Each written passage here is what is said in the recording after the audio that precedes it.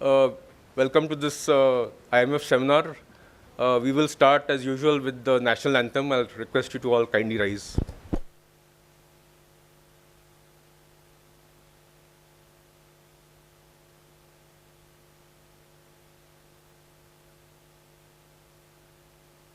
पंजाब सिंध गुजरात मराठा द्राविड़ उत्कल बंगा विंध्य हिमाचल यमुना गंगा उच्छल जलधि तरंगा तव शुभ नामे जागे तव शुभ आशीष मागे गाहे तव जय गाथा जन गण मंगलदायक जय हे भारत भाग्य विधाता जय हे जय हे जय हे जय जय जय जय हे.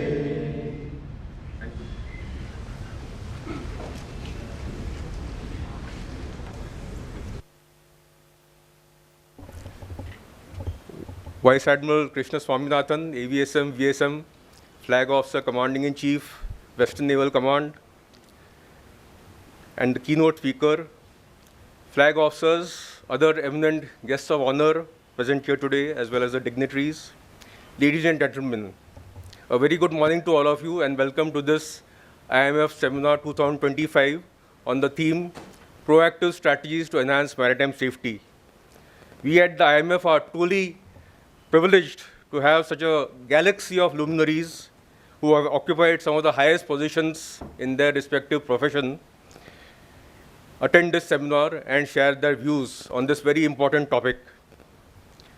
And this has gained even more importance following incidents which we have seen in the last few years, such as the grounding of MV Ever Given in the Suez Canal, the allision of MV Dali with the Francis Scott Key Bridge in Baltimore, and more recently off our coast, the sinking of MSC Elsa off the coast of Kerala. Similarly, all disasters need not happen at sea, and we have seen many which have happened in harbor as well as in ships that are undergoing refit or even which are under construction.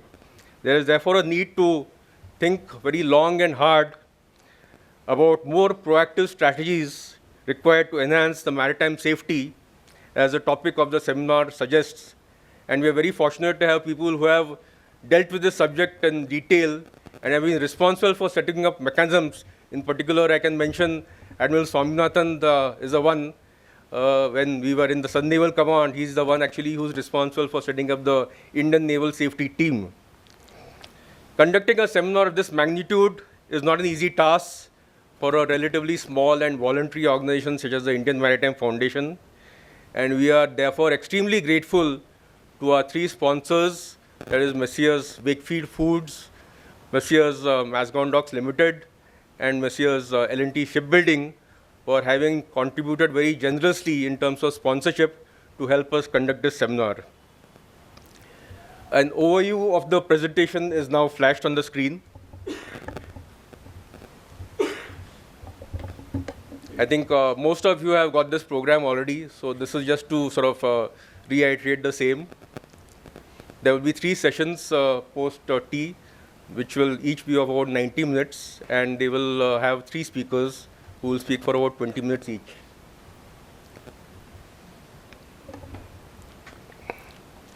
Let me also just highlight a few points which the audience may like to keep in mind. As usual, please keep your mobile switched off for the duration of the seminar, or maybe just keep them in silent mode. When you have the Q&A session, please raise your hand to ask for the mic, and when you ask a question, please state your name and designation and which particular panelist or speaker you wish to answer that question.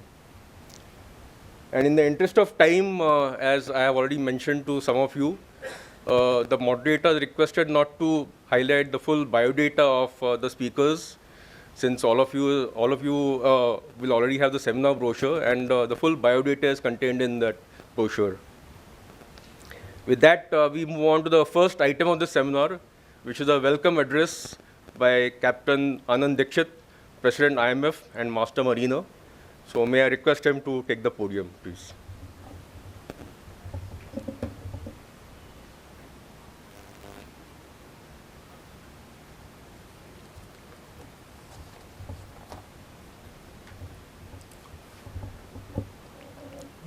Vice Admiral K. Swaminathan, AVSM, VSM, Flag Officer Commander-in-Chief, Western Naval Command, distinguished guests, seminar participants, members of Indian Maritime Foundation, members of Company of Master Mariners of India, flag officers, officers, veterans, and special invitees, ladies and gentlemen.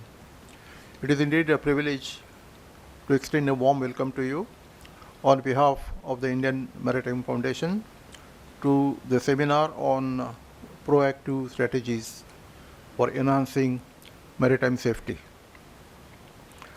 A warm welcome to our panelists and speakers, Vice Admiral A.R. Karve, PVSM, AVSM retired, former Flag Officer, Commanding-in-Chief, Southern Naval Command.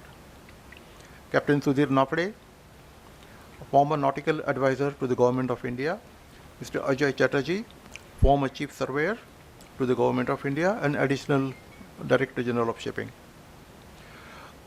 Rear Admiral S. Madulla, Flag Officer, Sea Training, Inspector General G. Bhisham Sharma, PTM TM, Commander Coast Guard Region West, Captain Mohan Naik, CEO, Danacom Tankers, Rear Admiral Sujit Bakshi, Director General Warship Design Bureau, Commodore Sumit Shidore, General Manager Refit, Naval Dockyard Mumbai, Shri Biju George, Director Shipbuilding, Mazgan Dock Limited, Rear Admiral J.K. Harish, AVSM, VASM retired, Larsen & Toubro Shipbuilding, Captain Unmesh Abhyankar, Adani Ports and Shipping, Adani Cements. We are honored by the gracious presence of our distinguished guests, Rear Admiral V. Ganapati, Commandant Millet, Ambassador Madhav Mangalmurthy, President CAS, Vice Admiral Jaivan Korde, President Navy Foundation, Pune Chapter, Major General S.H. Mahajan, Deputy Director CAS, Rear Admiral C.S. Patham, Rear Admiral P.D. Sharma, Rear Admiral Satish Godbole. We also extend a warm welcome to Mr. Praful Talera, CMD, Dynamic Logistics.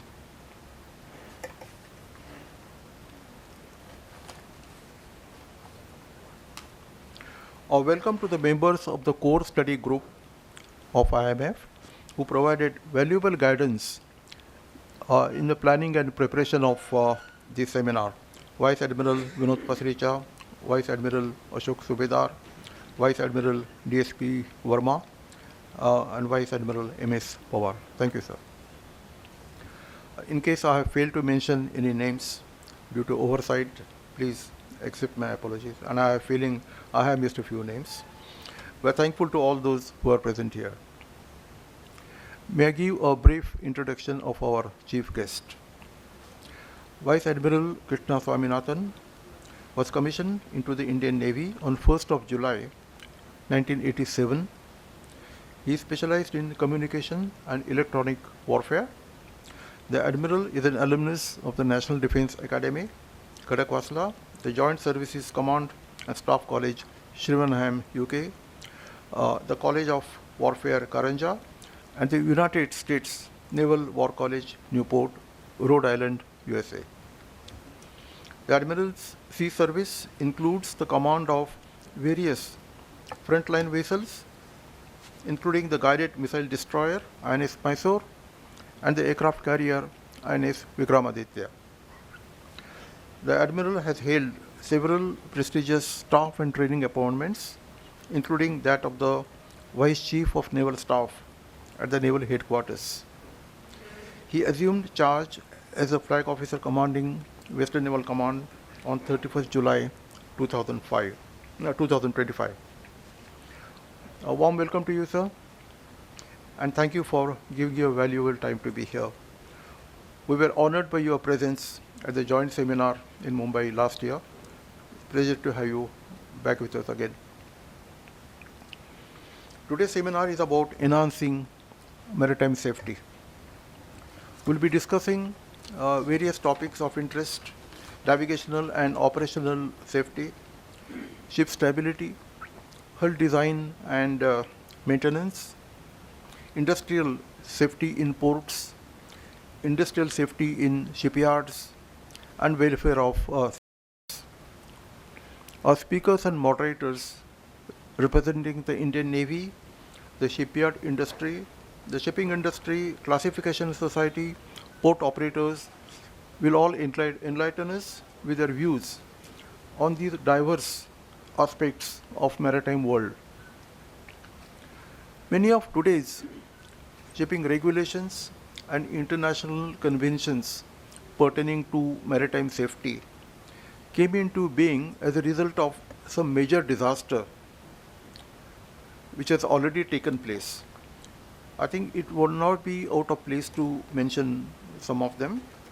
The first that naturally comes to mind is the sinking of the Titanic in April 2012, which led to the first international conference on safety of life at sea in 1914. New regulations were introduced with regard to the number of lifeboats, life-saving appliances, radio watchkeeping, and recommendations pertaining to structural integrity, watertight subdivisions, etc. The current version of SOLAS 1974 has been amended several times. New chapters have been added, and the process continues. 44 years after the Titanic disaster, in July 1956, there was a major collision between the Swedish passenger liner Stockholm and the Italian luxury liner Andrea Doria in the approaches to New York. It resulted in the sinking of the Andrea Doria with loss of 51 lives. Both ships had operational radars. The collision came to be described as the world's first major radar-assisted collision at sea. It led to changes in Colreg's 1960 introduction of the mandatory radar observers course, and eventually, some years later, ARPA, the automatic radar plotting aid, which is in use today. On 18th March 1967, oil tanker Torrey Canyon ran aground on a reef off the southwest coast of England, spilling about 100,000 tons of crude oil. It caused devastating damage to the sea and the shores of England and France. The disaster was a major factor in the development of MARPOL 1973, the International Convention for the Prevention of Pollution from Ships. And finally, in September 1980, British registered Obo Derbyshire, foundered in the South China Sea, in severe typhoon. No distress signal was sent and there were no survivors. Forensic investigation was carried out much later, a few years after the incident, when the wreck was found. And the conclusion was that the ship had sunk due to structural failure. This was not an isolated incident. Approximately 170 bulk carriers sank between 1980 and 2000. Majority of them due to structural issues and some due to various other causes. These casualties led to new design standards for bulk carriers. In course of time, the installation of voyage data recorder, the so-called black box, cameras on the deck, etc., were introduced. But In spite of these technological advancements, maritime accidents, incidents, and near misses continue to occur. Human error still continues to be a major factor in marine casualties. It may seem a paradox, but technology appears to be creating new risks while in the process of mitigating old ones. The fact that there have been cases of ECDIS assisted grounding would suggest that we have not fully mastered the technology that we are using. As this seminar is about proactive measures, what challenges do we see ahead? Number one, cyber security, geopolitical conflicts and their impact on shipping, targeting of commercial vessels as in the Red Sea, climate change and its impact on maritime operations, challenges associated with evolving technology like e-navigation, remotely operated vessels, autonomous vessels, etc. I think our speakers and moderators are better qualified to speak on these issues than I am. So let us hear what they have to say. Thank you all once again for being here and good day.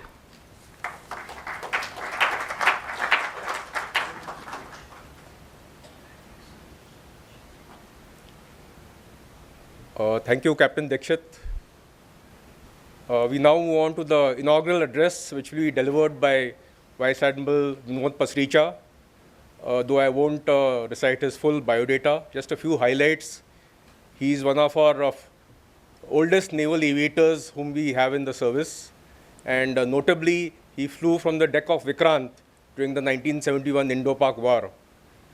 He's also had the privilege of commissioning our second aircraft carrier, INS Virat, in the United Kingdom and sailing her back to India. And thereafter, he's one of the few flag officers who's had the privilege of being the CNC of both our operational commands. That is firstly the Eastern Naval Command and then the Western Naval Command.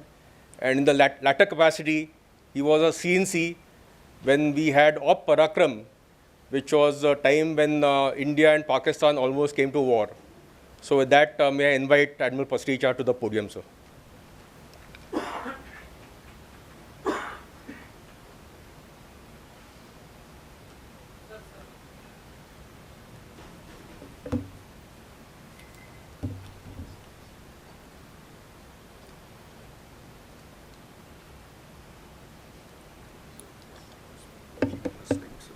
Okay. And for the laser pointer, that's the laser pointer. Which one? No, Top one. this one, the red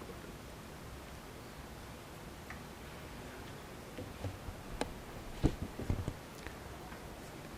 Admiral Vishwanath, it's a pleasure to see you again, and particularly for you to chair this seminar for us, particularly since I know how busy you are and you were going to be traveling up and down. In fact, we had to change the dates 2 or 3 times by just a day or two, just so that he could attend. And we are very grateful that you not only come, but your knowledge about the subject is something that we all look forward to. And I'm sure that will go. Other flag officers, senior people, it is a real pleasure to be here. I, as a person to talk on this subject, have very little knowledge, particularly of the merchant navy and the ports. And since the Indian Navy is going to be covered by a lot of people, I would only pass through my slides and mention to you that these are the main topics that we need to discuss. The one point that I do want to mention before we start is the importance of the Indian Ocean. I know there was a talk about 20 years ago of changing the name from Indian Ocean to something else because they didn't like the idea of an ocean being named after a country. Fortunately, that did not happen. But the Indian Ocean to India, I can't think of a more active requirement and the necessity for something so important.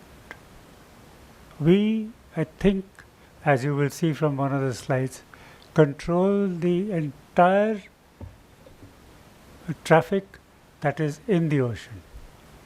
And besides controlling this traffic, we are at the center of 37 nations. And it has been our endeavor, despite our fights with some of our neighbors, which keep happening every now and then, to ensure that all these countries are our friends. And wherever we can help them in whichever way, we've gone out of the way to help them. With these words, I will just go through my slides, because there's not much that I will say, but wherever there is a need for me to talk about the slides, I will do so.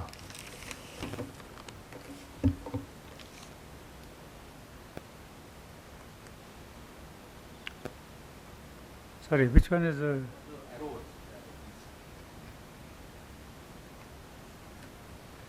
this has already been covered, and who all are speaking, so I will not spend time on these three slides because they are the experts and they would be talking about these three slides. This is the slide that I spoke about and which is very important. As you can see, the Indian Ocean and the amount of traffic that passes next to India, other than the odd bit of traffic which goes, I can't get through the pointer. I'm sorry, I haven't quite understood. Which one? Pointer. Pointer. Just go back.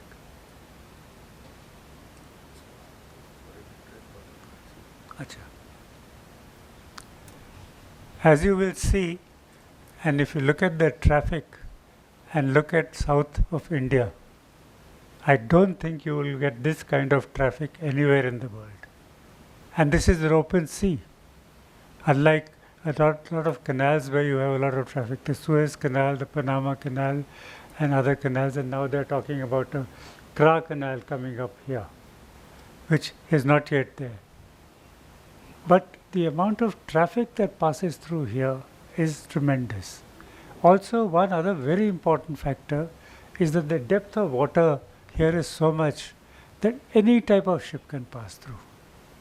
And warships pass through from all countries just next to us, and if they are within 12 miles away from our coast, we can just say hello to them.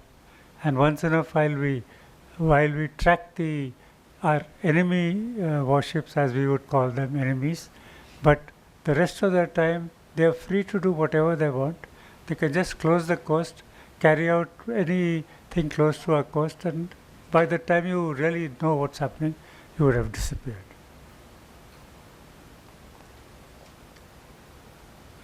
This has been covered in detail, but we've got 7,500 miles of coastline. And if you look at the number of islands which are there miles away from us, it makes our task very difficult. As you are aware, there was a time when even the Andaman and Nicobar Islands were under dispute as to whether they actually belong to India or not. Fortunately, that didn't happen. And with the Lakshadweep and the islands, we have practically everything. And as I've already mentioned, the Indian Ocean is the busiest ocean in the world. This is again a very small slide to give you an indication of the major ports that we have in India. 12 of them, and they're all very good.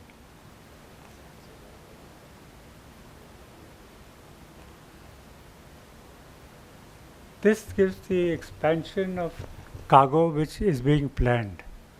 At the moment, as I will come to the next slide and show you, we have very little cargo passing through our ports. But if you look at the kind of amount of cargo passing through today, it is very little. And as the next slide, one of the slides will show you, India does not even have 1% of the cargo on Indian ships. All our cargo is sent by others, and in times of our need, it will be very difficult for us to control that. I'll just cover the key strategies. I think one of the most important things that has happened is the decision by India to improve our security and growth, particularly at sea. The Prime Minister has taken a very big step in this and put forward a paper which will enunciate our vision and our geopolitical framework for maritime cooperation in the Indian Ocean. I think this is a very important aspect that has come about. We are talking about having this getting ready soon, and as also in our 100th year of our independence, getting other things ready. I don't think we will achieve that fully, but at least even if we achieve 80%, I think we would have done a very good job. The other important factor is our ability, particularly with AI coming in a big way, is our ability to harness technology, for which we are slowly setting up these stations all along the coast, so that whenever we need to talk to ships, these days talking to ships, earlier on you could, as a naval officer, you could listen on to the RT and intercept your enemies talking to each other. Today with AI and with the methods of technology, none of that is possible. So you are in a sense blind, and you have to rely on other means by which to do this.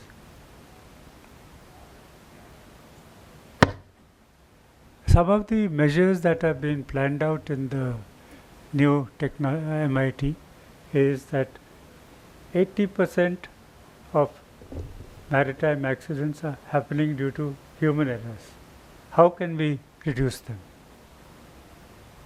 And although India has over 10% of the seafarers, at the moment we do not have very many Indian ships. Fortunately for us, that is a change that is going to happen very, very soon. And from just today, I think we have just 1% of the complete traffic on our ships, whereas we have over 10% of manpower supplied all over. So this is something that is important for us to go through. Also, as some of you from the Merchant Navy will know, your hours and fatigue that you suffer is immortal. I've known of people at one day's notice having to travel to Singapore and board another ship because that captain was not available, and he had just come back from sea not even 10 days ago, and he was out again for another 6 months. So this was quite a strain on the family, because the children never got to see him, his family never got to see him, and those days with communication being what it was, they couldn't talk unless he went into harbour and tried to make a phone call.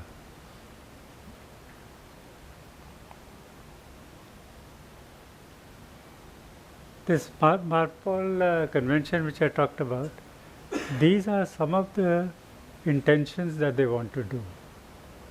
Stricter penalties for non-compliance, safety audits, and incentives for safety practices.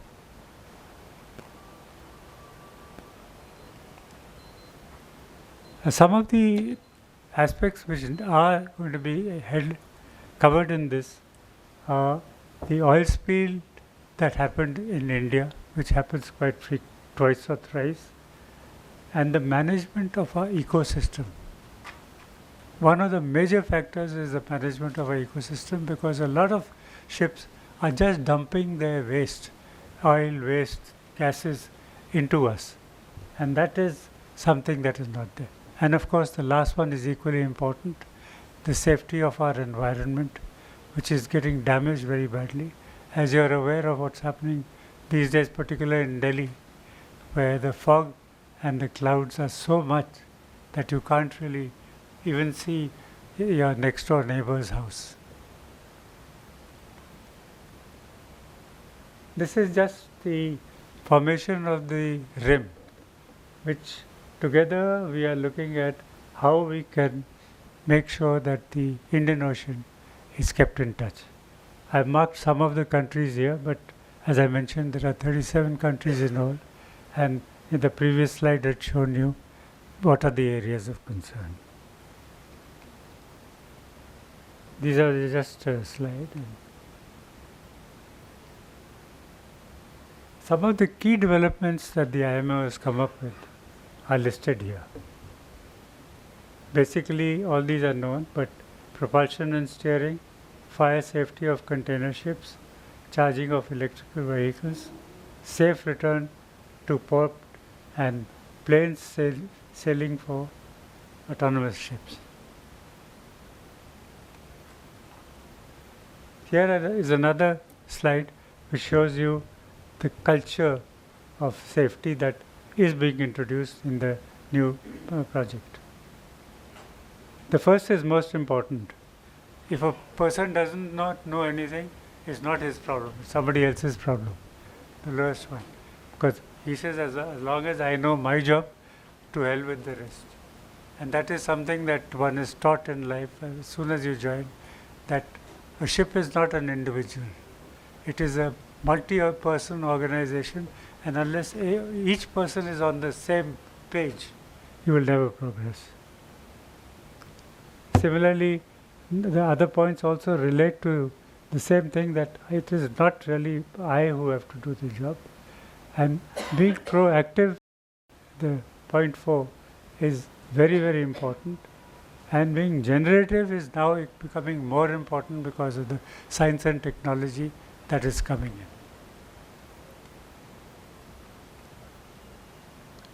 These are some of the safety principles. I won't go through them, but I'll keep the slide on for just 10 seconds. You can read through them of how we can improve the safety of the various people. The last is the most important. Strengthen your organization, and that can only come from the top. No one down the line can work on this. It has to be from the top to make sure that the organization is what it should be. This was a slide I spoke of earlier. At the moment, our current share is 1% of the, and the number of ships that we have is hardly anything. Our aim is to change this 4-point-odd lakhs to 50 lakhs in the next 10 years. How we will do this is something that the others will talk, but I will briefly touch on that later. And the number of inland waterways, of which we hardly use any. And that's actually the best method of trade within the country. 110, but I don't think any of them are deep enough or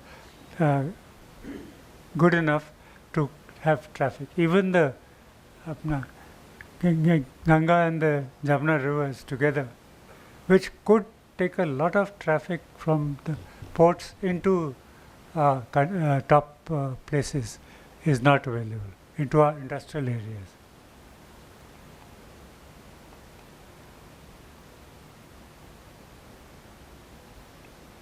These are some of the initiatives which are being introduced now in this proposal, and for this the shipping ministry has been enhanced. In fact, 3/4 of the time the Prime Minister himself is present at these meetings so that he can tell the shipping minister what to do and how to do it.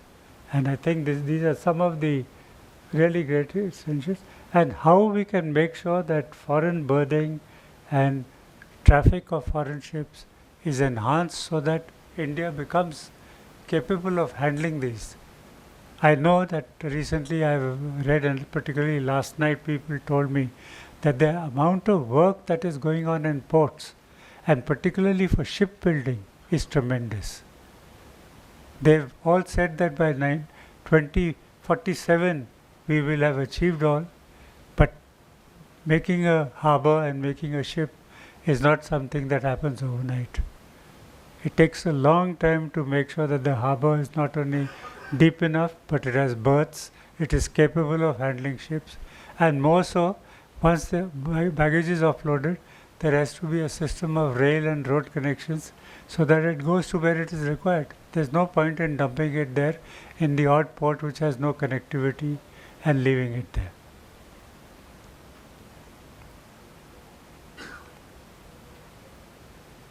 The last slide is that we in the Indian Ocean and the Navy have started doing a lot of exercises with foreign navies.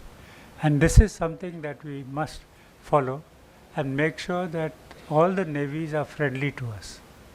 The recent exercise which happened just, I think, last week has proved this point of how important it is for all, at least our neighboring places, and even China and USA joining in and Britain joining in to make sure that our maritime industry stays strong. Another thing that has come about, and I think is very important, is the Information Fusion Center, which I think the Coast Guard will give a lot more inputs on this, have started, and this is what it is. That's all I have. Thank you very much.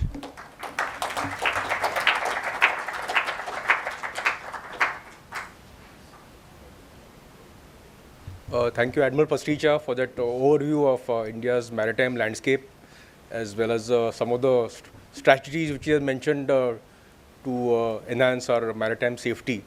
May I request the President IMF to kindly present a small book memento to the Admiral.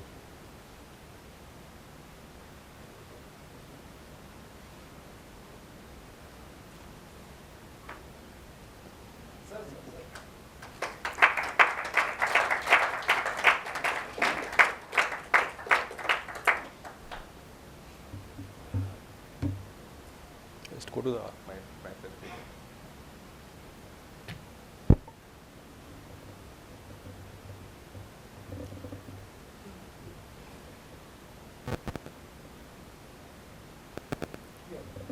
We now have the main event, that is a keynote address by Vice Admiral Swaminathan, the Flag Officer Commanding in Chief.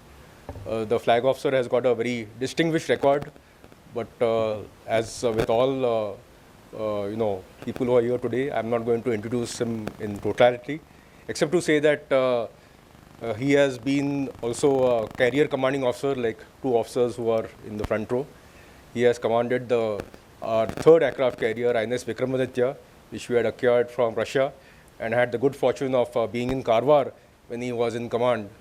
Also, we served together in Cochin along with Admiral Karve, so I think we have a lot of similarities or common associations for a long time. With that, may I request Admiral Swaminathan to take the podium, please.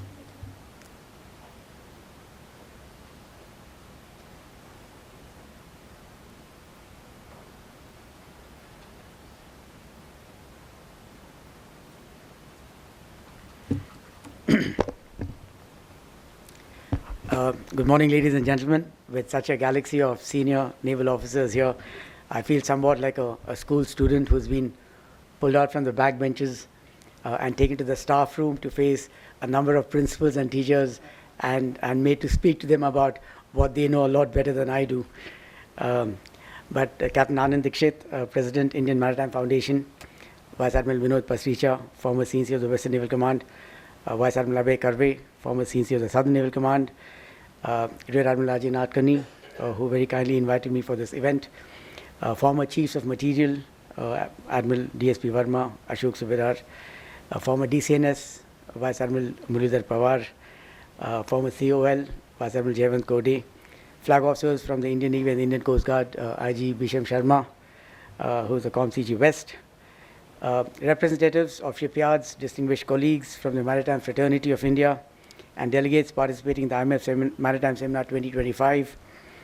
Good morning to all of you and my personal greetings. Firstly, I'm very deeply honored to be here this morning, and I'm very grateful to Captain Anand Dixit for giving me this opportunity. I apologize for the inconvenience of having the date shifted once or twice. Somehow I don't control my program entirely, and I was very keen to come for this event, and I'm very thankful that I've been accommodated, even despite having to change the dates once or twice. Ladies and gentlemen, some of the things that I might say might sound somewhat of a repetition of what has been already said, so please bear with me. I stand here today not just as a professional naval officer, but as someone who very deeply believes in safety as an operational enabler in the maritime domain. For me, therefore, the theme, proactive strategies to enhance maritime safety, is a strong reflection of our shared need to preserve life, protect assets, and keep the global commons unimpeded by accidents, incidents, and unsafe acts. I am very glad that we have a wide representation at this event from several stakeholders that contribute to maritime safety. Of course, the armed forces, the Indian Navy and the Indian Coast Guard, the merchant marine, shipyards, representatives from the maritime industry and the maritime education system, and veterans that have been at sea for several years, for several decades in fact. Needless to say, for us in India, safety at sea is a key element of our collective aspiration to make our own maritime ecosystem stronger, more resilient, so that it can lend our economy greater vibrancy, greater fluidity, greater depth, and enable our national vision of Viksit Bharat to become a reality by 2047. I'm therefore very happy to participate in this event and make a small contribution to its proceedings. Historically, maritime safety has been at the very heart of trade, exploration, national interest, and war. Every ship lost to a storm, accident, or navigational error meant economic disaster or lost political opportunity. Thus, improving safety through more lighthouses, better charts, and more user-friendly navigation aids and tools was crucial to not just sustaining prosperity, but also to empire building. An early example of this is the construction of the Pharaoh's Lighthouse at Alexandria, which was perhaps one of humanity's earliest maritime safety innovations. In the age of discovery, when explorers like Colombo, Vasco da Gama, and Magellan circumnavigated the world, safe navigation and seaworthiness determined who lived and who did not, and who achieved successfully and who did not. Incremental improvements in maritime safety came with the introduction of new age magnetic compasses and sextants, and better ship construction techniques enabled voyages to connect distant continents and shape the future of the world for centuries thereafter. As far as maritime power is concerned, safety has always been crucial from the times of the ancient navies of the Greek triremes, the Roman fleets, and even the navies that warred all the way up to the World War II. A single incident, fire, explosion, grounding, or indeed misreading of the elements could cripple entire fleets, change the outcomes of wars, or alter the fortunes of nations. We are all aware that the industrial age heralded steamships of new designs, steel hulls of different forms, and passenger liners of varying sizes and sophistication. The Titanic disaster of 1912, and this was alluded to a little earlier, proved to be a watershed moment in maritime safety, as it led to the International Convention of the Safety of Life at Sea in 1914, which to this day remains the cornerstone of maritime safety.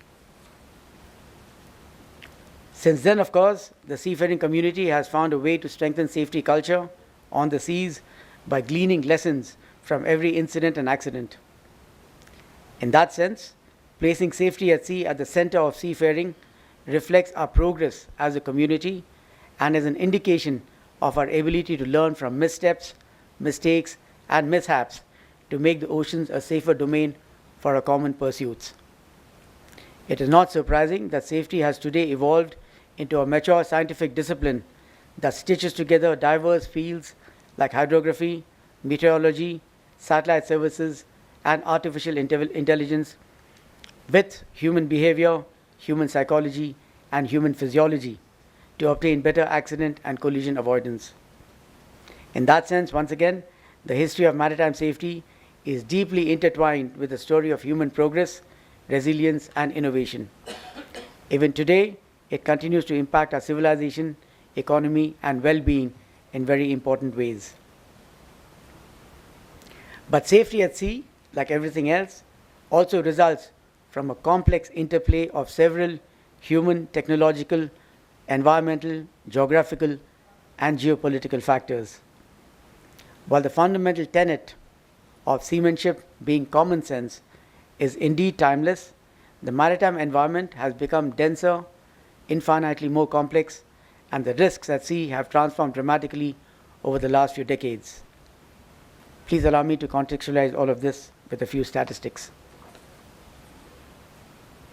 An analysis carried out by the International Maritime Organization indicates that a total of 13,526 accidents and incidents have occurred between the years 2001 and 2024 alone in the maritime domain, resulting in the loss of over 8,500 lives and financial losses accruing to over 24 billion US dollars. Of these, 62%, shockingly, are attributed to human error, 24% technological malfunction, machinery breakdown, unseaworthiness, and structural failures, and 8% to organizational factors like poor governance, lack of oversight, and safety compliance. The remaining 6% are attributed to misdeclared goods, overloading, stability factors, and external conditions such as piracy, armed robbery, hijacking, and attacks by drones, missiles, and projectiles. So human error continues to be the major cause of accidents. Notable, of course, among these, and I'll just list out a few examples, are the sinking of MV La Jula of Senegal in September 2002 that resulted in the loss of 1,863 lives.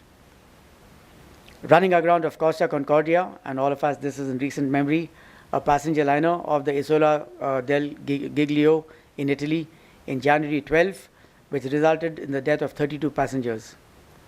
The famous blocking of the Suez Canal, Admiral Nadkarni just made a mention of it, by MV Ever Given for 6 days in March 2021 that caused a major disruption to global shipping and imposed a significant economic impact across the world. The loss of Titan, the deep-sea submersible that imploded off the wreck of the Titanic on 18th of June 2023.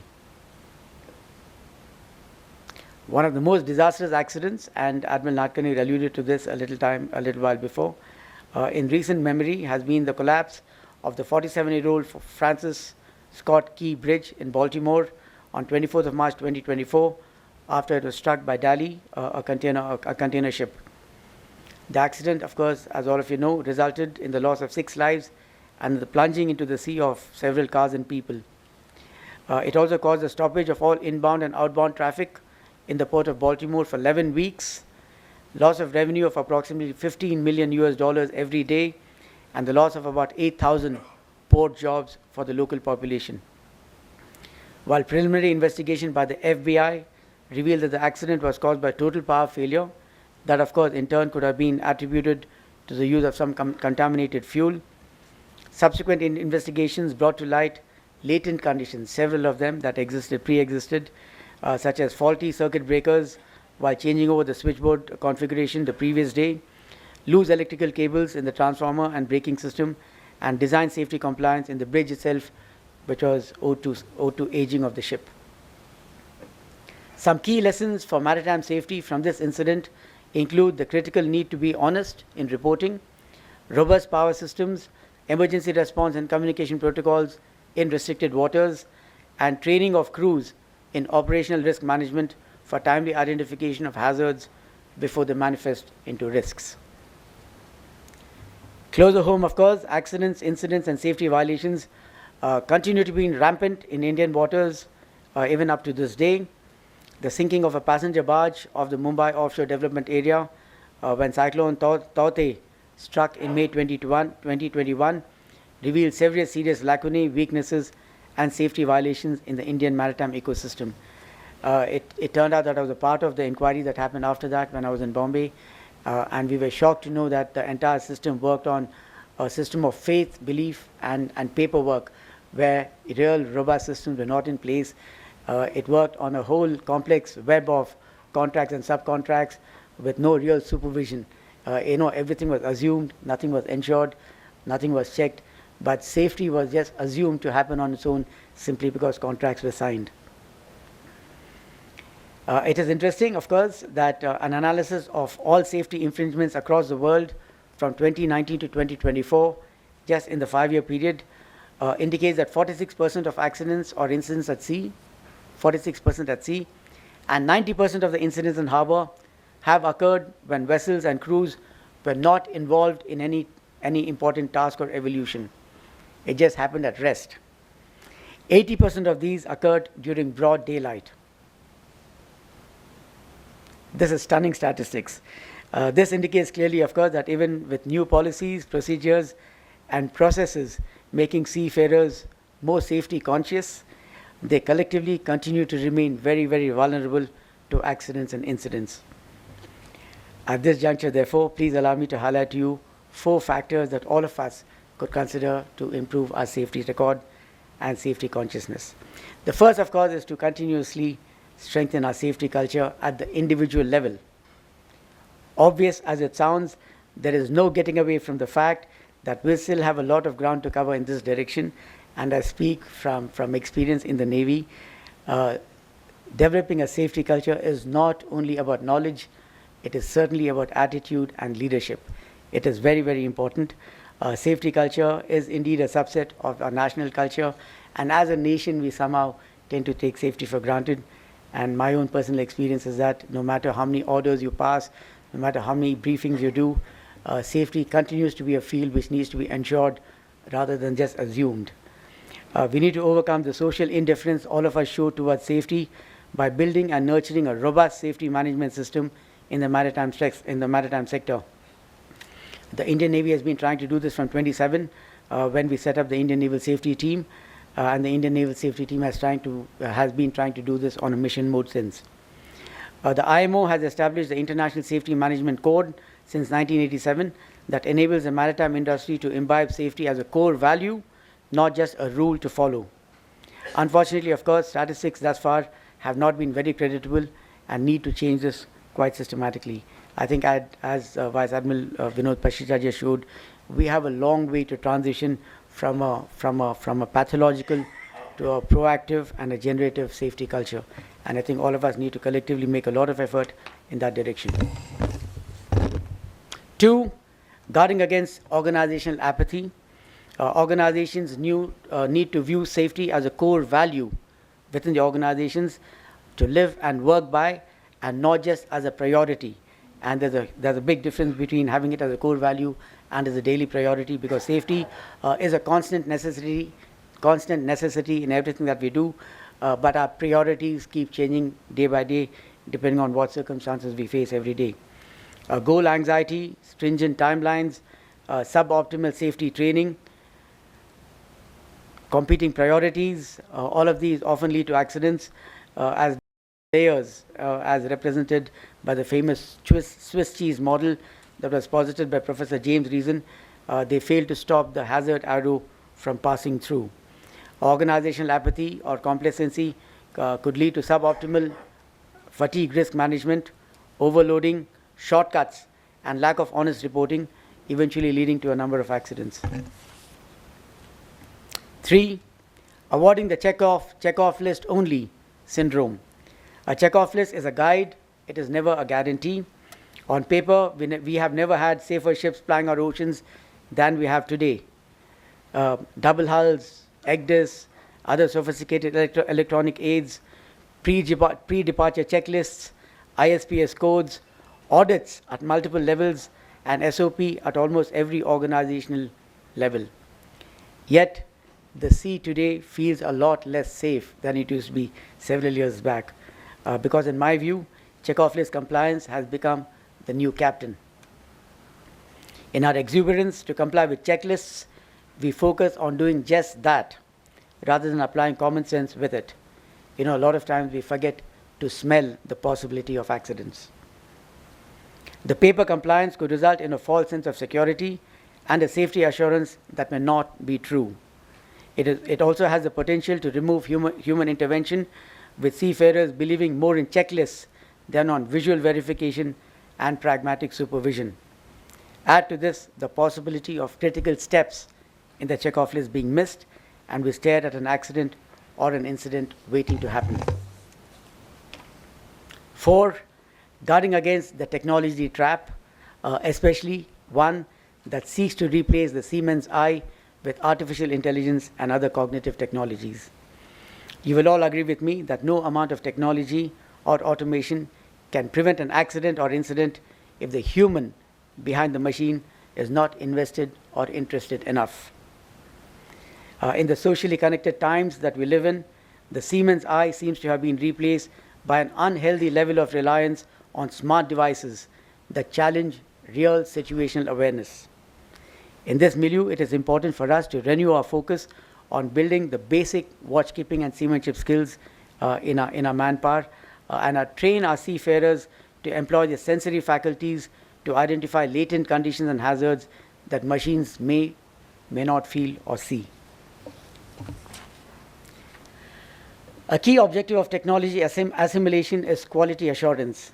This is where shipyards, industry partners, and quality assurance agencies have a very important role to play in enhancing maritime safety. The stringent structural frameworks that these agencies operate within, such as the SOLAS, MARPOL, ISM code, ISO 9001, all of these have the ability to identify latent conditions and hazards well before a ship is put out to sea. Quality assurance also has the potential to turn safety from an individual effort to a systematic discipline. It is therefore imperative for us to strengthen our QA organizations and build a proactive approach to safety that correctly and appropriately balances the use of technology with human intervention. While training seafarers and adapting to current and emerging technologies is hugely important, educating them on the nuances of cyber vulnerabilities and data misrepresentation, training them to operate in GPS-denied environments, and preparing them to deal with unforeseen contingencies like onboard explosions and external attacks is equally important. Combining technology with the right level of human skill is also important. In essence, ladies and gentlemen, maritime safety lies at the intersection of human ability, technology, operational stresses, and environmental uncertainties. The challenge, therefore, is just not to respond to or prevent accidents, but to build a culture of safety consciousness proactively where technology and human ingenuity empower those that proceed to sea and provide them the wherewithal to negotiate the tough conditions they face both effectively and efficiently. This seminar seeks to identify those proactive strategies to enhance maritime safety, and I'm sure that over the next 3 sessions, the participants will engross themselves in productive conversations to identify those strategies, find ways to transform them into policies that promote safety and enhance maritime security. One thing that we all instinctively know is that the sea is an unforgiving partner, master, and examiner. As a community that operates in it every day of our lives, we must be professionally strong, organizationally resilient, and collectively engaged in bracing the storms, tiding over all the challenges that we face, and promoting the nation's maritime rejuvenation quite deftly through a robust maritime safety culture. Seminars such as this, an organization like the IMF that steadfastly advocate seafaring matters, contribute in multiple ways to policy formulation, and invest in maritime education are important elements of this long journey. Once again, I'm deeply honored to be part of the seminar and wish all of you the very best in your endeavors. I once again thank the Indian Maritime Foundation for providing me this opportunity to share my thoughts with you. I also wish the seminar every success. I hope it meets with its objectives in full measure and generates significant positive outcomes to all of us. Thank you very much. Jai Hind.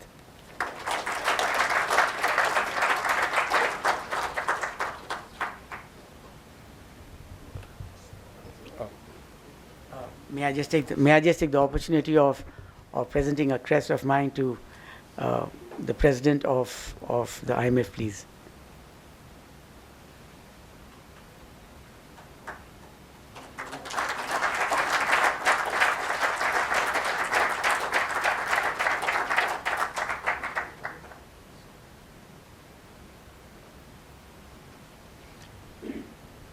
Thank you, Admiral Swaminathan, for that excellent and very thought-provoking talk and sharing your perspectives on how to enhance maritime safety. And that has certainly set the tone for the next 3 sessions which are to follow.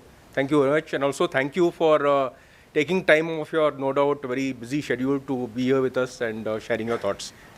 May I request the President IMF to also reciprocate by presenting a book memento to the chief guest.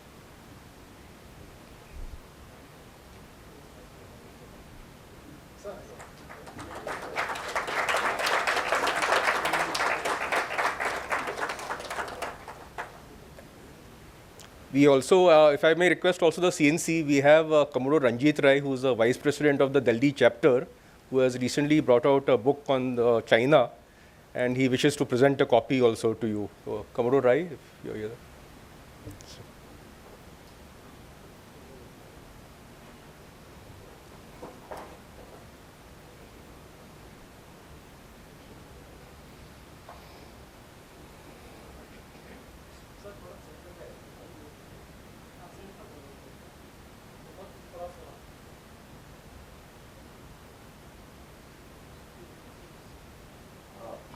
I'll just say 2 words.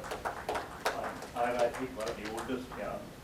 I went to the Naval War College for a conference, and I met somebody called Captain Swaminathan. I came back to Delhi. I reported to the Chief of Naval Staff that I met a very, very intellectually simple-looking captain, but he's bloody good. You know what the Chief of Naval Staff said? He's coming as my naval assistant. So keep your thoughts. So it's a privilege for me from those days to today. Please open the book. I'll call it a launch. The theme of this book is India holds the bolt and the key to the Indian Ocean. It's called the Malacca Dilemma. I think the Admiral talked about it. The Indian Ocean needs a lot of attention.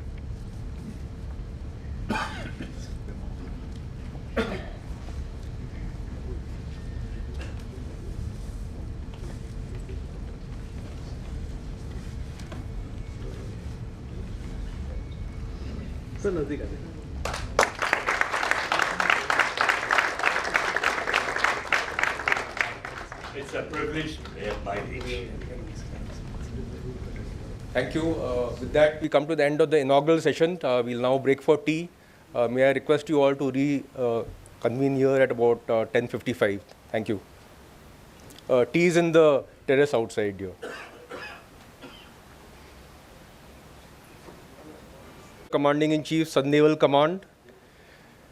And he was also a member of the Armed Forces Tribunal, Regional Bench of Mumbai. May I invite him to the table, sir?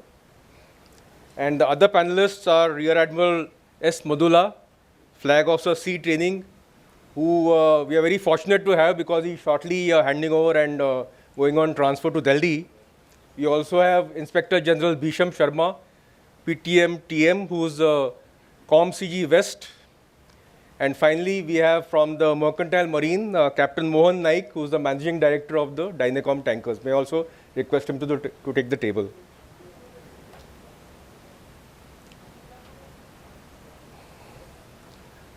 With that, I hand over to Vice Admiral Karve to moderate the session.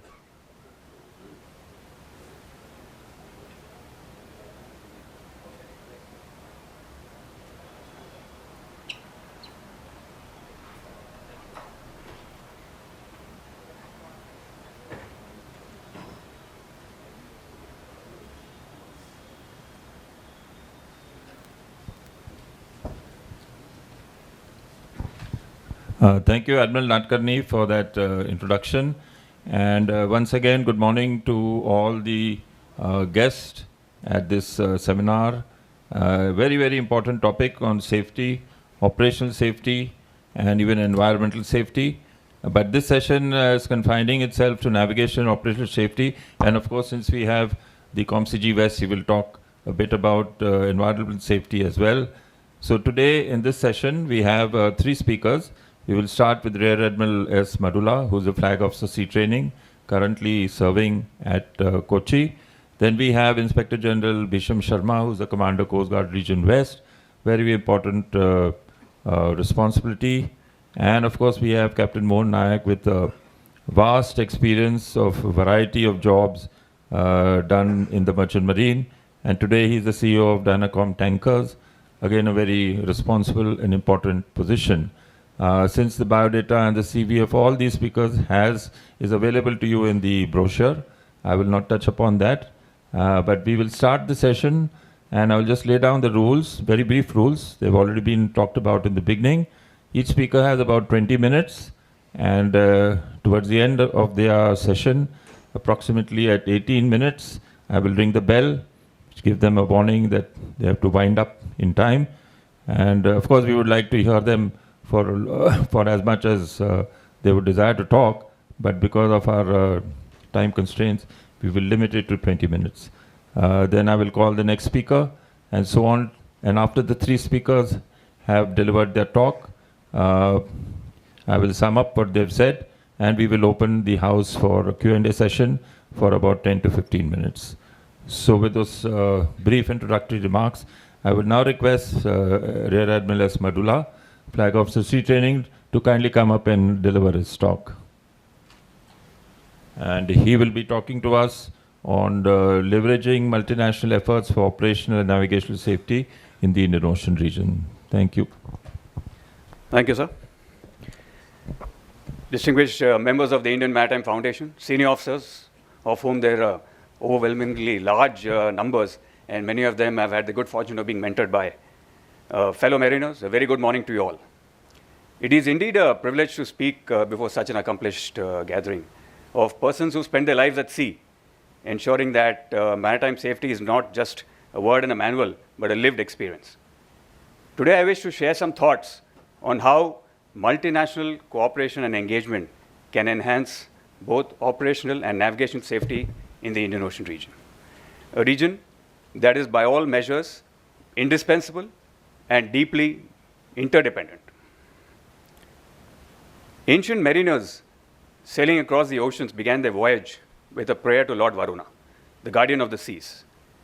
The Sanskrit phrase they recited translates into, "May all mariners sailing the ocean routes be free from fear. May Lord Varuna, destroyer of perils, ever protect them." That timeless verse still holds meaning today, of course.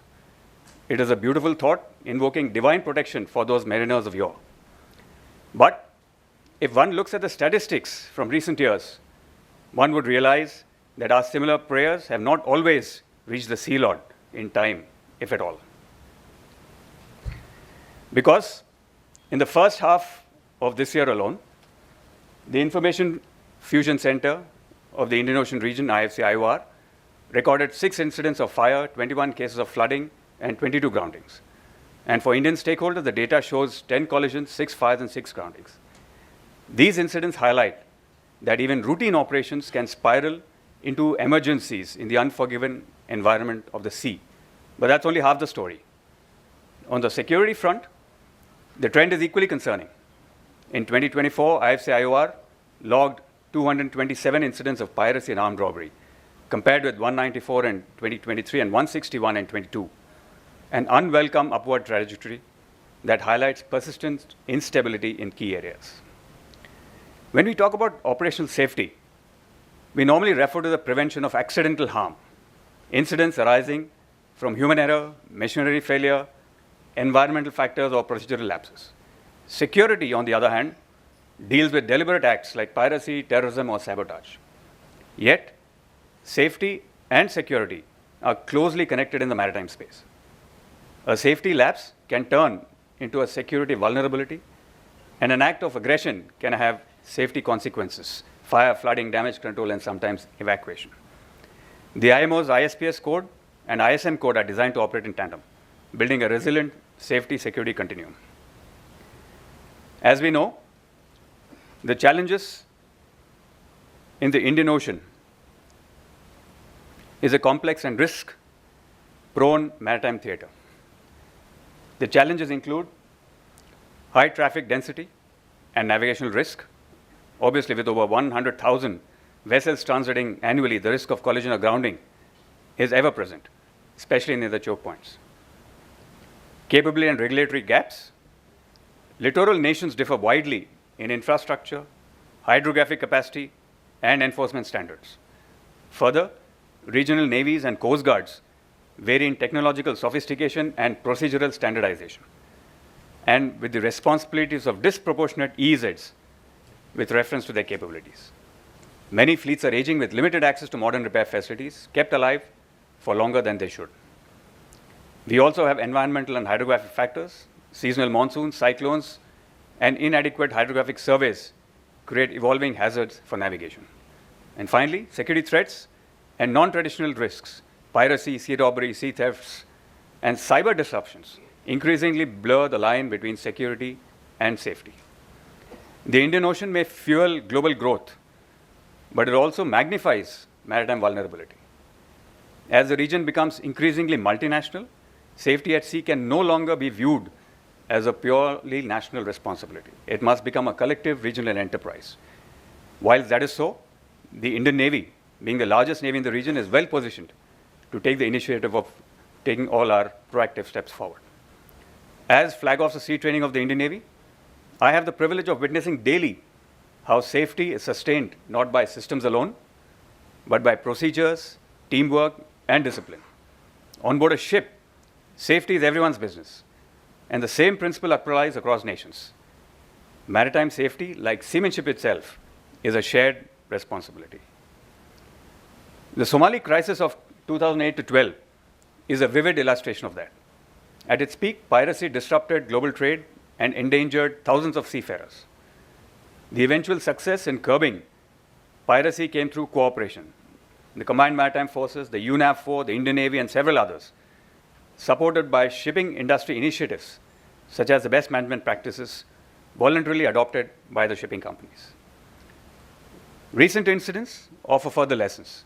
The MV Express Pearl fire off Colombo in 2021, the grounding of MV Wakashio in 2020, even the hazardous cargo explosion on the MV Vanhai of the Kerala coast in 2024 all demonstrated how multi-agency collaboration, from firefighting to salvage to pollution control, can mitigate disaster. And the swift coordination by the Indian Navy, the IFC-IOR, with other stakeholders shows that effective partnerships can make the critical difference between loss and recovery. To translate shared responsibility into practical action, three enablers are essential: domain awareness, shared operational capability, and policy support. Maritime domain awareness underpins operational safety at sea, and the Indian Ocean's vastness makes this particularly vital, demanding information sharing across boundaries and necessary to respond to incidents. The creation of the Indian Navy's Integrated Information Management and Analysis Center, or the IMAC, and the Information Fusion Center, Indian Ocean Region, or the IFC-IOR, at Gurugram has been transformative. Together, they combine radar and satellite inputs, AIS feeds, white shipping data from over 50 partner nations, fusing them all into a single maritime picture. And the efficacy of the IFC-IOR is enhanced by the presence of a large number of international liaison officers who add varied experiences and professional capabilities to the center. A powerful demonstration of the center's value came last year when a Sri Lankan trawler was hijacked nearly 1,000 nautical miles east of Mogadishu. Real-time coordination between the IFC-IOR, the Regional Coordination Center in Seychelles, the navies of India, Sri Lanka, and Seychelles led to the safe rescue of the crew and arrest of the pirates. Such success stories underscore how shared awareness and trust can yield swift results. IFC-IOR's recent designation as a voluntary reporting center by the IMO marks a major milestone. Beyond security incidents, an anonymized database of safety-related events, collisions, near misses, equipment failures could foster learning across the region. This would help identify trends in human error and improve procedures for prevention, backed by coordination and trust between partner nations. The upcoming National Maritime Domain Awareness Project will further integrate information from every maritime agency in India. while the Indo-Pacific MDA or the IPMDA initiative will provide real-time data and analytics to littoral partners. This fusion of national and regional data will enhance anticipatory capability, an essential shift in ensuring safety proactively. Each fusion center in the Indian Ocean, whether the IFC-IOR, the RCOC, the RMIFC, amongst others, plays a part. But to truly make a difference, they must be more tightly connected, both within and across borders. As a coherent maritime situation picture aggregator and maritime security information sharing hub for friendly partner countries, the IFC-IOR can be used as the linchpin of these diverse data centers. India's recent initiative to establish National Maritime Information Sharing Centers, or the NMISCs, in East African and Western Indian Ocean nations is another key step. Once operational, they will enhance local capacity and tie in seamlessly into the wider regional safety network. That will also aid the NAV area coordinators to issue timely warnings. Awareness without the ability to act has limited value. Shared operational capability enables partners to respond collectively to maritime crises. The CMF, UNAVFOR, and the Indian Navy, amongst others, have cooperated for over 2 decades to secure the sea lanes in response to incidents in the Arabian Sea and the Gulf of Aden. The recent initiative of the Indian Ocean ship Sagar embodies this spirit of shared operational capability. Officers and crew from 9 littoral nations embarked on a single vessel, an Indian naval ship, but fulfilling the role of the ship of the Indian Ocean region. That was deployed to the Southwest IOR, showing a presence in the EZs and the ports of littorals for over a month in April this year. The success of IOR Sagar underlines the possibility of operational feasibility of such joint undertakings under India's leadership.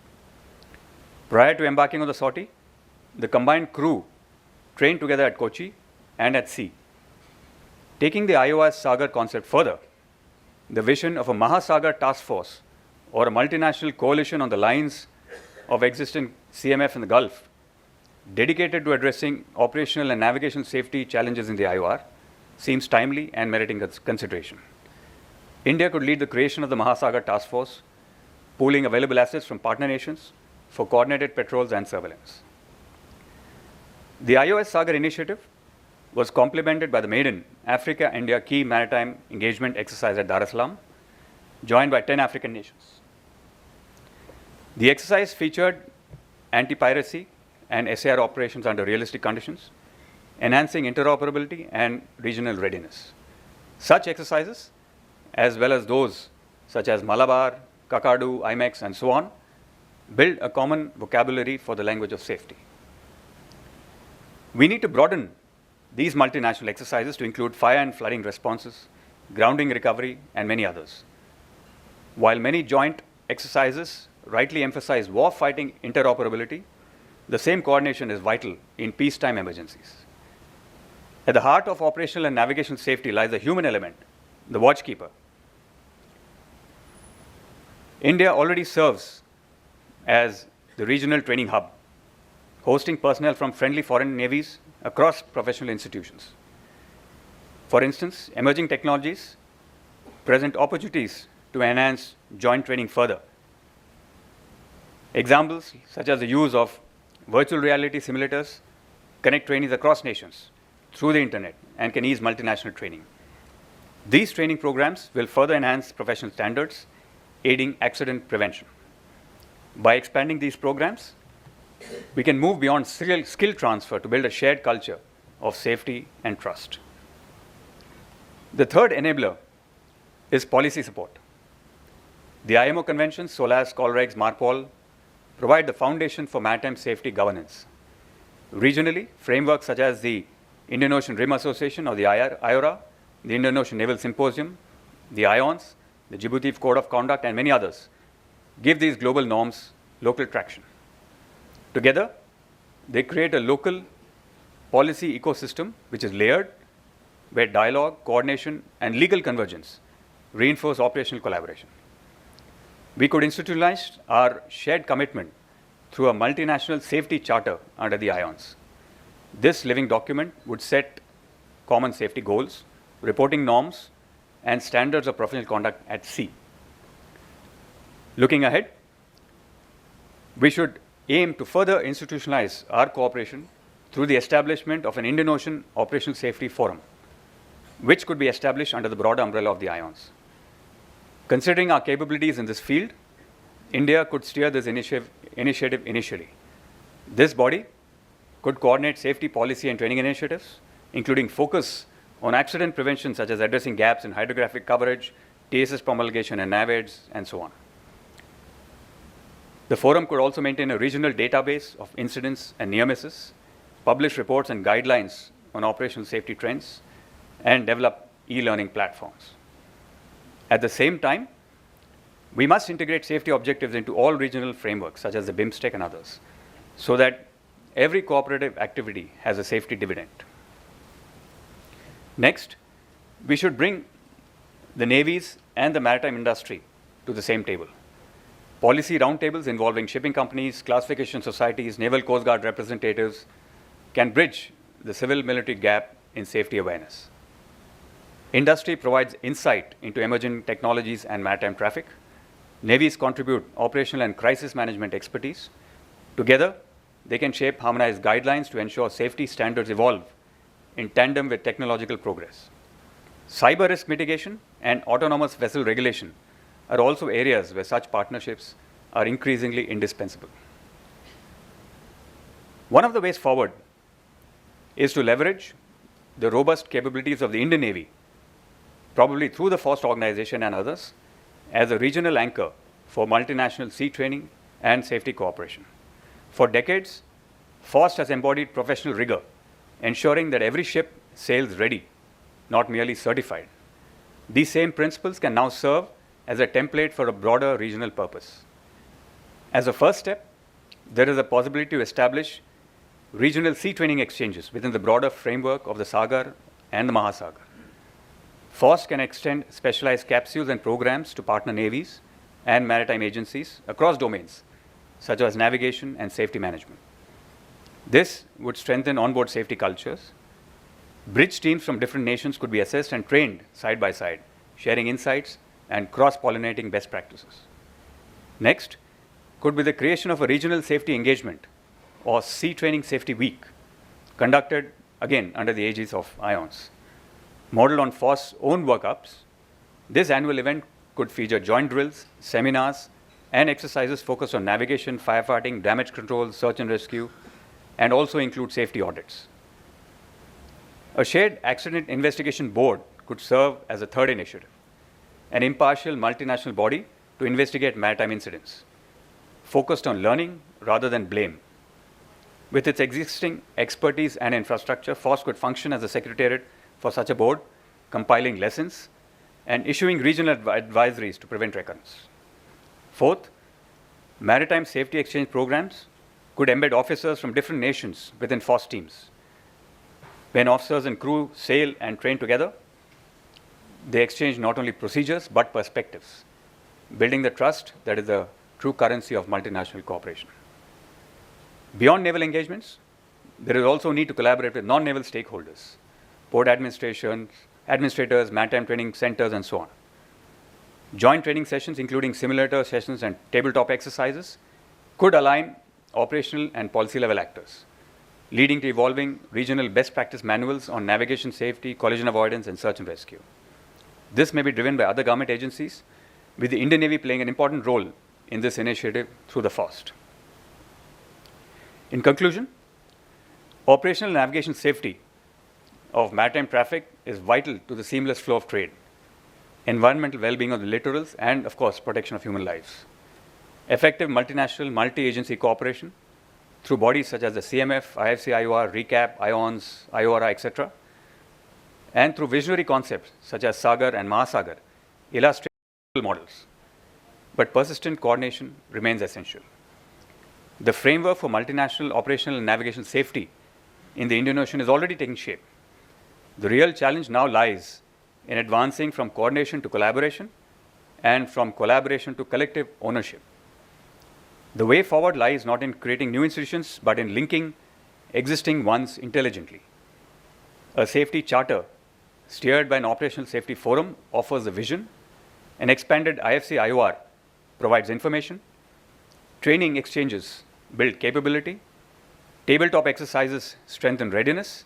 And industry-Navy dialogue ensures inclusivity.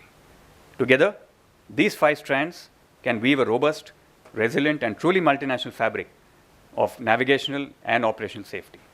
Thank you. Jai Hind, Shanavaram.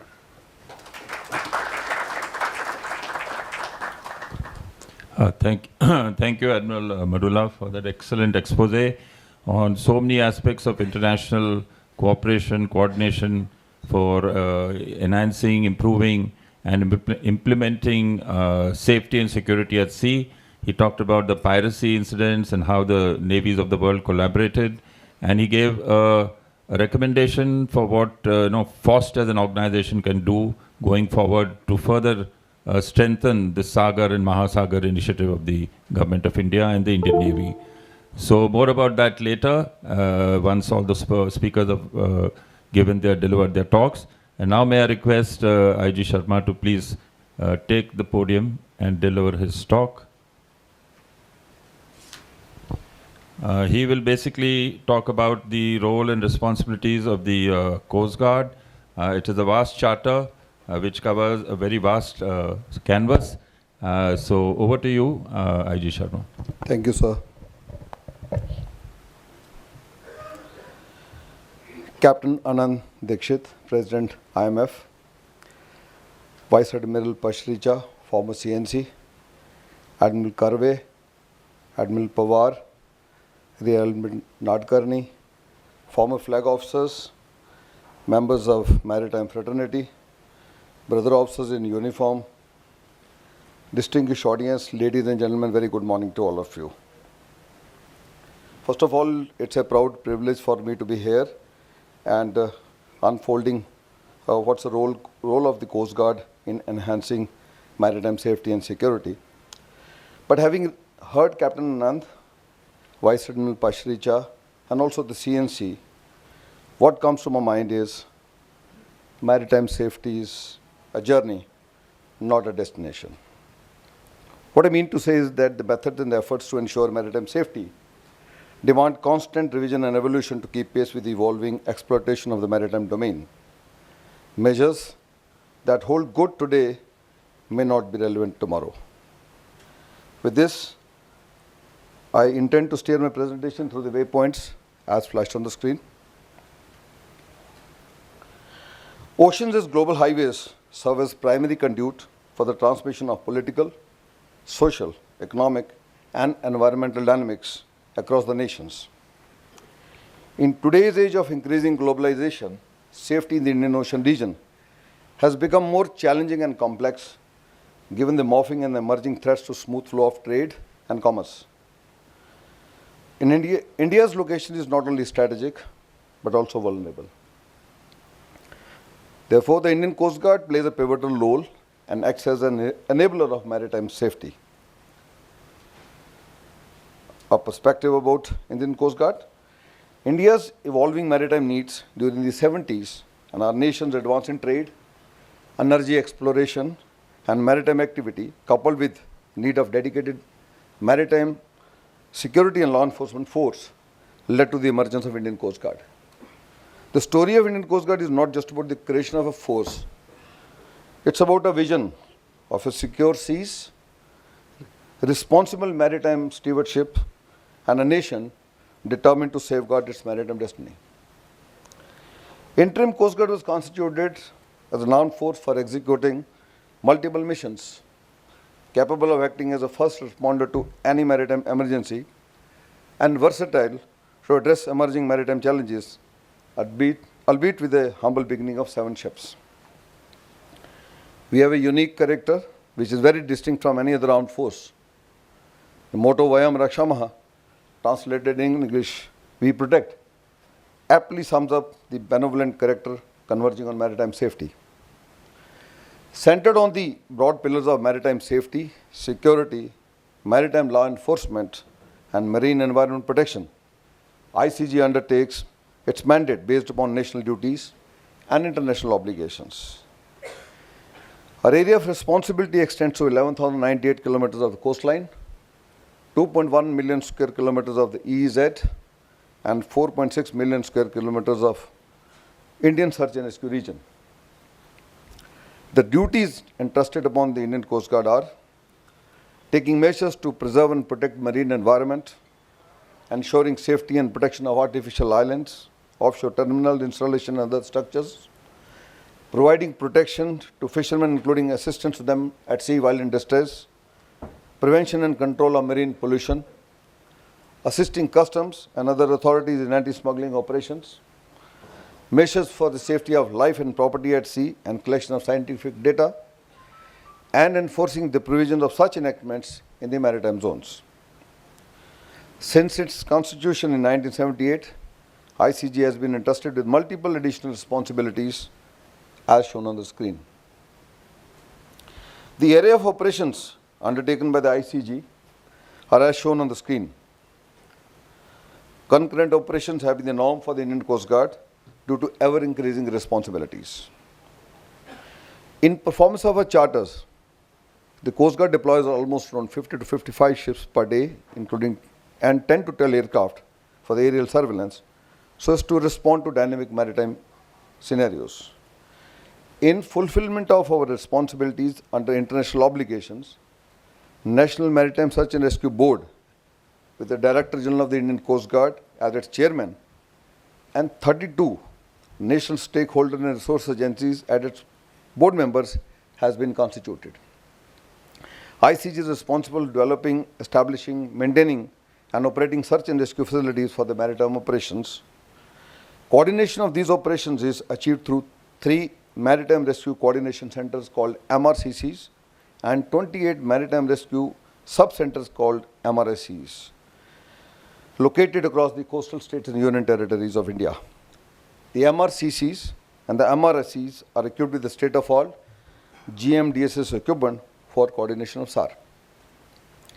This slide depicts the distribution and control of vast search and rescue region of 4.6 million square kilometers. The distribution of search and rescue alerts is controlled at the Indian Mission Control Center at Bengaluru, based upon set geographical boundaries depicted in the previous slide.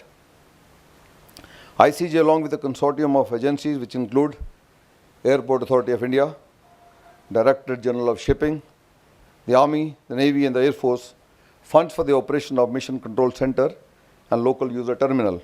ICG contributes to the tune of rupees 15 lakhs annually for the purpose. ICG, in coordination with the IMCC, Bengaluru, also conducts periodic beacon exercises aimed to test and validate maritime search and rescue response mechanism, specifically using satellite-based distress beacons.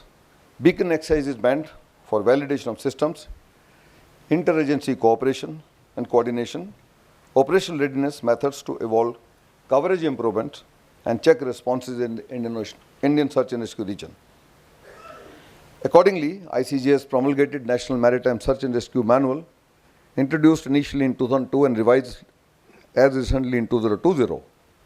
This manual provides a detailed overview of maritime search and rescue structure in India, outlining specific responsibilities of the relevant stakeholders.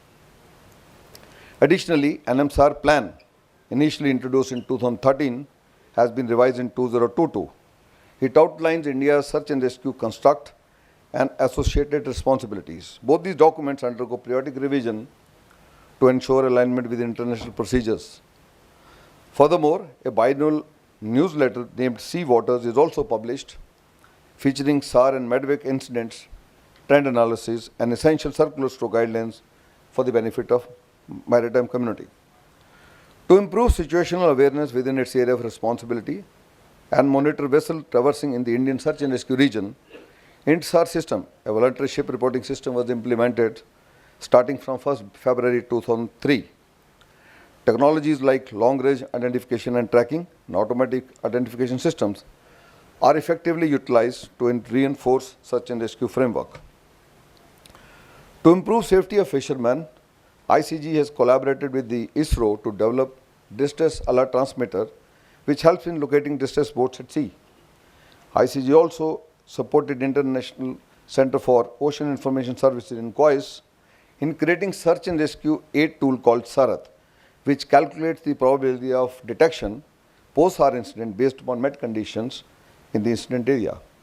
These efforts underscore ICG's commitment to employ cutting-edge technologies for improving the overall SAR mechanism. To validate coordination, interoperability, notification chains, protocols between MRCCs and other national and international centers, search and rescue communication exercises are conducted periodically.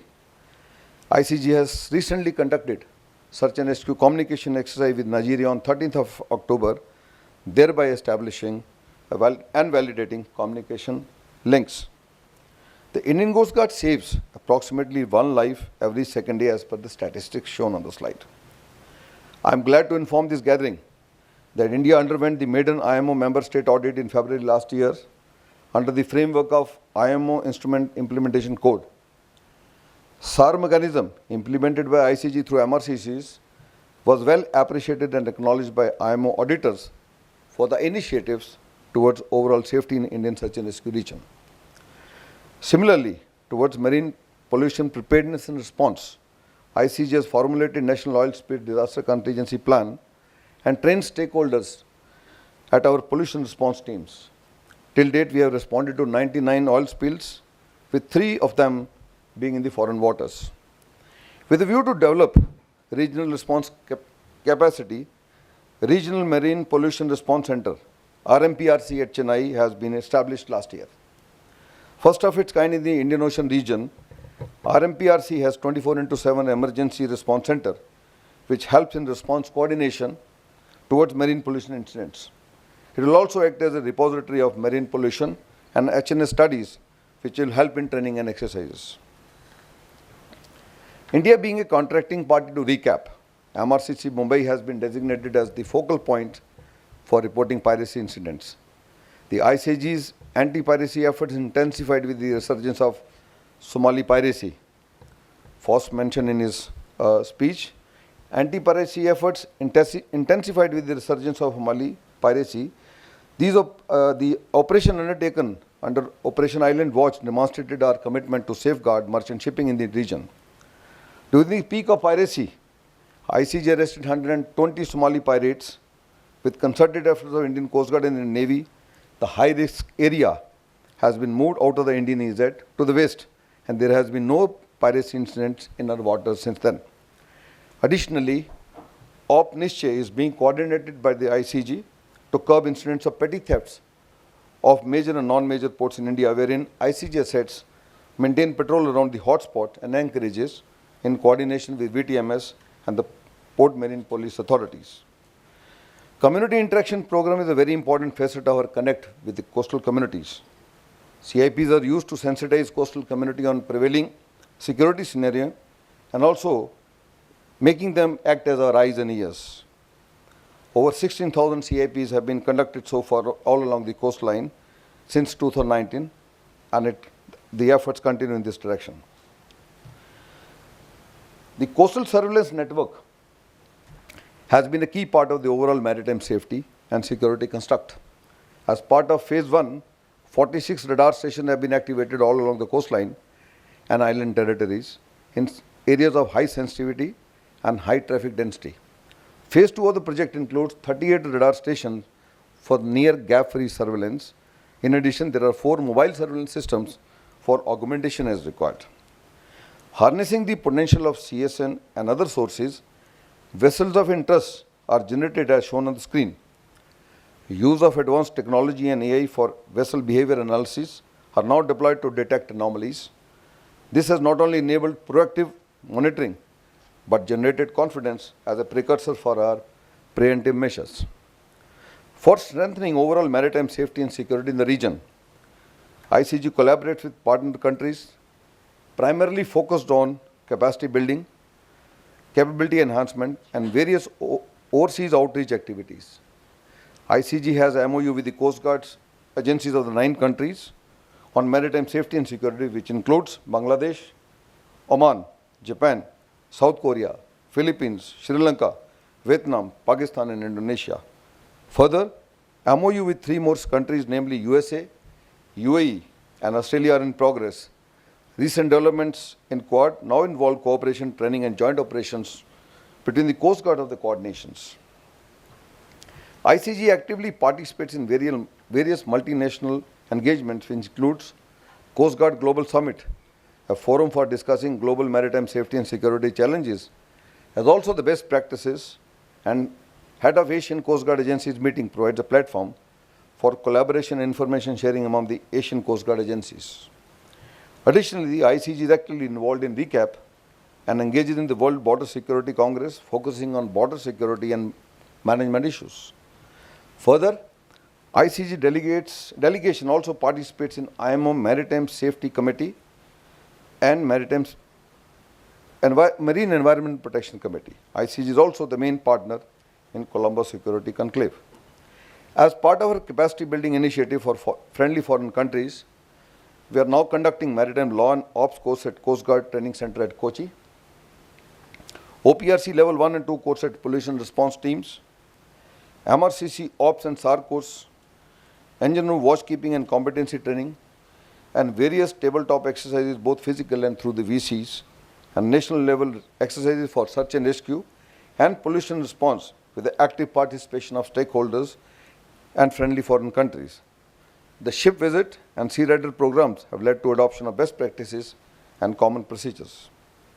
Further, aircrew deputation to Mauritius is continuing since 90s, apart from the transfer of interceptor boat in 2001. The Sri Lankan Coast Guard have received 2 ICG OPVs in 2015 and 17 and are receiving maintenance and spare support regularly. 1 ALH detachment and 1 IB was also transferred to Maldives as a capacity building measures. Between 2010 and 13, ICG operated special detachment to augment SAR capability in the island nation. 1 IB has been transferred along with maintenance crew to ensure unhindered operations. 1 fast patrol vessel was gifted by India in 2021 to augment the island nations' response to SAR scenario and foster goodwill. India has also gifted 2 IBs to Mozambique and positioned ICG support team to train local operators in maintaining state-of-the-art ships. The Coast Guard conducts a plethora of operations and exercises around the years. Some of the recent major operations are the fire on board MV Merckx Frankfurt last year, posed both hazardous substance and oil spill risk to our coastline. The firefighting operation demonstrated ICG's capability to operate under challenging conditions in coordination with the stakeholders. Sustained efforts over 14 days resulted in saving of 20 crew as well as the vessel. On 24th May this year, with the beginning of monsoon, a distress alert was received regarding dangerously listing container vessel MV Elsa 3.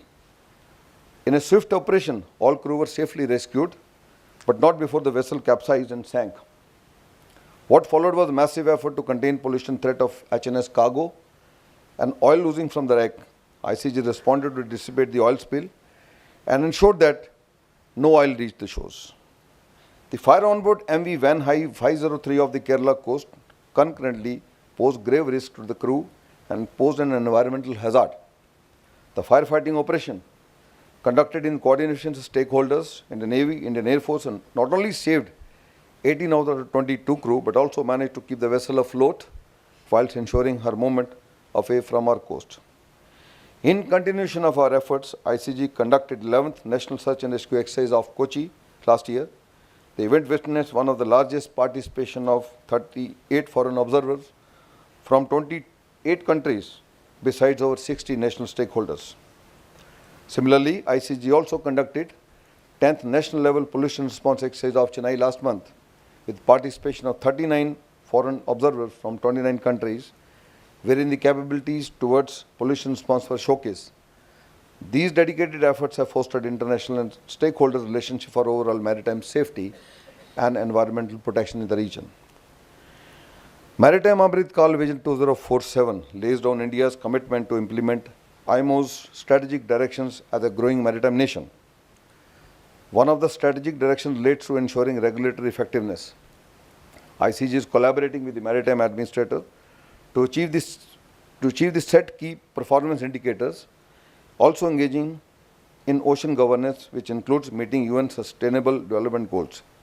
In this regard, ICG has been in the process of inducting next-generation multi-role assets like HNS and oil pollution response vessels in its inventory. The Coast Guard is rendering a yeoman service to the nation, and this fact sheet of achievements bears testimony to our efforts. Our Honorable Prime Minister, Shri Narendra Modi, has stated, and I quote, "Our ability to reap economic benefits from the oceans rests on our capacity to respond to the challenges in the maritime domain," unquote. Before I conclude, I would like to reiterate that Coast Guard is well poised to fulfill the mandate and be an effective instrument for leveraging India's maritime potential, realizing the vision of blue economy, meeting national obligations under IMO treaties and the laws of the seas. Jai Hind, thank you so much. Thank you, IG Sharma, that in a very short and crisp you covered a very broad canvas of all the roles, responsibilities of the Coast Guard. As you've seen, it's a very important organization in the maritime domain for safety, security, firefighting, environmental protection, and whatnot, including anti-piracy. And we will talk more about this later. But right now, let me take this opportunity to invite Captain Mohan Nayak, who's CEO of Dynacom Tankers, and who will be talking to us about the welfare of seafarers and how this is so important for contribution to safety at sea, because fatigue, stress, mental health, poor living conditions, etc. on board are very, very critical for welfare of seamen and sailors at sea. So over to you, Captain. Thank you, Admiral Karve, IG Bisham Sharma ji, Admiral Midula, Admiral Pasricha sir, Captain Sudhir Nafade, Mr. Ajay Chatterjee, Admiral Nadkarni, IMF President Captain Anand Dixit, Vice President Captain Hazar Navis, dignitaries of the dais, thank you very much IMF for inviting me to deliver my talk on this important subject of seafarers' welfare and how does it impact the safety at sea. Good morning again, ladies and gentlemen. So let me start with my career in the beginning in 1976 when I joined my first ship. We had a crew of 72 people on board, 72 seafarers. The ship was 125,000 deadweight. We had a purser, we had a ready officer, we had chief cook, second cook, third cook, pumpman, assistant pumpman, bandari, second bandari, whatnot, laundryman, you name them. It was like a luxury liner, but it was basically an oil bulk ore carrier. So you see what has happened today. Today I have a crew of 22 on a similar size ship or even a VLCC, 22 people doing the same job what 72 people did. And we had a lifeboat capacity of 75 those days. We have barely a lifeboat capacity of 25. So we have hardly any people, if they need to come in an emergency, come for a repair work, we hardly have 2 or 3 excess capacity on the lifeboat. What does it indicate? The owners are definitely trying to get more cargo, less manpower, and IMO is also mandating the same. They removed the ready officer. The purser was anyway an extra body on board. The ISM code has introduced more checklists, so as documentation shows everything is perfect. But what is missing? Why so many human error are being contributed? 75% human error, why it is so? Okay, let me quote what one of my colleagues has often quoted. We are concentrating on 3 Ds, decarbonization, diversity and digitalization. But what is missing? The missing part is the 4th D, that is delight. Delight in shipping is missing. What was the delight? What is that exactly? Is it a tangible delight or is it a non-tangible delight? Things have changed. For example, the Exxon Valdez grounding changed a lot of things. I am not advocating that alcohol should be there on board, but one of the first thing which came on the block was alcohol being banned on tankers or almost banned. So here we have 5 to 6 months contract being taken on board, and we have we have Wi-Fi, we have immediate connectivity with families on board, but is it really serving the purpose?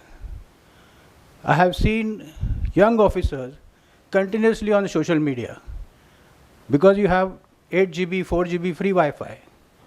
And when do you get the rest then? Are you getting rest? No. Once they come down from the watch, they are doing tick, tick, tick, tick on their mobile phones, on their laptops, and then again the time comes for the next watch. So where do they get the time to sleep or time to get a proper rest? So this is a balancing act which needs to be seen when we talk about welfare of seafarers. So with this introduction, let me go deep into the subject. Okay. What actually affects ownership on ships? In merchant ships, there is a disjointed scene of ownership. It's very difficult to, uncover the corporate wheel, so to say. You do not know who is the actual owner. You have different flags, and each ship is classified as a different owner on a particular flag. So this leads to a lot of confusion when there are lawmakers, when there are PSC inspections, when there are other inspections, to find out exactly who is the owner. So this gives a lot of leeway in merchant shipping to cut corners. Number one. Number two, although MLC provides for the repatriation of seafarers, there is a huge backlog of seafarers, especially in senior ranks, who need to be replaced. There is not enough seafaring professional joining sea. We have people who come and who leave also very early. So there is a recycling of seafarers not happening. So what does it indicate? That seafarers have to extend their contracts more and more. And their replacement takes a long time, and it is not only for one company, it is happening with all other companies, at least in India, that I know. Also, this leads to, fly-by-night operators who are coming into the picture. Although DG Shipping has tried to cut down on this by, inspection of RPSL companies, and also, introducing now CIP. CIP is, continuous inspection programs like they do it for the Maritime training institutes. They are trying to introduce it for the RPSL companies also. From 1st of November, they have started this, that a MMD or a DG Shipping or a Shipping Master Surveyor will come on for the inspection, the third annual inspection, and then they will check the actual things. Not only it will be relying on the responsible organization like IRS or Lloyd's or any of the classification society, but now the MMD or DG Shipping Surveyor will also come the third annual and check. I hope this curbs, the fly-by-night operators. And also they have now put a draft to increase the bank guarantees. Why all this is happening? Because Indian seafarers are being abandoned left, right and center. We are having 800 cases annually of abandonment of seafarers. This is a world record. And India leads this ignominious, economy. It is being one of the worst records for abandonment of seafarers. So how do you curb that? These are the things, steps being taken. I hope it's in the right direction. It's at the same time, it should not, drag away the responsible ship owners for coming and taking Indian seafarers. We are trying to aim for 5 lakh, 10 lakh seafarers in the next 2-3 years. The good ship owners should not be, discouraged from coming to India. Okay. Number 3, there has been also incidents of seafarers going on ships which are some different flags. I don't want to name the flags. There has been, DG Shipping themselves have said that certain flags, COCs will not be accepted, certificates of competency. Why? Because they don't pass an exam for those COCs. They just buy the COC. There are flags like that. So this is a very, very big safety hazard. You have a bosun who was sailing on one ship, and the very next ship he becomes chief officer. Forget about third mate, second mate, straight away chief officer. From pumpman he can become captain. Flag has given a certificate, and that certificate is sailing. So isn't this a recipe for disaster?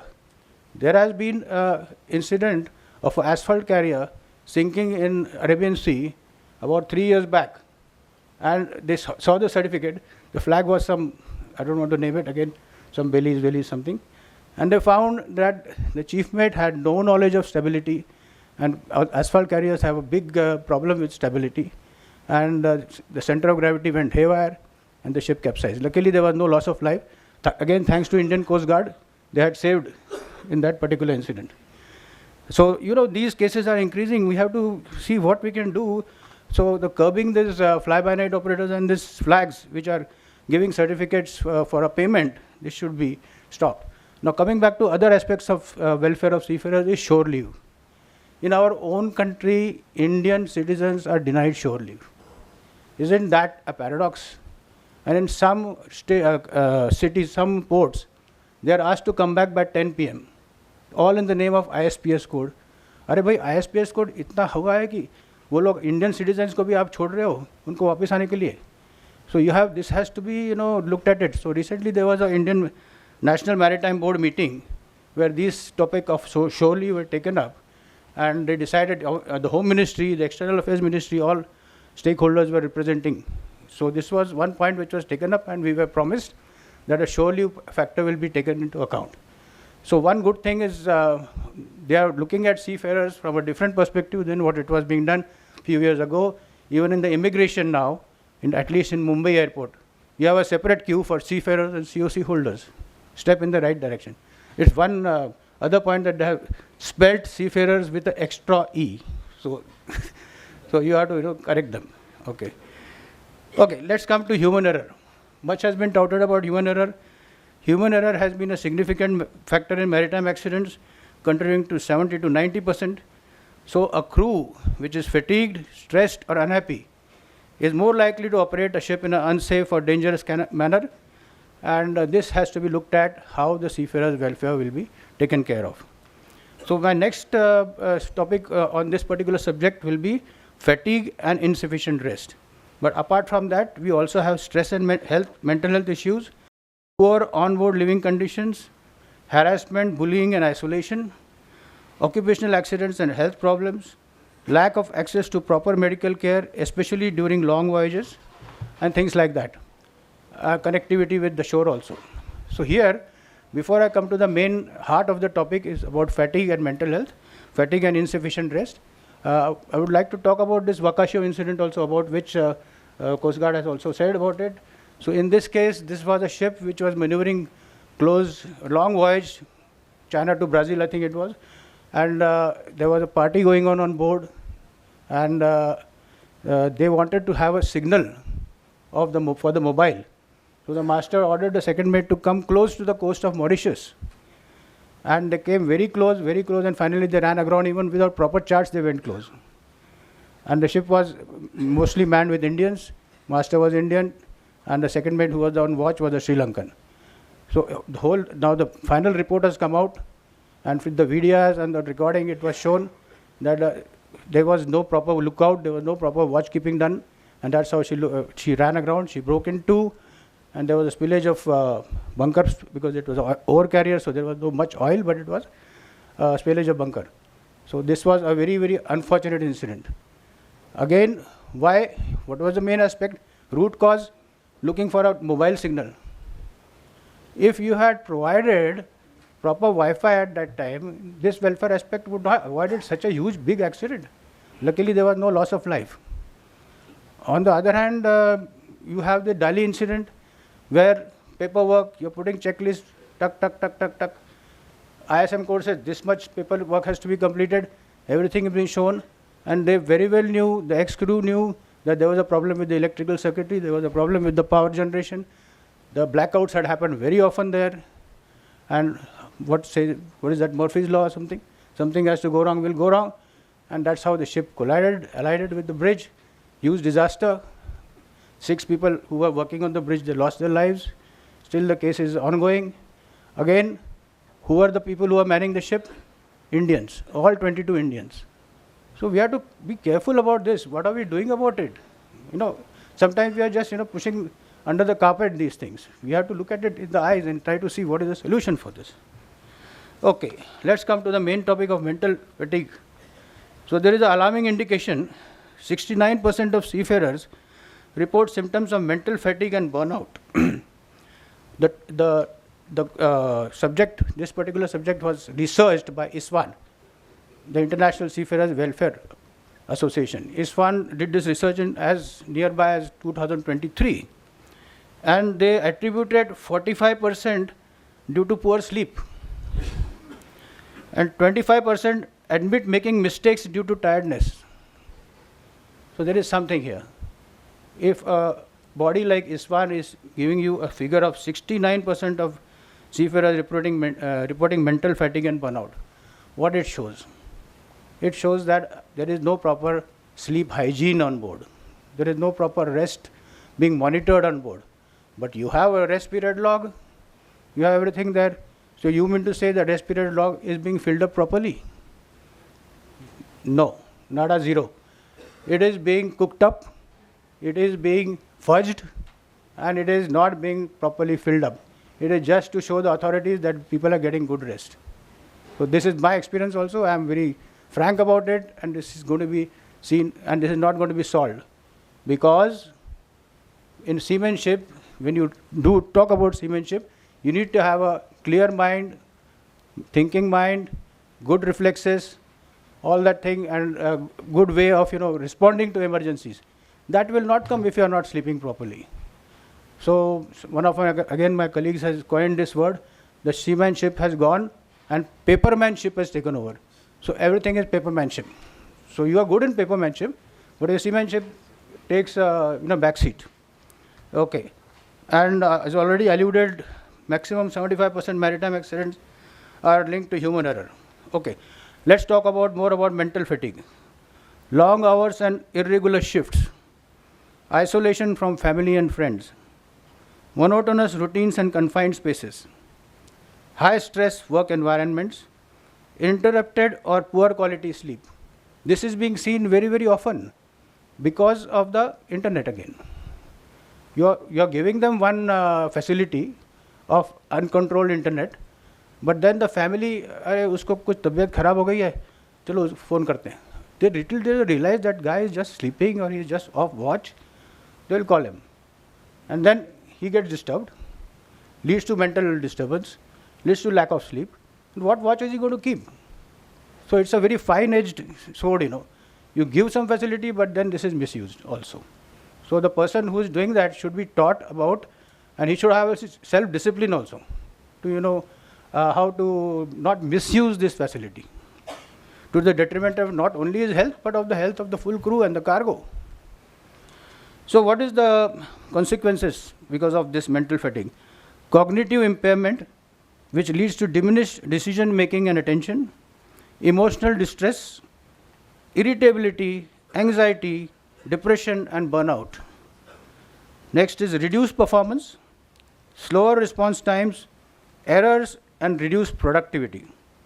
Then we come to the most important one which is being seen. These are chronic health issues. Higher risk of heart disease, weakened immunity and metabolic disorders. So some practical solutions for this is enforce MLC 2006 rest hours compliance strictly by our stakeholders. Easier said than done, but this is the most important thing, that you don't fudge rest period records. You use fatigue monitoring tools provided by the company. International Shipping Federation has given this in a book called Watchkeeper, ISF Watchkeeper. What are these fatigue management tools? Mental health access, raising awareness among seafarers and ship management about the causes and consequences of fatigue. This is very vital. This can start from the cadet level or the marine engineer training level itself, so that it gets into their subconscious. Training of crew in mental health by various efforts is essential. Recreation and engagement. Create space and time for social or creative activities. Gone are the days when people used to assemble in the smoke room, sit together, have chat, play bridge, play rummy, things like that. Now everybody is confined to the cabins and playing games on the computer or talking to their families. Family connectivity, again, this is a double-edged sword. I already said Wi-Fi accessible should be there, but it should not be misused. Sleep hygiene, use the noise control, blackout curtains, and consistent sleep routines should be adhered to. Supportive leadership. Encourage a culture of openness and empathy about mental health. This can come from the top management. Empower leaders to recognize and respond to fatigue. So, mental fatigue is one of the most complex interplay of human factors leading to decreased performance and increased risk of accidents. The mental fatigue can significantly impact a seafarer's cognitive abilities, decision making, and overall safety performance. So by addressing the root causes and investing in support systems, the maritime industry can safeguard seafarers' well-being and operational excellence. A mentally strong crew is the foundation of a safe and sustainable voyage. Now, in conclusion, I'm going to talk about two case studies which directly, mental health and sleep deprivation led to these two disasters. One was the general cargo ship called MV Danio. This grounded in Ferney Island near UK, in UK. This was a vessel which was doing this particular in and out from UK quite regularly. And this vessel grounded, and they found the Maritime Investigation Bureau found that the lone watchkeeper was there. He was on duty and had fallen asleep and was likely to have been suffering from fatigue due to disruptive 6 on 6 off schedule. So there was a master, chief officer and one more officer. The master was not keeping watches. It was the chief officer and the second mate who was keeping watches. And the chief officer had slept only for 3 hours. And prior to that in port, he was working continuously for 17 hours. And all the rest periods were fudged. So this was disrupted because of the port call.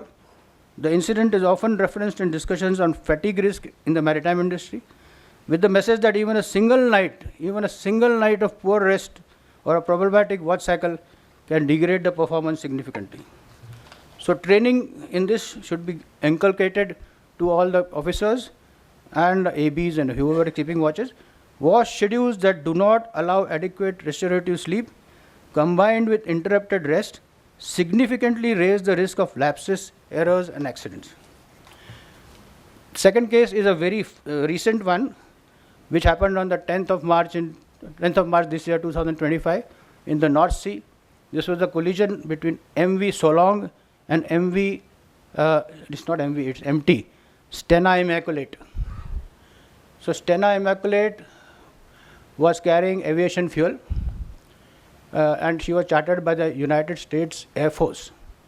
And MV Solong was a Portuguese registered ship with a Russian master, and she was a general cargo vessel. And visibility was not so good. The Stena Immaculate was at anchor off the coast of Eastern Yorkshire, again UK, and we have MV Solong proceeding at a speed of 16 knots in restricted visibility. 16 knots in restricted visibility. The watchkeeper was not having any lookout, sole watchkeeper on board. Even the Stena Immaculate had only one watchkeeper, although it was at anchor, so they had little bit of leeway to get away from in the investigation. But even an anchored vessel, we have seen many cases like the Heavy Spirit in Korea, South Korea, where they blamed the anchored vessel itself. Why you did not try to pick up the anchor? So that means nobody was keeping a radar watch to see if any ship is coming close.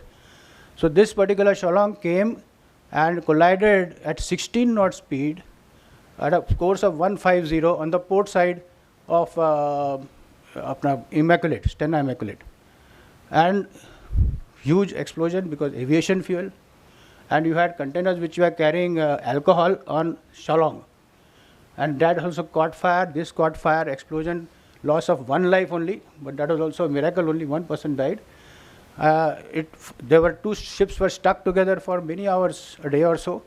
After that they came apart, and the investigation revealed that watchkeepers were not rested, they had been fatigued. There were some also theories about third party and sabotage and all, because there was a Russian master, but all that has not been proved. Okay, it was basically due to non-rest periods or rest periods not being adhered to properly. They even are, the blame is also on the ship which is at anchor. It is not 100% not to be blamed. They will also be blamed. It is an ongoing process. So far the full investigation has not come out. We are waiting for it because it's a fairly recent case. So with this, ladies and gentlemen, I'd like to rest my case about how fatigue can impact the safety out at sea. Thank you very much for giving me this opportunity. Thank you. Thank you, Captain Nayak. That was a wonderful talk on various aspects of fatigue, stress, workload, working conditions, and whatnot on board the merchant marine. And these things are indeed very true. And unless we take care of the welfare of our men on board the ships, I think these kind of disasters cannot be averted. So that brings us to the end of the three very interesting talks by our speakers on the panel today, and I thank each one of them for having prepared so well and giving and delivering their talks on the subjects that they spoke about. So we do have some time, but before I open the house for question and answer sessions, let me just summarize very quickly in a nutshell what speakers have conveyed to this audience today. Our first speaker today, Rear Admiral Madula. He's a Flag Officer Sea Training. We are all aware.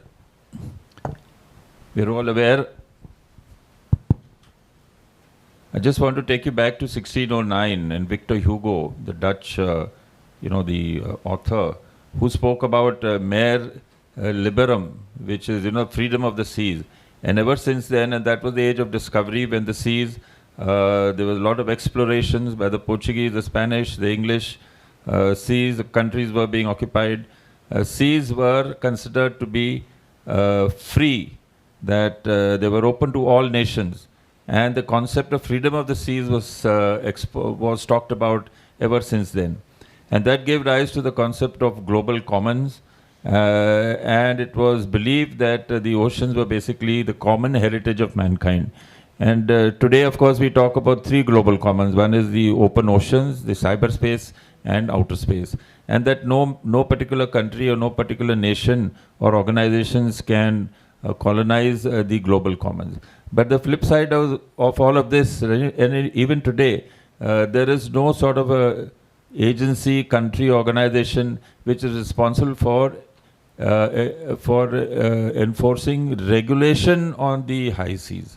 Even today, yes, up to the EEZ, we do have the coastal nations, but beyond that, there is no particular agency, and that gives rise to various incidents of safety and security. You have anti-piracy, you have piracy incidents, you have safety incidents on the high seas. Of course, you do have it in the other parts of the ocean as well.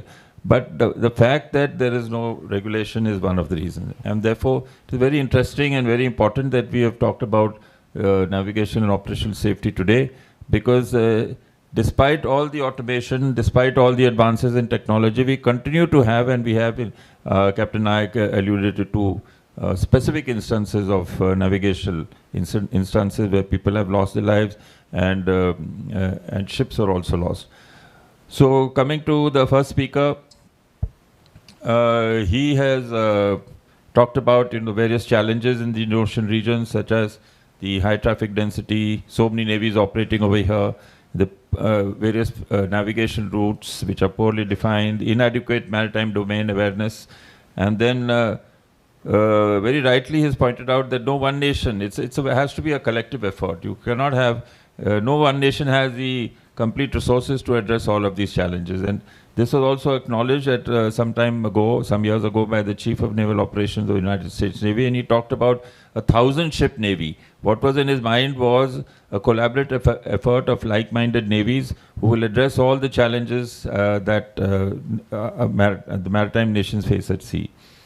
Admiral Madula also talked about the efforts by various countries such as the CMF, UNAF4, the independent nations such as China, India, Japan, for curbing the piracy which had suddenly raised its ugly head in 2008 and continued till 2014, when it's quietly died down because of all these efforts. And of course by the best management practices which were introduced and by the merchant marine. He spoke about the Indian Navy's efforts towards contribution towards these piracy efforts, and more importantly, it should be a shared responsibility. And we have seen that all these efforts in the countering piracy has happened because nearly 25 ships at any given time were present, and even today I think it's reduced. But without this shared responsibility, cooperative effort, nothing would have happened. And then he touched upon the importance of maritime domain awareness and the operational capability of the various littoral countries, and the need for implementing policy and legal issues. And towards this, the next step as far as the Indian Navy is concerned is the introduction of the National Maritime Domain Awareness, which is the next step in improving. We also have the IMAC and the IFC-IOR, which have really improved the domain awareness, and that without the domain awareness, you can't really address any safety or security issue at sea. And so that is the first very important pillar, which he rightly pointed out. Next was, of course, building the training and capacity building, not only of Indian Merchant Marine, the Indian Navy, Coast Guard, but also of all the countries in the region. And towards this, the initiative taken by way of Sagar, the Indian Ocean ship Sagar. Then the next step is the concept of Mahasagar. All of these are, step-by-step approaches to strengthen maritime safety and security, at least in the Indian Ocean region, which, of course, in this region, we are the most dominant maritime power, and therefore it is our onus to take the responsibility to implement these measures. Finally, I think what he rightly brought out was how we can, or rather the region can harvest or leverage the capacity of FOST. FOST is such an important organization, and I was just talking earlier, we have, how was FOST set up in India? And we have Captain Pasricha, commanding officer of the commissioning commanding officer, Virat, and Virat was the first Indian naval ship to undergo training by FOST UK, and I was part of the crew under him as a very young officer. He was our captain, and we underwent for the first time after independence the sea training at Plymouth and Portland, and I would say, and that was a 3-week workup by FOST UK. And in my entire naval career, I do not recall any kind of training that was as robust, that made you feel so confident at the end of that. It was trial by fire. We were put through such a hard regimen, but at the end of it, we still, till to date, I can get up in the middle of the night if somebody shakes me up and shouts fire, fire, fire. I can go blindfolded even today and do the right things. That is the level of training, safety training. And it was only safety training for 3 weeks, the full ship. Captain Pasricha is here, and it was a fantastic, wonderful experience. And that gave the impetus for setting up FOST India today. And FOST will agree with me, it is the most relevant organization today in the Indian Navy because of the safety standards. It improves safety standards. In addition, we have the iron safety team, which has been subsequently set up, also because we felt that there were far too many incidents of failure of safety in the Navy, and we felt that something more had to be done. So iron safety team has been set up in Kochi, and it is now doing its job, what it's supposed to do. The second speaker, we have Coast Guard IG Sharma, and he spoke extensively about the excellent work being done by the Coast Guard. Initially, Coast Guard, when they were set up, had old second-hand ships from the Navy which were given to the Coast Guard, and a lot of officers from the Navy also joined. But over the years, they have matured. They have now very modern ships. He was talking of the control vessels which are going to be commissioned very shortly in the next 2 months. And capacity building of the Coast Guard, capability of the Coast Guard has improved dramatically over the years. And you've seen the incidents of fire and collision and grounding, etc., which they have addressed.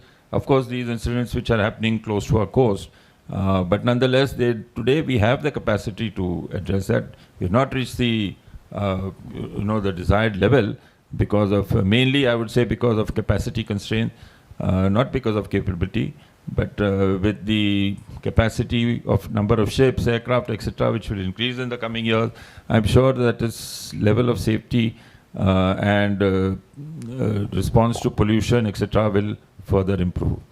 But at the heart of it is the capability achieved due to training, and that is a very important thing. And Coast Guard, like the Navy, emphasizes a lot on training, and they have their own training institutions, and particularly for safety and SAR. And today they are able to rescue, and he projected the statistics on the number of lives which have been rescued. Every year they rescue so many lives from the sea. They prevent accidents at sea. Ships which are drifting towards the coast are stopped from drifting. So I have seen over my career the improvement in the capability of the Coast Guard, which he has highlighted. It's a very, very important maritime agency at sea. And more important is the collaboration and cooperation between the Navy and the Coast Guard. I think that initially there were instances of non-cooperation, suspicion between each other as to Everybody, both of them trying to guard their turf, but without the cooperation and well-defined boundaries of responsibilities, these things are bound to happen. But with practice over the years, with experience, things have now, the wrinkles have smoothened out to some extent, but still improvement can be there. Nonetheless, I would say the Navy and the Coast Guard have done their bit for the merchant marine to improve safety and security at sea. Coming to the last speaker, and very rightly so, and one was not really aware of the difficulties being faced by the merchant marine and the statistics he quoted, and today it's and because bottom lines of owners and companies are so important, number of crew has been drastically cut on nearly all the ships. And he gave an example when he joined the merchant marine in '76. The VLCs that he served on had 72 crew. And today in 2025, similar kind of tonnage ship has just 22 crew, nearly 1/3. This is really shocking. And so this gives rise to the next very important thing as to the role of automation in the shipping industry. And tomorrow we may indeed reach a stage where the entire ship may be devoid of any crew. And we do have fully automated ships, and it has been proven. And in the interest of saving costs, the companies and businesses may be interested in moving on to fully automated ships. How will that affect safety? They may entirely do away with the crew. So, but that is something that is open to discussion. How do we prevent, or how do we ensure the safety remains sacrosanct even in fully automatic ships? This is something that is inevitable. We are moving towards it. IMO is seized of this. Regulations might come about, but how do we ensure safety despite all this? So that is something which we can talk of during he talked about the incidents of MV Dali and MV Wakashiko in Mauritius. It is very startling, very shocking that simple overlooking of simple watch-keeping practices, which all of us, these practices ingrained into you at the time when you are young officers, these are simply overlooked for convenience, etc., and leads to such huge disasters. So safety is non-compromisable. You cannot compromise safety, and that is, I have always believed in that. And despite all the institutions that we may, procedures, regulations, policies, check-off lists, so many things are there, audits are there, more and more paperwork, as you rightly said, instead of seamanship, it is papermanship. And this is really increasing the burden on the crews of the merchant ships. And somehow we need to see how we improve safety culture rather than simply having more and more tick boxes to check. Safety culture is entirely different. It is, and Admiral Pasricha did flash a slide, and I think that is very, very important. Safety culture is more important than merely check-off lists. And no matter how good your training is, unless all that leads to enhancement of safety culture, it may not take you very far. So these are the important, I think, takeaway points of the three speakers. And finally, I would just leave the last word I would like to say is that safety and security are part of the same, two sides of the same coin, and you can't achieve one without the other. And both of these is everybody's responsibility. You can't say it's the responsibility of the master, captain of the ship, crew of the ship, right from the owner, the business, and as far as the Navy is concerned, right from the topmost rank in the Navy, as far as the merchant Navy is concerned, the owner, the flag of convenience, the administration, everybody must feel that they are involved in safety and security, otherwise it cannot be achieved. And of course the importance of safety culture. So those are that is my two-bit to contribute to the excellent talks by the three speakers. Now I open the house for any Q&A. We have about half an hour, I think, 25 minutes. So kindly do mention your name, organization, if you're from any organization, and the speaker to whom it is addressed. Thank you. We have, kindly wait for the mic. Do you have a mic? I have a point for FOST. I am Commander A.B. Kulkarni. I have commanded LST and LCU, and what I have observed is that LST and LCU, they suffer accidents while beaching, loss of rudder, propeller, hull damage, etc. So for that, I have a suggestion that for every beaching, whether it is AMFEX or practice beaching, there should be a powerful tug standby. Because I've seen that when another naval ship is put to rescue the vessel, she also suffers the damage. And the second point is that FOST and LWT East both should have amphibious expertise. That's all.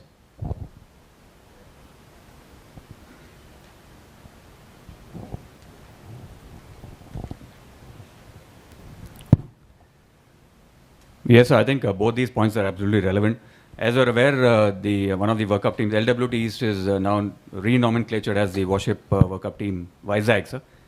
And they cover the amphibious workups at the ANC also.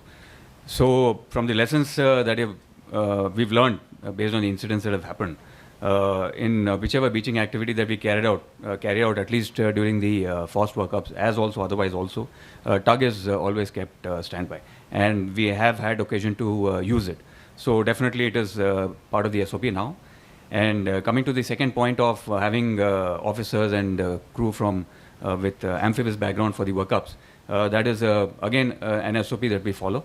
In case at that point of time in the workup team we do not have somebody with an amphibious background, what we do is we co-opt including COs and XOs of other ships who sort of aid us in ensuring safety during these operations. So both the points are absolutely valid, and we have incorporated them into our training curriculum. I'm Admiral Patham, and it's not a question, but I want to first thank Captain Naik for a very, very free and frank expose on what really is happening in the Merchant Navy. And it's indeed a matter of great concern because maximum amount of traffic at sea is the merchant marine. And so much depends on that. All our trade is through that. The Indian Navy, which is conducting this, is a very small minuscule of it. And I'm sure there are people here who have served, have been ex-merchant Navy, and there are some naval officers who have served in the Merchant Navy, and they may also like to say a few things on this. I speak now because my son is a chief officer on a CNG carrier, and of course he's in a foreign line ship, so I found a certain amount of between what you said and what I subject him to, because I question him every time he comes back. So he tells me that they are very stringent, control. First and foremost is that earlier, which used to be 6 months on and 6 months off, is now being cut down to just 3 months on and 3 months off, plus minus 1 month. And yes, as you rightly said, the number of crew on board is very restricted, and a lot of load comes on each and every one of them, especially the captain. So much so that officers, even though they may be qualified, do not want to serve as captains, because the captain invariably, master, is sitting down below and he is being given the full responsibility of not only being responsible for the entire ship, but also for ensuring that if every crew has to be repatriated, his visa, his travel and stuff like that. So it is indeed a matter of great concern. But having said that, is it not something that has to be taken into account in the greater sense that this is addressed properly? I mean, crew fatigue is just one aspect of it. The entire thing that you covered is something which I feel would need to be addressed, and that would be need to be addressed by the shipping industry rather than just a forum like this that is here. Your exams and all are very tough. Nobody passes in the first instance. Your 2-3 efforts are made before you pass. The Viva Voice is very tough. And he tells me about, ex-Navy officers who go and join up and sail as masters or undergo the various refresher courses and how tough these courses are. So I just found that, I got the impression after talking to him that the standards were very, very stringent. And to be told that, it is really not all that, and, there's a lot of leeway, and that's how a lot of accidents are taking place, is indeed a matter of grave concern. But thank you very much for, being very free and frank about it. Thank you. Thanks, Admiral, for those candid points which your son has told you. As I said in my talk, that there are different kinds of owners. You have fly-by-night owners, and you have owners who are responsible, who will take decision of even stopping the ship so that the people get proper rest hours. There are some owners like that, but they are in a minority. And regarding 4 months on or 3 months on, 3 months off, that is normal now. But the thing is that these periods get extended because the relievers are not there. Whatever anybody may say, it takes time, especially because the merchant shipping is expanding exponentially. Each big company is having so many ships on order. So we have various various owners and various flags, and they have their different standards. So there's all stakeholders are not on the same page, so to say. Okay, thank you, Captain Naik, for providing that clarification. I think we have a question here. If you could kindly limit your question to a question. And Mike, please, Mike.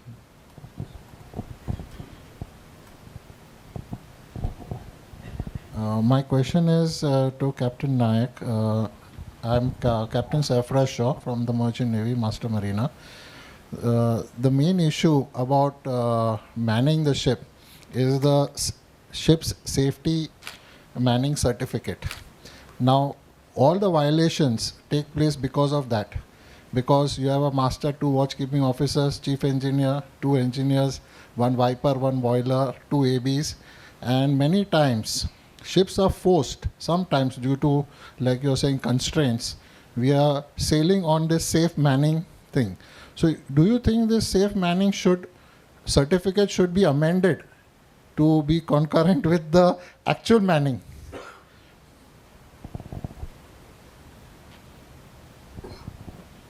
Thank you, Captain. For this, the answer lies with the IMO. They were the people, all the governments to put together, they decided that we don't need so many people. And India is a party to IMO. So we have to follow the same, what they dictate. But it's up to each owner on their own if they feel that safety has to be enhanced. For example, doubling of watches, ship is doing quick runs, ship is doing STS operations. For that you need extra officer, you have to put. So that is again the responsible owner, the responsible DPA, designated person ashore, should take that decision. But IMO is the lowest common multiple. You have to go higher than what they are saying. So it depends on what flag is going to tell you, what your port is going to, PSC is going to tell you, and what your decision is going to take. So I think we have a retired former nautical advisor with us and the chief surveyor to the government of India, again retired. Maybe they can throw some light on this. Thank you. Commodore Malhotra here. So,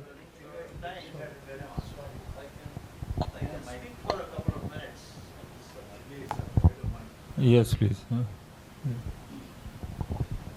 Thank you, Captain Naik, for referring to us.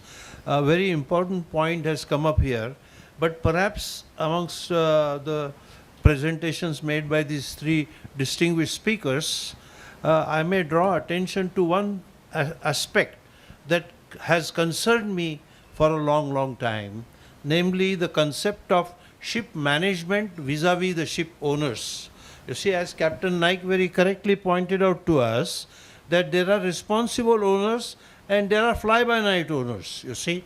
Apart from that, the increased world trade resulting in increased merchant shipping and plus technological advances on different fronts, like our good friend here spoke about his son being a chief officer on a CNG ship, The point here is that the ship management companies who are given certain fixed budgets to manage the manning and look after the ships, and the owners fix the ship's trade, you see. So here there is a division of responsibility, in my opinion, and the ship owner, as Captain Naik has admitted, that there are fly-by-night ship owners who leave everything to ship managers to handle this subject of security and safety, which is so wide-ranging really in its complexity with increased technology on all fronts. And to my mind, somewhere action needs to be afoot for drawing circles around the concept of ship management totally and increasing the role of responsibility on ship owners themselves. This is what I feel is a good step forward, going by the kind of accidents that keep happening, unfortunately, all over the world, despite adequacy of law. There is enough law there to look after the safety and security and all the problems. I mean, one point that Captain Naik identified just now is about shore leave. I mean, why should there be a problem about shore leave? I mean, I don't know. But I would say that we need to draw a line on the responsibilities of ship management companies and increase the role of ship owners' responsibilities in the various IMO conventions. This is what I may suggest. Thank you, Captain Afde. I think we are running out of time. Yes. Perhaps one last question. Thank you, Admiral. I'll just highlight a little bit about the manning part which Captain Naik mentioned. IMO has laid down the minimum standards required. That's the minimum. But they have not said that you can increase your manning. That's up to the owner, as he rightly said, owner and operator. One concept is you have safe operational manning. Safe operational manning means two ships, let's say two similar ships, one on long voyage and one on short voyage, a tanker. Actually, the one on a short voyage, the officers and crew, they get much less time for rest, because by the time they finish discharging or loading, it's time to sail, and within 2 days he's in another port. And again, discharging, loading. So the solution was you have a separate crew, shore-based crew, who take over the loading, discharging operations, so that the officers are not stressed physically and they have time to rest. I have seen this in a large container shipping company where all the container loading, discharging is done by a couple of experts from shore. They come and more or less take over the entire operation. So this is my point of view on the safe manning, and I think we are gradually going towards that. At least the discerning ship owners and ship managers have already been adopting this, and Captain Naik would know better on this, I think. Thank you. Thank you. I think we don't have time for any further questions, but before I close, I would just like to invite Captain Kiran Joshi, who's in the audience, and he would want to convey special thanks to Faust, Rear Admiral Madula, because Captain Kiran Joshi was commanding the SCI VLCC Desh Vaibhav in 2019, and during his voyage through the Straits of Hormuz, Admiral Madula was CEO of Trikhand, who escorted him in Op Sankalp, and he would just like to quickly say something to Admiral Madula. Captain Naik, are you there somewhere? Good afternoon, esteemed audience and the dignitaries. That was a very interactive response from the Indian Navy when the ships were being attacked off the Fujairah as well as the Strait of Hormuz, because of the adamant procedures being followed by certain countries there. And my ship was carrying about 2 million barrels of crude oil, and we were running the ship from Persian Gulf to India, and during this passage, Indian Navy gave a great support to us to achieve the navigational safety and maritime safety. So Captain Madula was commanding the Trikhand, and he did as a personal gesture a small note appreciating the efforts of the Merchant Navy, and I am also grateful to the Indian Navy and as well as to Admiral Madula to extending a great support to our ships. Thank you very much.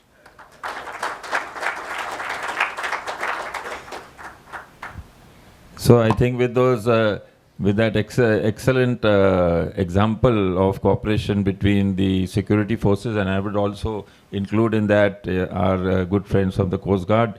We have been at the forefront of ensuring safety and security for our brothers, brother mariners, seafarers. We are all seafarers. And I think without this kind of cooperation, it is not possible. And I think the message to be taken home today is that all mariners must unite together and solve each other's problems. And I hope tomorrow we are better off as far as safety and security are concerned with this. So thank you once again to IMF for organizing this excellent seminar. And thank you all audience for excellent participation.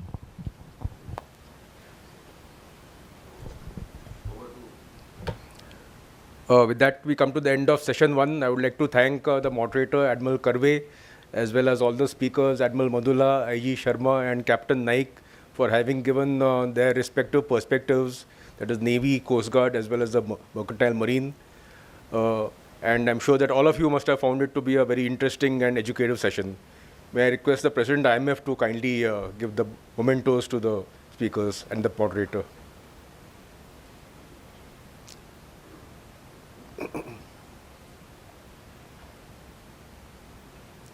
Firstly, to the moderator, Admiral Karve. I would request them to kindly, if they can come in front of the table to receive the mementos. You can come here, sir, in the center. I think that'll be better.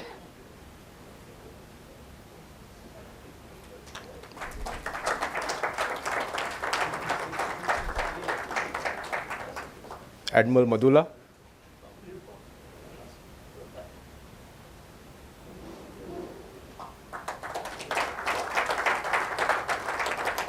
IG Bisham Sharma.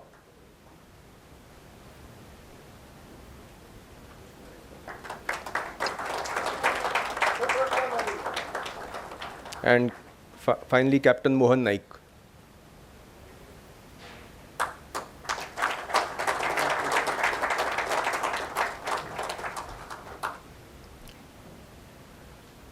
We are running slightly late on time, but I'm sure that we'll be able to catch up during the lunch, which is to follow. So we'll adjourn now for lunch, and we'll reassemble here at 1:25 p.m. Thank you. Who's the Director General of the Warship Design Bureau. Along with him, we have Commodore Sumit Chidore, who's the General Manager Refits in the Naval Dockyard, Mumbai. And finally, we have Commodore S.L. Deshmukh, retired, who's a defense analyst and a prolific writer.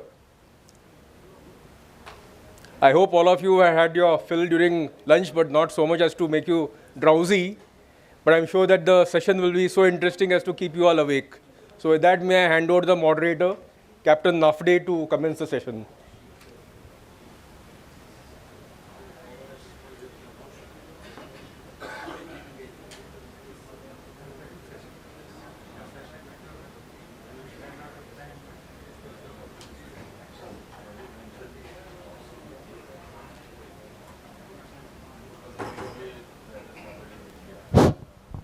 Good afternoon, ladies and gentlemen. I don't see ladies around, but that's all right.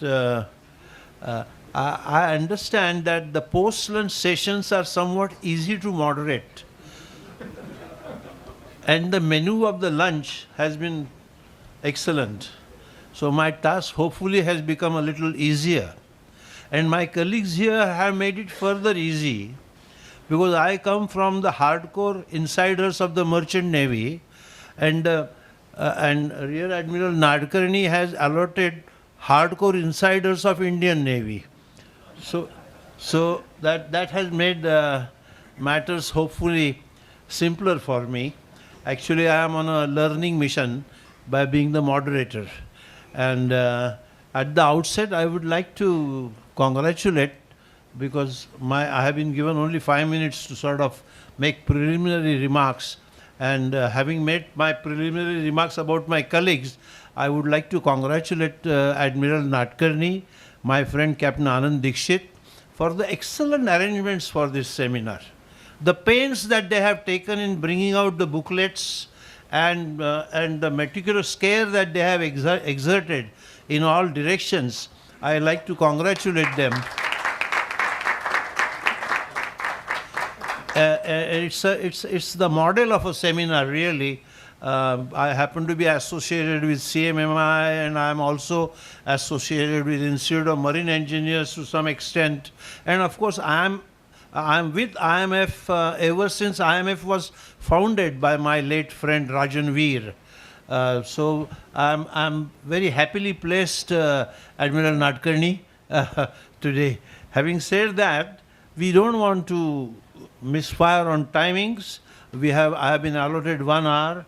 I have 3 officers from Indian Navy. I have no doubt that they will observe the time frame, and we can start with the very first speaker. I will go by the subjects.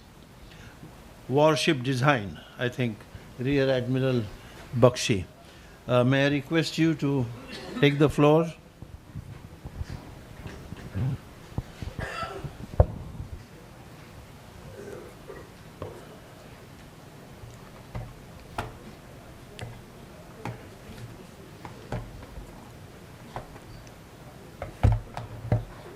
Good afternoon, everyone.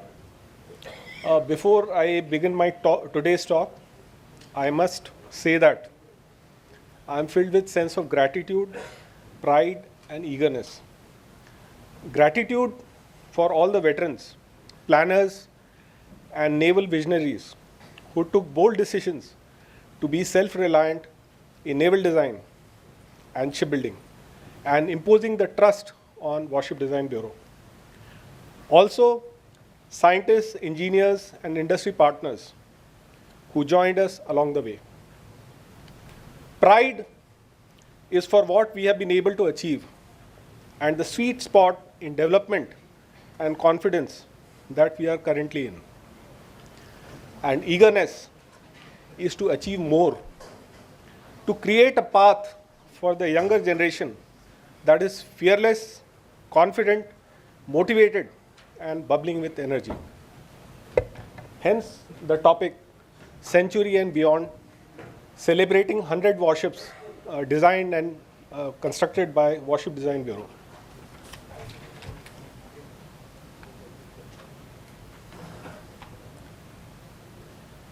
By naval visionaries with setting up of Corps of Naval Constructors in 1956.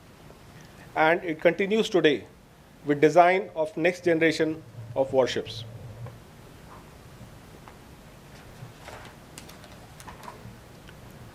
Our journey started very early with design of INS Ajay and INS Darshak. Although some vessels were being procured from then Soviet Union and UK, naval self-reliance was triggered with the 4th Defense Plan of 1969-74.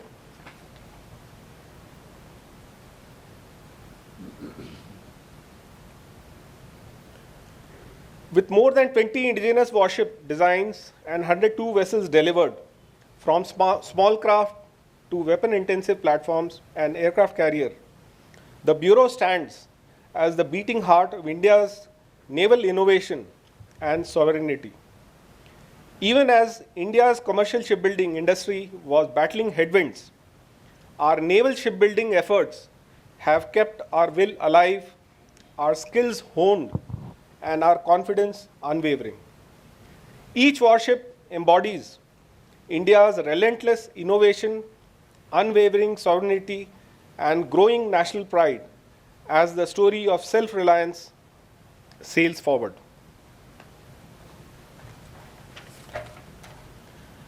WDB's early triumphs included licensed Leander-class frigate production and modest homegrown designs like ocean-going tugs and Sandhaya-class survey vessels. Emerging stronger post-1971, the Godavari-class frigates redefined India's naval capability with a revolutionary hull and advanced weapon systems, heralding a new era of indigenous warship design. Magar-class LSTLs marked India's entry into complex warship design with advanced weapons, sensors, and helicopter capability, serving as effective troop and vehicle carriers. Alongside, Kukri and Kora class corvettes have been dependable, weapon-packed vessels essential to Indian Navy's operational strength. The Project 15 Delhi class destroyers, India's first gas turbine warships built between 1997 and 2001, advanced multi-domain warfare with sophisticated weapons and sensor suites. Following them, the Brahmaputra class introduced indigenous combat data systems, and the Shivalik class frigates pioneered stealth, automation, and integrated fleet command capabilities, marking key technological milestones. The Project 15 Alpha stealth guided missile destroyers and advanced stealthy transformation of the Delhi class stand as powerful destroyers, while the P-28 ASW stealth corvettes feature cutting-edge indigenous systems. The Vishakhapatnam class destroyers P-15 Bravo, an advanced evolution of the Kolkata class, boast enhanced stealth, automation, and ordnance, with INS Surat achieving a 60% reduction in build time. The P-17 Alpha stealth frigates further elevate stealth capabilities over the P-17. Presently, we are working on NGC frigates, landing platform docks, next generation destroyers, taking our competence to next level. INS Vikrant's commissioning in 2022 elevated India into an elite league of nations, mastering the design, construction, and operation of aircraft carriers, embodying the Indian Naval Warship Design Bureau's crowning technological triumph. I think 2022 has been the 1983 moment for India's shipbuilding. We can already see all that is changing around us. Advanced computational fluid dynamics and experimental analysis, paired with state-of-the-art radar, weapons, propulsion, and electronic warfare systems, setting a new global benchmark in naval innovation and strategic dominance. I must highlight that the journey so far was not alone. In order to realize these designs into potent platforms, the Bureau interacts with various agencies involved in the shipbuilding ecosystem of the country. Recently, WDB has also found representation in Ship Design Research Committee for National Shipbuilding Mission, being steered by Ministry of Port, Shipping and Waterways as part of ship design. The actual design work is iterative in nature, which is depicted typically as design spiral. The tedious process is undertaken by carefully considering various design features and keeping the mission requirements at the core. The techniques such as advanced computational fluid dynamics, aerodynamic studies, experimental analysis, seakeeping and maneuvering studies, structural design, state-of-the-art radar and weapon integration, propulsion configuration, stealth, and survivability studies are meticulously carried out as part of ship design analysis.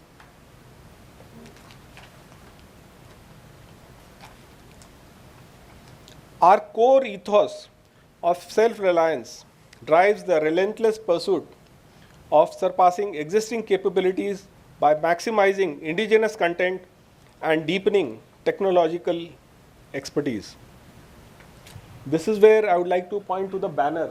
If you look at the banner, whatever we may do at the top, there are industry partners and shipyards who are at the bottom, who are the foundation of whatever we do in this effort.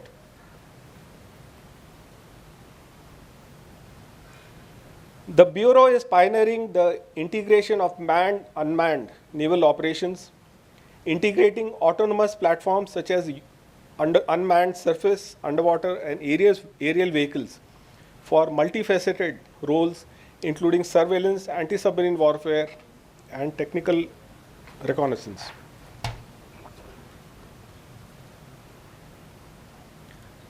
We are innovating propulsion technologies with advanced indigenous solutions, including integrated full electric propulsion, systems for enhanced flexibility, fuel efficiency, and low acoustic signatures. We are also working on optimized diesel engines and high-performance gas turbines. Development of advanced nuclear propulsion technologies will ensure our large ships to achieve high endurance and strategic autonomy for sustained global naval presence. The Bureau is exploring novel hull forms to enhance performance, including small water plane area twin hull swath designs for improved stability in rough seas, hydrofoil configurations for high-speed operations with reduced hydrodynamic drag. These innovations promise substantial gains in speed, stability, and fuel efficiency, enabling Indian warships to perform across diverse operational scenarios, from littoral missions to blue water deployments.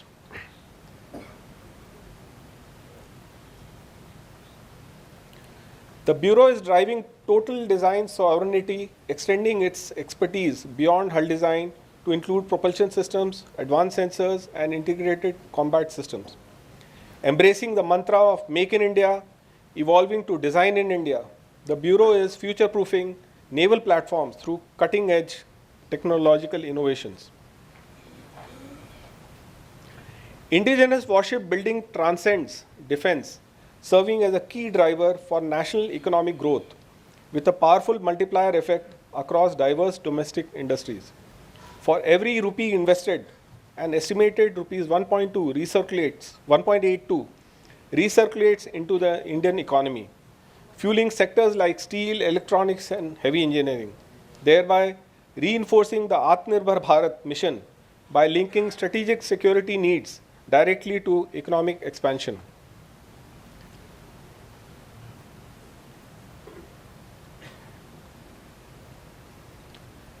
The naval shipbuilding industry's labor-intensive nature, with an employment multiplier of 6.4, means each direct job supports multiple indirect jobs in related sectors.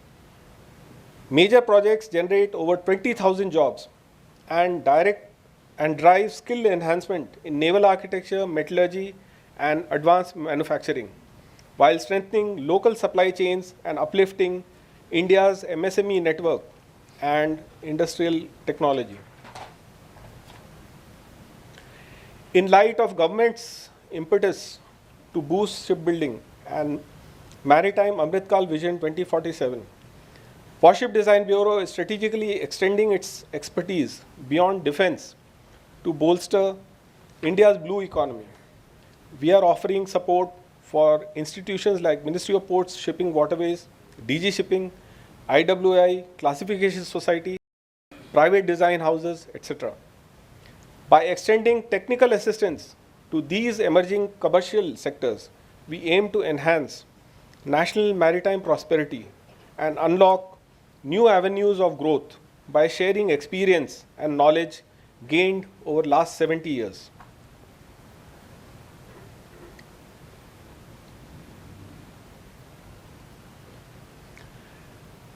WDB is a strategic engine of India's naval shipbuilding, delivering combat-ready platforms while building national industrial and human capital, thus transitioning India from naval buyer to a global builder and solidifying its blue water navy status for the future. While naval ship design and innovation is its core functions, WDB also plays a vital role in uplifting overall maritime environment.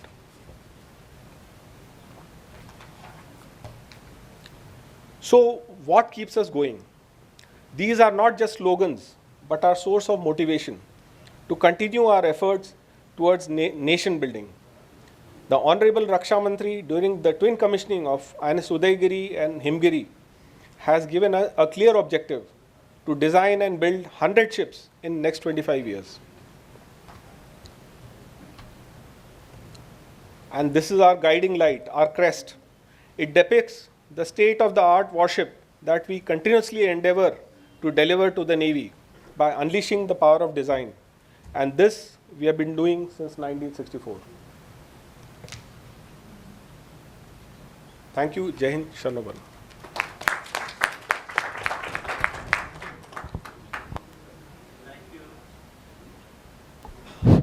Thank you so much, Rear Admiral Sujit Bakshi.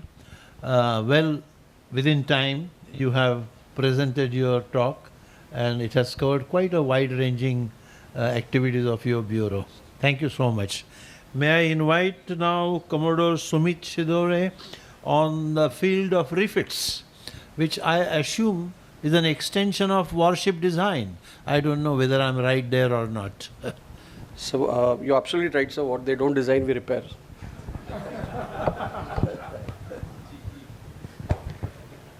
Captain Anand Dikshit, President IMF, Vice Admiral Vinod Pasricha, flag officers, Captain Sudhir Nafade, the moderator for this session, distinguished guests from the Maritime fraternity, ladies and gentlemen, a very good afternoon to you all. As General Manager refits of the Naval Dockyard Mumbai, the theme for today's seminar is both a professional doctrine and personal conviction. In the next 20 minutes, I will give a brief insight on the contemporary and futuristic technologies and organizational framework for safe and reliable repairs at Naval Dockyard Mumbai.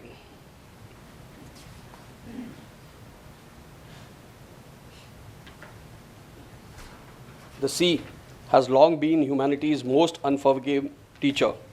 It rewards vigilance, but punishes neglect without hesitation. In an era when our vessels think, sense, and sail with unprecedented autonomy, safety can no longer be considered as a checklist. It must be a culture, and I think a lot of people in the earlier sessions have talked about it, and that should be embedded in our conscience. Safety in the Navy is therefore embedded as a culture and is practiced with utmost diligence in all facets and responsibilities. While the present session is specifically for ship stability and hull design, I would like to take this opportunity to give a brief, since none of the naval officers have spoken so far, I would like to give a brief insight into the Indian Navy's robust safety structure and also cover the safety framework at the Naval Dockyard. Accordingly, the scope of my presentation is as flashed on the screen.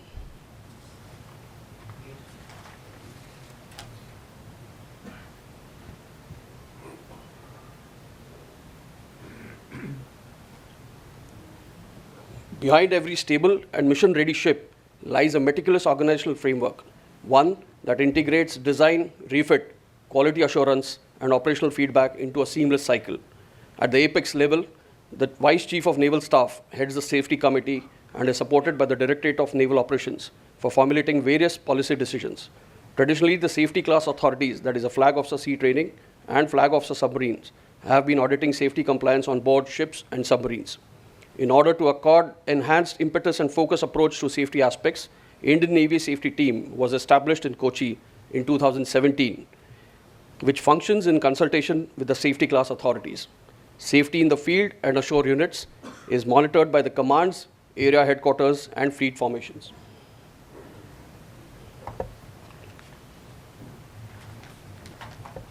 The Indian Navy Safety Team is staffed by respective domain experts and has an explicit mandate to bolster the safety culture in the Indian Navy such that each individual in his sphere of influence is capable of identifying risks, implementing mitigating strategies, and managing hazards without compromising mission accomplishment. INST accordingly analyzes operational and safety aspects and infringements pan-Navy with the principal objective to reduce their recurrence. In doing so, it leverages advanced tools such as the in-house safety trending analysis tool. Further, the Indian Navy has also a pool of officers qualified in human factor analysis and classification system and accident mapping who are appointed across the Navy at various units towards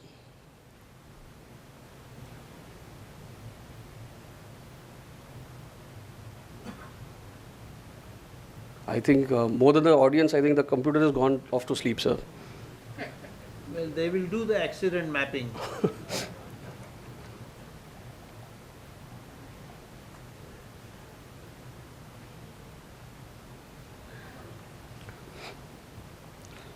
So these officers are appointed across the Navy at various units towards identifying active and latent unsafe operations. The overarching objective undeniably remains to implement safety to the T.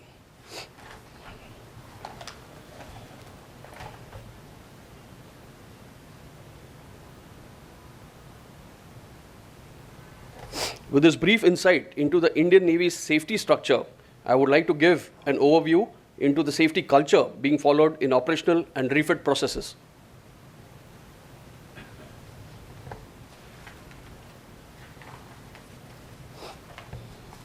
Indian Navy ships deploy extensively and for extended durations across the IOR and even beyond, often under hazardous and demanding conditions, and therefore prolonged sustenance underpinned by safe practices and standard operating procedures in every sphere of operations and maintenance is a pivotal factor.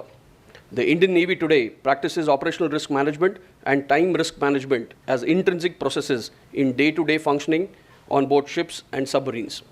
The slide depicts the 5 steps being followed in each process, and these are further undertaken at sea as a precursor to every evolution. These practices have reaped immense benefits and provide a methodical way of identifying and managing risks. With an objective to ensure that every Indian naval ship achieves full combat readiness after a layoff on account of refits and is compliant with all safety guidelines, a concept of transition cycle from refit to operations is followed in the Navy. This transition cycle is divided into 4 phases, and each phase is marked by safety audits and performance trials by various agencies. It is also juxtaposed with intensive crew training. Phase 1 is a pre-refit phase wherein extensive trials and safety audits are undertaken to assess material shortfalls with respect to operational and functional safety. These form the basis for a refit package. Phase 2 is the refit phase, which witnesses quarterly safe audits by external agencies to ensure that adequate safety measures are in place, including enhanced emphasis on hot work organization. A concept of refit pause has also been recently introduced, where a complete day is given off in a quarter for a ship to entirely focus towards assessing the materials and crew readiness and to tackle any emergency. While a refit ship is highly vulnerable to fire incidents, all refit ships are equipped with additional fire detection systems installed in plug and play mode. Phase 3 is the most critical phase and commences in the terminal stage of the refit.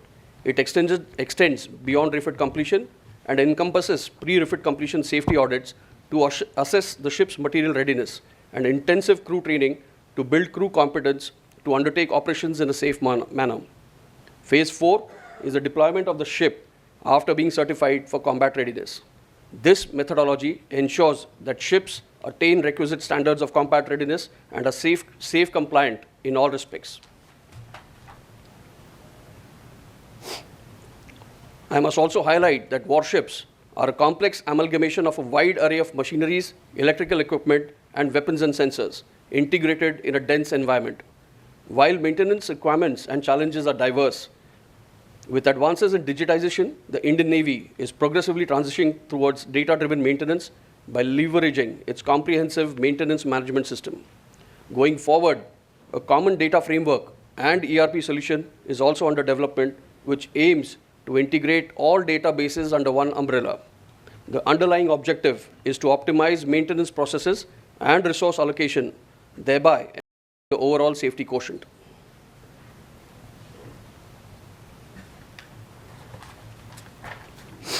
Another unique methodology adopted towards enhancing safety compliance is the concept of change management, which aims to progressively replace basic electrical and engineering equipment and subsystems with contemporary systems as shown on the slide, with more advanced safety features and reliability.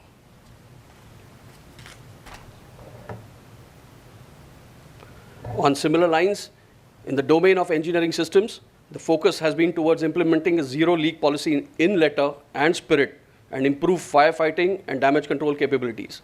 Accordingly, technologies shown on the slide, such as autonomous firefighting robots, press-fit pipes, are being inducted gradually and have resulted in safer and reliable working environments.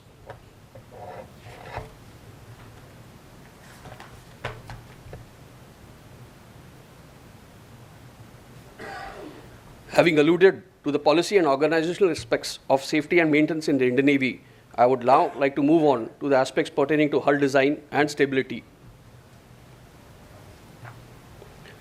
Ladies and gentlemen, as our platforms venture out in open seas, steel quality is the core consideration towards constructing robust platforms capable of withstanding harsh marine environments. DMR 249 Alpha steel, developed in conjunction with NMRL, offers high tensile strength, corrosion resistance properties, and extensive durability, and is now the backbone for indigenous warship construction and repairs. The Navy has also collaborated with NMRL for development of a long-lasting paint scheme which has a durability of 15 years. For the machinery spaces and hazardous areas, fire-resistant paints are being applied as a policy. Nano paints are also being steadily inducted owing to their special properties. ICCP and Cathalco systems, characteristics of warships, and with advancement in technologies, diver replacement anodes have been inducted which obviate dry docking.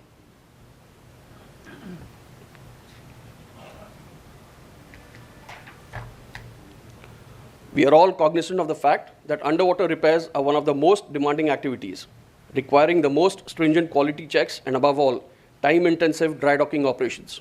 In order to reduce downtime of ships and ensure safe repairs, Naval Dockyard Mumbai has forayed into inducting advanced robotics and autonomous hull maintenance tools, which are being effectively leveraged to enhance productivity during refits while the ship is in afloat condition.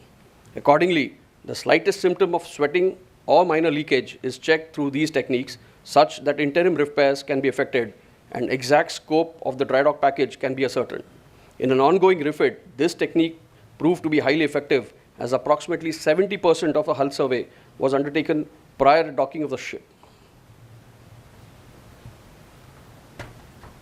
Going further, advances in material sciences have also paved way for development of high-grade corrosion-inhibiting paint schemes, nanomaterial-based coatings, and insulation materials with better capabilities to mask noise signature and function as fire retardants. These materials have proliferated in the Navy and are considered apt to provide fire protection and ensure structural integrity, thus protecting the ships against operational hazards.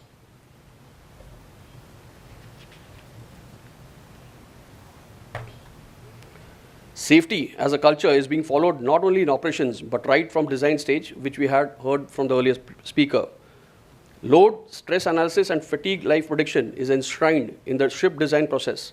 In addition, failure mode effect analysis has a larger ambit and extends to ascertain the fact that constructional design accommodates adequate safeties and redundancies for critical systems.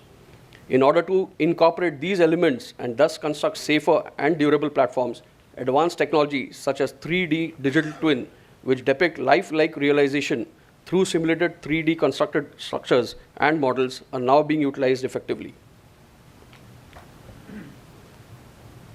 I now move on to the very crucial aspect of weight management and stability, which underpins safe maneuverability and dry dock operations.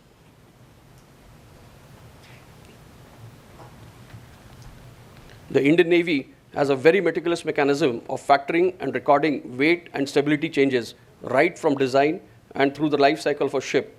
Accordingly, this aspect is considered in the most scrupulous manner. Regular audits are undertaken at various stages and advanced software tools are leveraged to achieve precision. Weight and stability management rightfully comes from the fore in case of docking and undocking evolutions. The Indian Navy follows stringent procedures and check-off lists in this regard, and the activity is undertaken in a deliberate, controlled, and cohesive manner, factoring all safety precautions. Each docking and undocking operation is preceded by detailed calculations, minutely factoring every aspect of the ship's heel, trim, and metacentric height. The docking plan is simulated through a software which serves as a benchmark for on-site dock block arrangement and alignment and actual conduct of the evolution. Further, compliance with SOPs encompassing calibrated liquid loading, complete defueling, de-energizing of all major machinery is stringently ensured.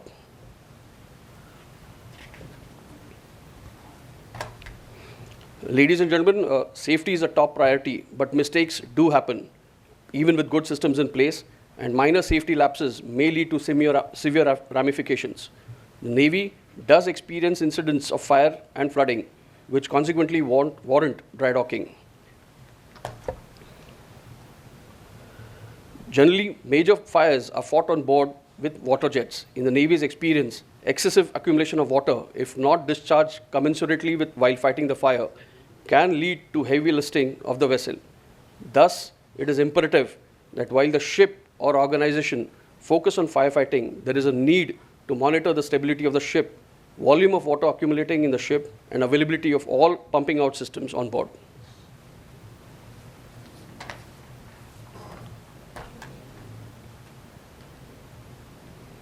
Docking forms one of the most critical aspects in any refit, where ship weight to the tune of 7,000 to 8,000 tons rests on 40 to 50 square meters of wood. On an average, 130 docking and undocking operations are undertaken annually at the Naval Dockyard, Mumbai. Stringent SOPs, as covered in the preceding slides, are adhered to. There have been instances in the recent past where the Navy has had to dock ships with excessive variance in weight distribution, which mandated additional precautions over and above the standard checkoff list. In one such scenario, a ship damaged in afloat condition resulted in weakening of hull in certain areas and also apparent increase in tonnage. Docking of this vessel was undertaken in a special version of dock block arrangement where the dock blocks were adequately supplemented at strong points of the hull.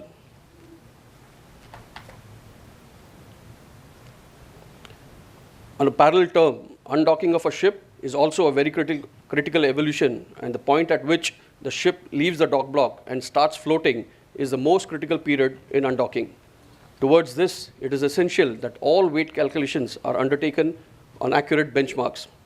In a recent case of undocking of a vessel, large quantum of repairs led to incongruent weight changes.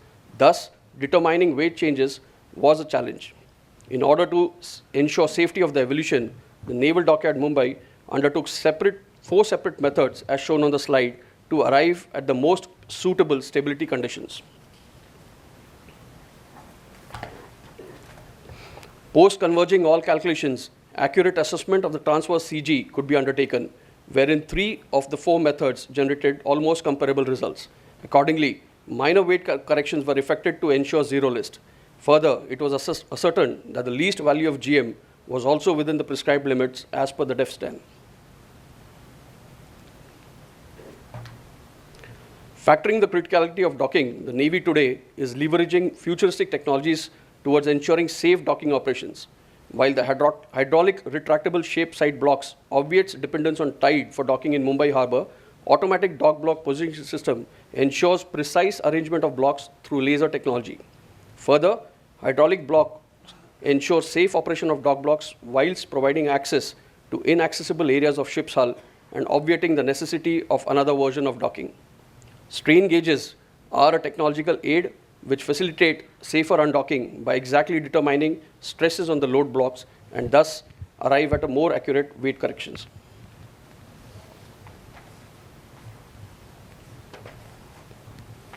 Before I conclude, I would like to take this opportunity to highlight the safety framework at Naval Dockyard, Mumbai, which is a strategic asset of the country.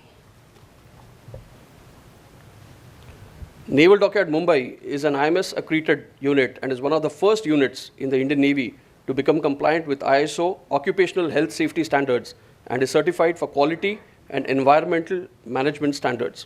The yard has a dedicated safety and environment division, which is headed by an officer of the rank of Commodore as the General Manager Quality Assurance.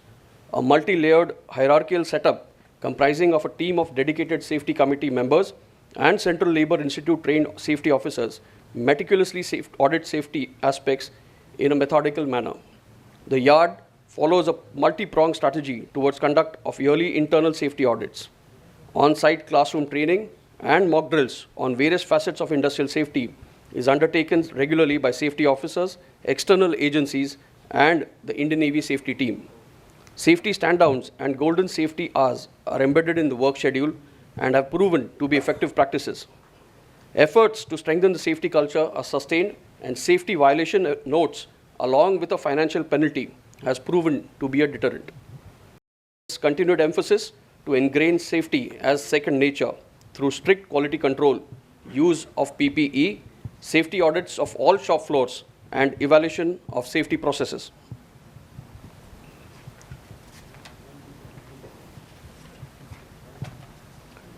In order to further bolster the safety at Naval Dockyard, Mumbai, Infrastructure has also been suitably augmented. A state-of-the-art dockyard operations center functions as the nodal point for coordinating emergency response in case of a fire or flooding incident on board a ship or even in the yard. This facility is equipped with adequate resources comprising of additional emergency response vehicles, fire tenders, and is manned by specific domain specialists. Dockyard Operations Center also has a repository of each and every ship's layout and diagrams, firefighting arrangements, stability data, which facilitates informed decisions by the emergency task force. The center further has a Navy-specific equipment called Remote Support System, which renders maintenance assistance to ships at sea through a satellite link over the Navy's Rukmini satellite. In the end, I would say that we in the Indian Navy are not only inducting state-of-the-art contemporary technologies towards making our ships and submarines safer, but are also consistently revamping our processes and standard operating procedures to be in consonance with evolving global standards. Thank you. Jai Hind, Shana Varun. Thank you very much, Commodore Shidore. You have finished your talk precisely on the dot of 20th minute for such a wide-ranging topics. Without wasting much more time, our last speaker, Commodore Deshmukh, on the subject of defense analysis. Commodore Deshmukh. Meticulous maintenance for the enhancing the safety. Thank you. Yeah, defense analyst. That's what it says here.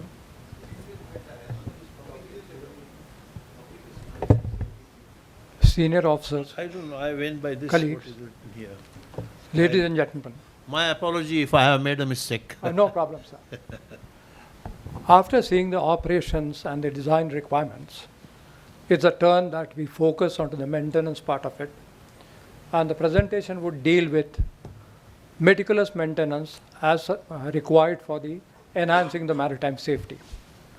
Before I start, my gratitude to Admiral Pasricha, who as early as 1996 gave me a chance to associate it with a very high-tech project for setting a maintenance facility for Sea Harrier aircraft in India. And that has been an eye-opener and a learning experience. My gratitude, sir. So before we talk about the maintenance, it is important to understand what are the importance of the maritime fleets in India.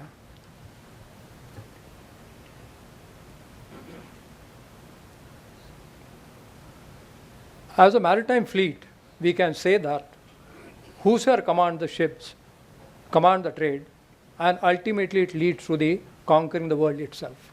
That's the importance of the merchant fleet wherever we go into the world. It is very important for us to understand why the meticulous maintenance is applicable to the merchant fleet. If we see that merchant fleets are important for us because 80% of the trade of the whole world transits to the sea lines of communications. Post COVID incident, if you see the graph,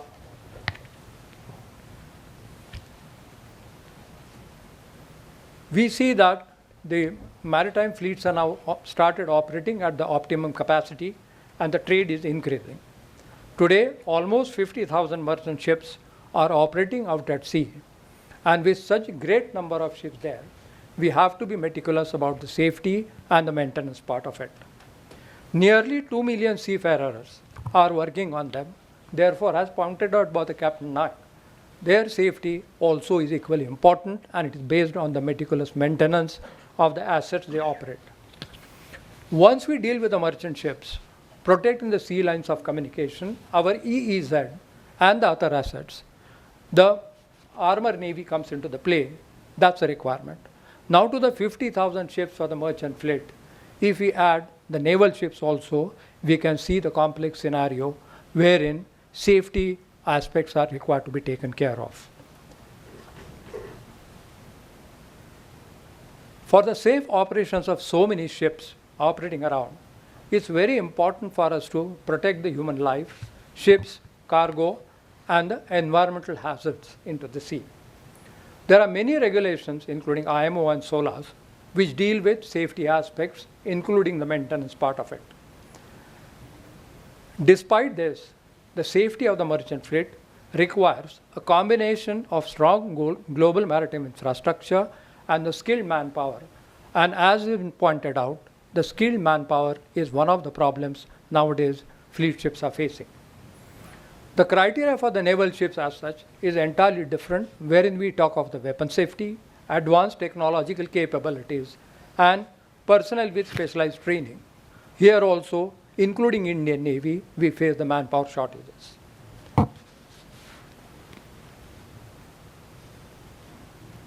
Thus, for the maritime safety, measures are required to be designed to protect all assets, including the life. The core requirements which warrant are seagoing vessels have to be as per the specific safety standards, and they need to meet the varied operating conditions. They need to be equipped with approved maintenance appliances, navigation aids, and the safety systems. They also require to go regular inspections, maintenance, to ensure the continued safety of the vessel and the crew on board.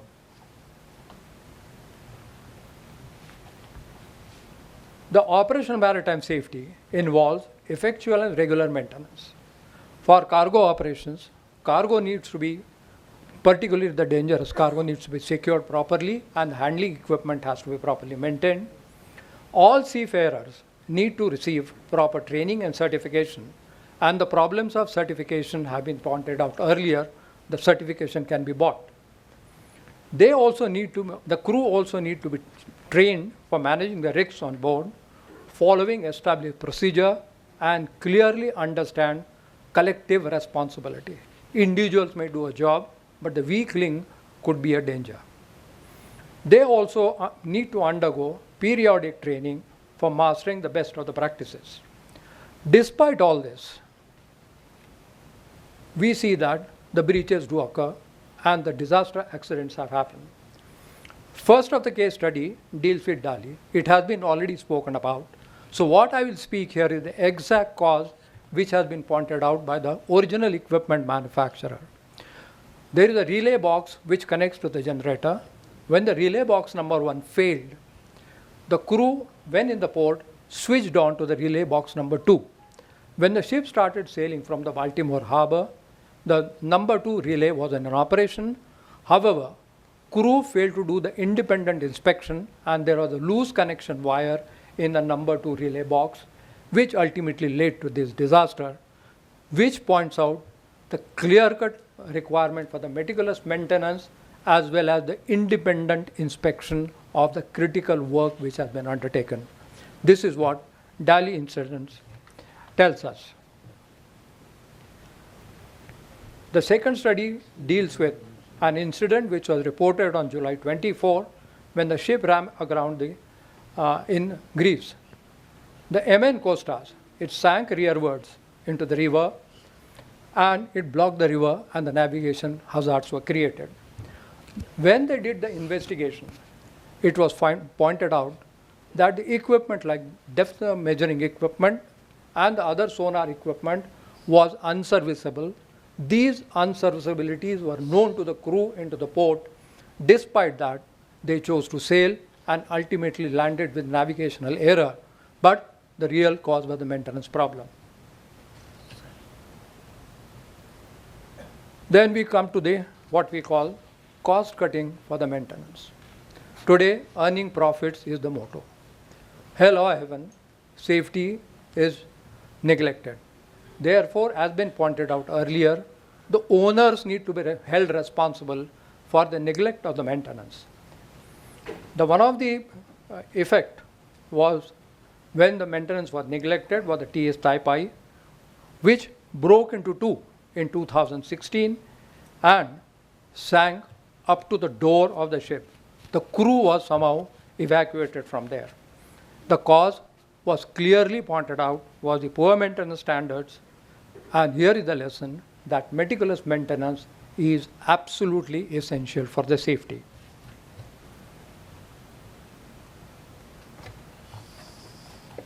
Effect of the time cutting.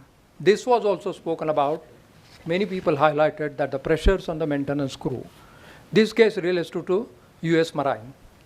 When the new equipment was supplied by the original equipment manufacturer for the exercise, because of the pressures of the exercise, the acceptance tests were not properly, and the boat was deployed with a crew of 6, which ultimately, because of the unsafe standards of the boat which has been supplied, actually sank and the 6 crew died.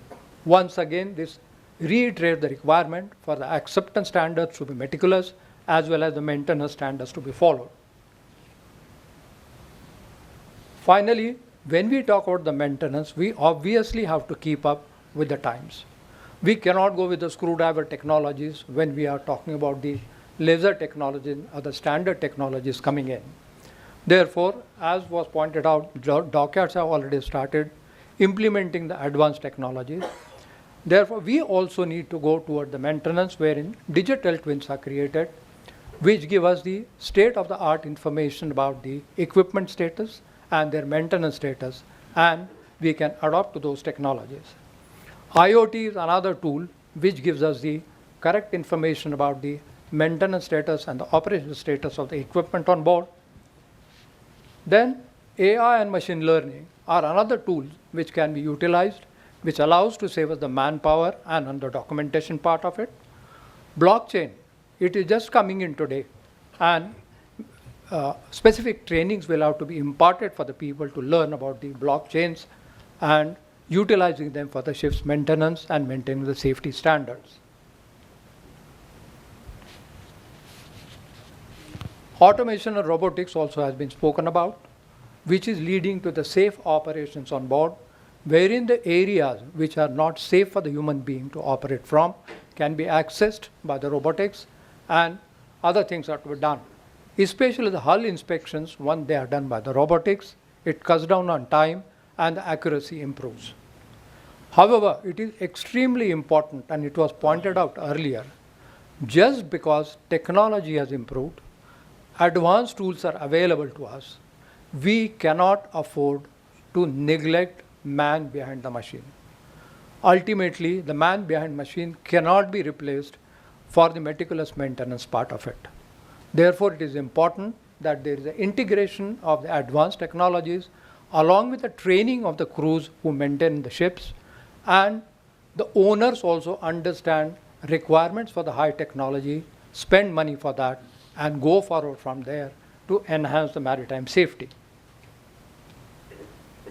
In conclusion, I would like to say that maritime safety should be imbibed by all. As it was pointed out earlier, it is not only one person's job. Collectively, all of us have to rise to ensure that maintenance is done correctly and adequate time and funds are allocated for the maintenance so that we move away from the disasters. The ship's crews also need to be properly trained and exercised again and again so that the safety culture is imbibed by the crew. Finally, I would like to end. Safety is a small investment for the enriching future. It speaks for itself. Thank you very much. Jai Hind. God bless. Thank you, Commodore Deshmukh. You have also observed time discipline very well. That brings us to the next item of inviting questions from the audience for our honored speakers. So I'll throw the floor open. Kindly identify your name and limit your comments to a question, preferably. Thank you, sir. I'm Vice Admiral Subedar, former COM. My question is for the Warship Design Bureau. You have covered mostly all aspects of the ship design and the historical perspective, right up to the future plans. But can you just enumerate or tell how the maritime safety features are embedded at the design stage? You have not covered that portion.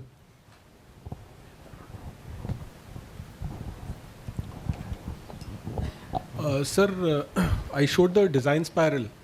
So whatever we do in the design spiral, there are limiting values and guidelines given in the NES specification, our own specification, and there is a check done by the FOSS team also they approve the general arrangement of the ship, and they also visit the ship as part of the UIG,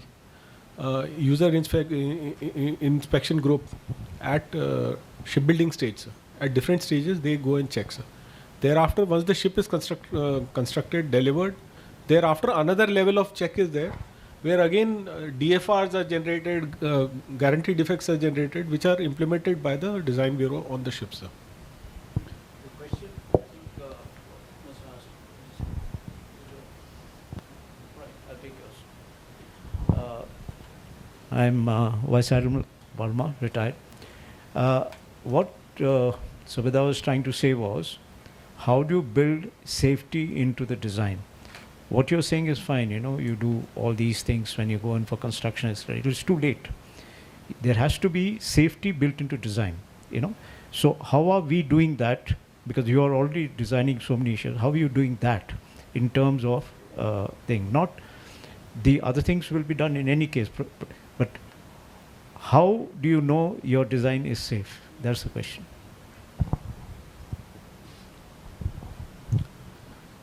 Sir, again, I'll come to the design spiral. So there is the first loop when we do, like say stability.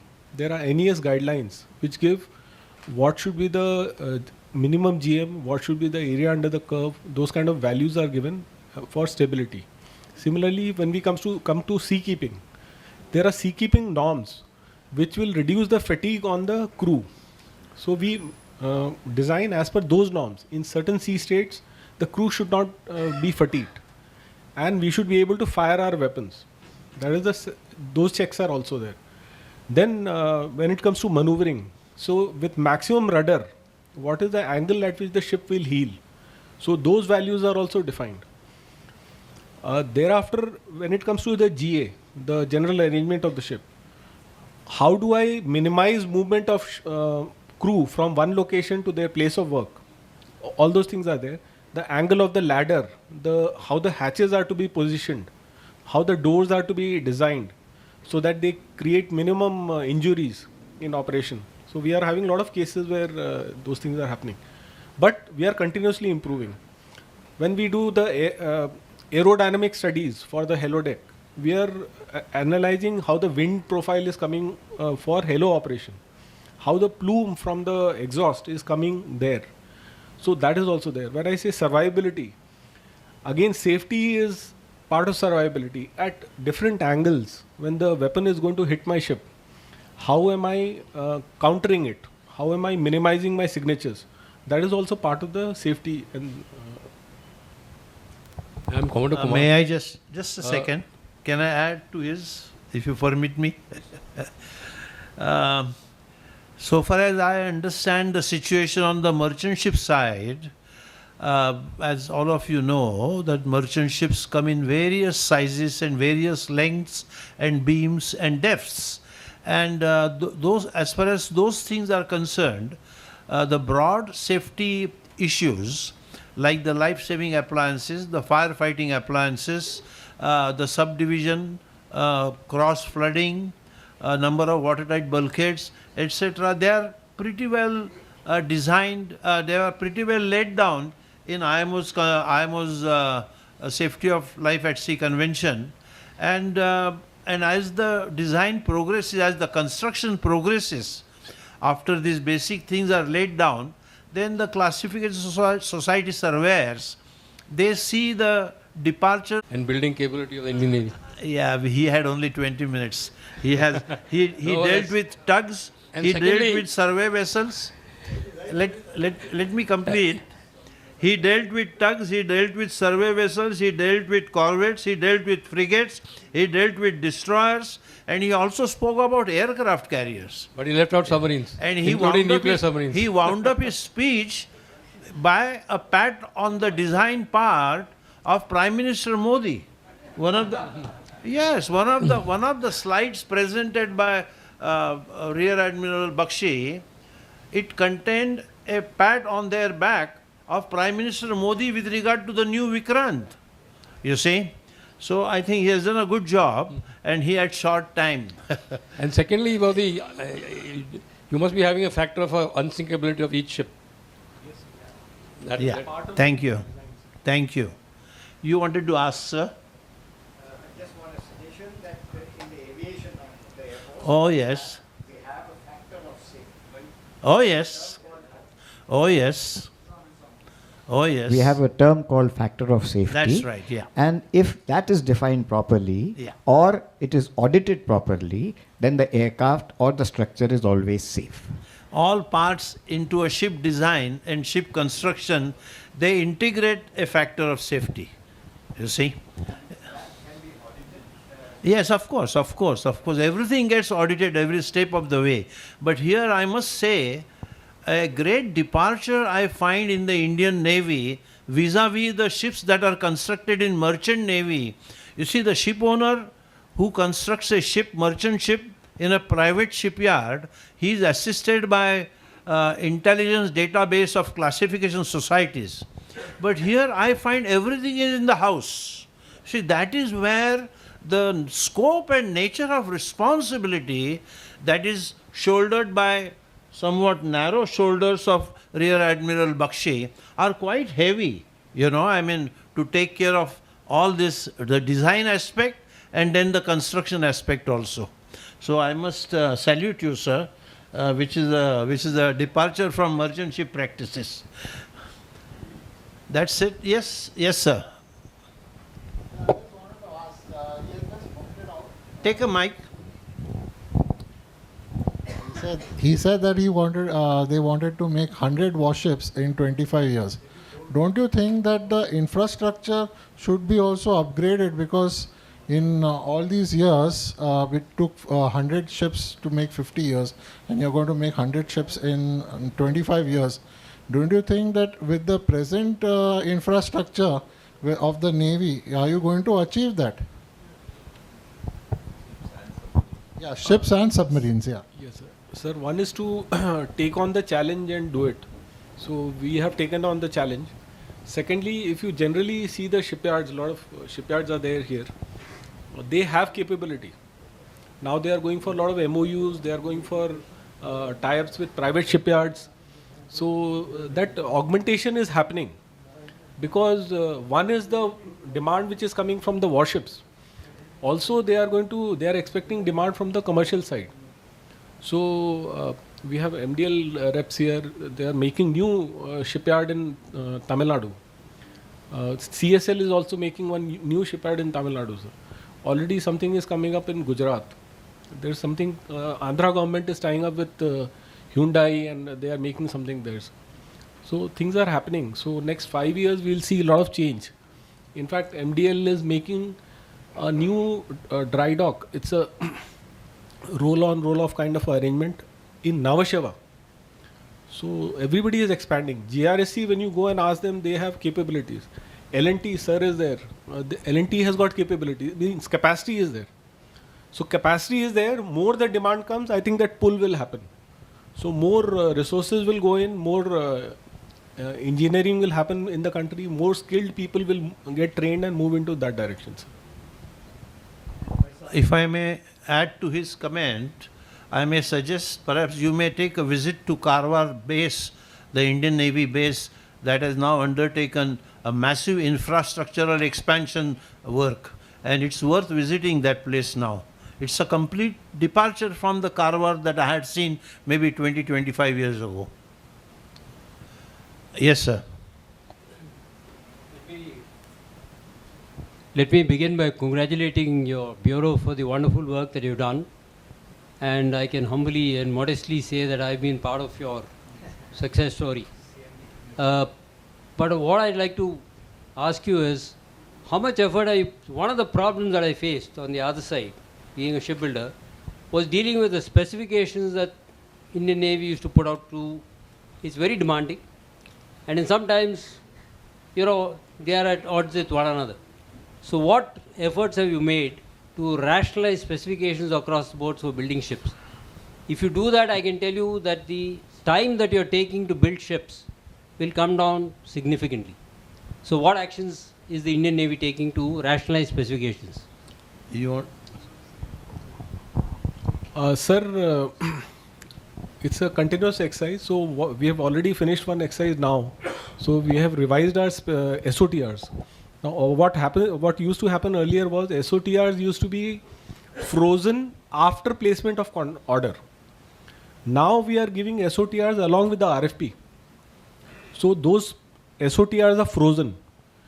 What will come after the contract is only ship specific detailing, which will come as from the shipyard and will be approved by the design bureau. It will no longer go to various directorates and those kind of things.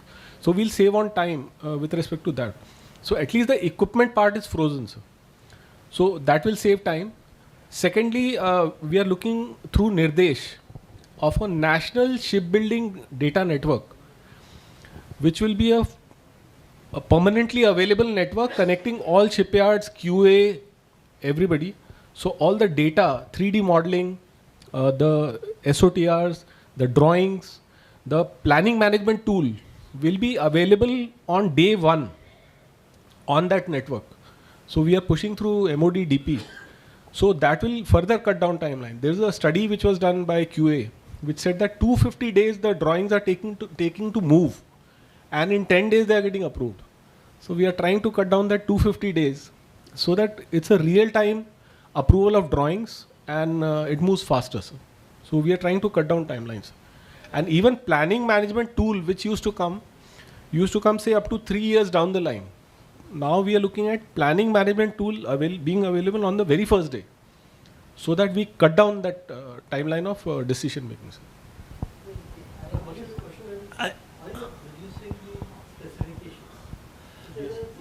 We have already done that.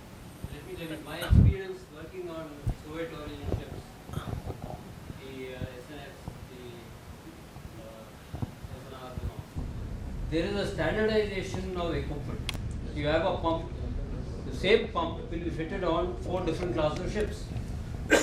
Are we doing anything to do something like that? You know, to standardize the pumps, standardize various equipment, so that you just have to increase the capacity. But the design is, frozen. The numbers will change, but everything is standardized. That's what I was looking at. I may just add some observations with my background only from the Merchant Navy.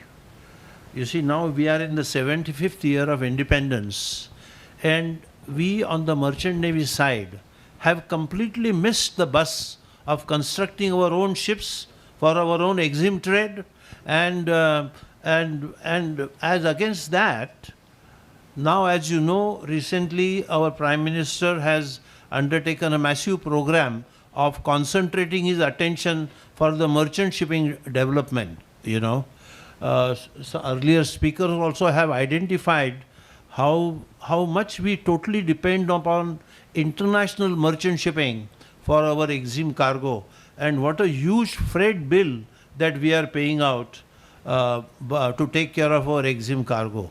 As against that, the warship design and warship production, they are doing, in my opinion, in comparison to merchant ship construction world, they are doing a fantastic job of shouldering the responsibility of classification as well as design details, and as well as getting into the job of production itself at the shipyard. Let me share with you one or two small stories of my personal experience. I took to merchant shipping career in the year 1958, and there was an occasion for me in my life when I had to visit naval dockyard near Lions Gate as a 17-year-old lad then, and the speaker of the day, perhaps Admiral Pasricha will remember him, Admiral Pereira. Do you remember him, sir? And Admiral Pereira was the speaker. He was then at the higher echelons of naval navy management, and the entire naval dockyard was full. And I am, as a 17-year-old young merchant navy lad, listening to this Admiral Sequeira, and he took the entire audience, he kept the entire audience spellbound with whatever that was taking place there in the naval dockyard those days. And today I heard Rear Admiral Bakshi and about the wide-ranging activities that are under his control. I mean, they are simply amazing. So, at least I personally stand greatly assured by the role of Indian Navy vis-a-vis the merchant navy. I may just add, the time has come for me to do my own, so to say, summation. So I shared with you one story about Admiral Sequeira. I heard him long back in the year 1960. Pereira, sorry, not Sequeira, Pereira. I was very happy to know right in the beginning that INS Vikrant I, which Admiral Pasricha was very closely involved. I made a mistake. I made a mistake in that name, Catholic name. INS Vikrant I, with which, sir, you had something to do very much. And one of the sad events that has happened in my life was to see the state of INS Vikrant lying in the naval dockyard, unattended and in debilitated and badly in bad state. You see, there was some problem with regard to disposing of the INS Vikrant or converting it into a museum, and it was a very sad story for we merchant navy men to go in and out of that Alexandra docks and see INS Vikrant lying there like that, corroding away and broken up. Anyway, that's another point.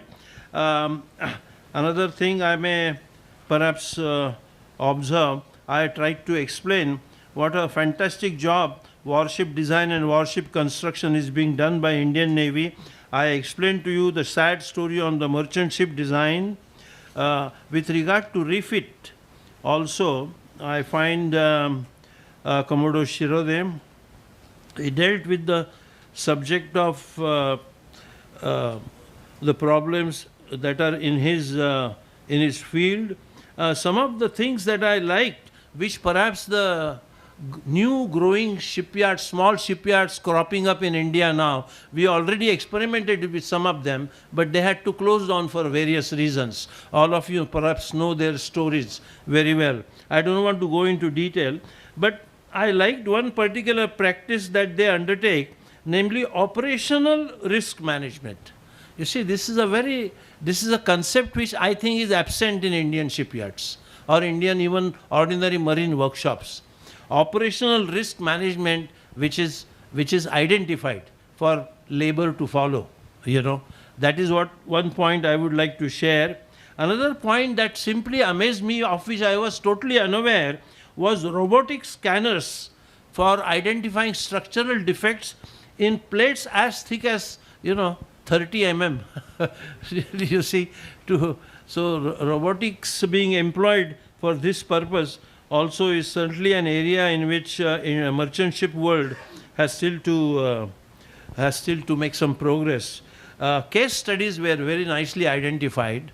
I am very somewhat relieved to know that you have fires on board the ships and you have water accumulations and you have stability problems. So that is one thing we share with merchant ships, you see, Indian Navy. Commodore Deshmukh, I got lost whether he's speaking of, I took him to be a man from the merchant navy. His entire presentation applied everything to a merchant ship's functioning. Am I right, sir? So I actually seriously asked him what is his background. He says he is a mechanical engineer and then went into navy and aviation. That's right, yeah. So having said that, Admiral Nadkarni, I think I have managed to maintain some measure of discipline with regard to time front, and thank you very much for giving me this opportunity. Yeah. Sir, just one point. Since the forum is there and all thinkers are there, I would like to put across one point. In naval shipbuilding, on the day I place the contract, I don't know what equipment is going to come. I take 2 to 3 years just to decide and finalize, and then the supply chain. The item keeps coming, and that has to go inside the ship. So when we say productivity of our shipyards, or our production timelines vis-a-vis any foreign country, it's not bad. They start the contract, they know which equipment is going to come, their designers have already designed, there's no change in design. In our case, we don't know. So when a foreigner says he makes a ship in 4 years, actually our shipyards can make in 4 years, I'm giving 5 years suppose. But they can make in 4 years. All future ships, now we are looking at 4 years production time and 2 years preparation time. That 2 years I cannot do away with. So it's a thing of pride. Like you made the carriers. For a carrier to come out of our country in Cochin shipyard, it's a commendable thing, sir. When you stand in front of the ship, like I said, 1983 moment is that 2022, sir. When India won the Cricket World Cup, and here we made the carrier. And that carrier has brought about the change. And today what is happening is thanks to CSL and aircraft carriers. Yeah, and that's what got them the pat on their back from Prime Minister just a short while ago. And he has identified that in the slide. I'll just make one small point. You see, Indian Navy is very actively supporting small prefab units. You see, I would say they depend to a great extent on small workshops who indulge in prefab units, you see. So there is a big encouragement that is coming towards the growth of, I would say, mechanical engineering units by way of Indian warship design and warship construction for such manufacturers. This is one very important point I thought I'll make. Yeah, there is somebody else who's asking a question. Yes. Sir, good afternoon, sir. Yeah. So I'm Wing Commander Narang. My question pertains to Commander Deshmukh and Rear Admiral Sujit. Sir, do you think we are at a stage to shift our maintenance philosophy from time-based maintenance philosophy to probably requirement-based maintenance philosophy, and probably even future to prediction-based philosophy? Because we do have the sensors, we do have the AIML, but we need to put them at the design stage. Hence, it concerns to both of you, sir, if you can throw some light on it, sir. First of all, thank you so much for this particular question. Let me assure you that the aviation as such in India itself has taken a leaps and bounds as we go toward what we talk AMCA and other things. What we had been lacking earlier, that we never interface the private sector into the building of the aircraft.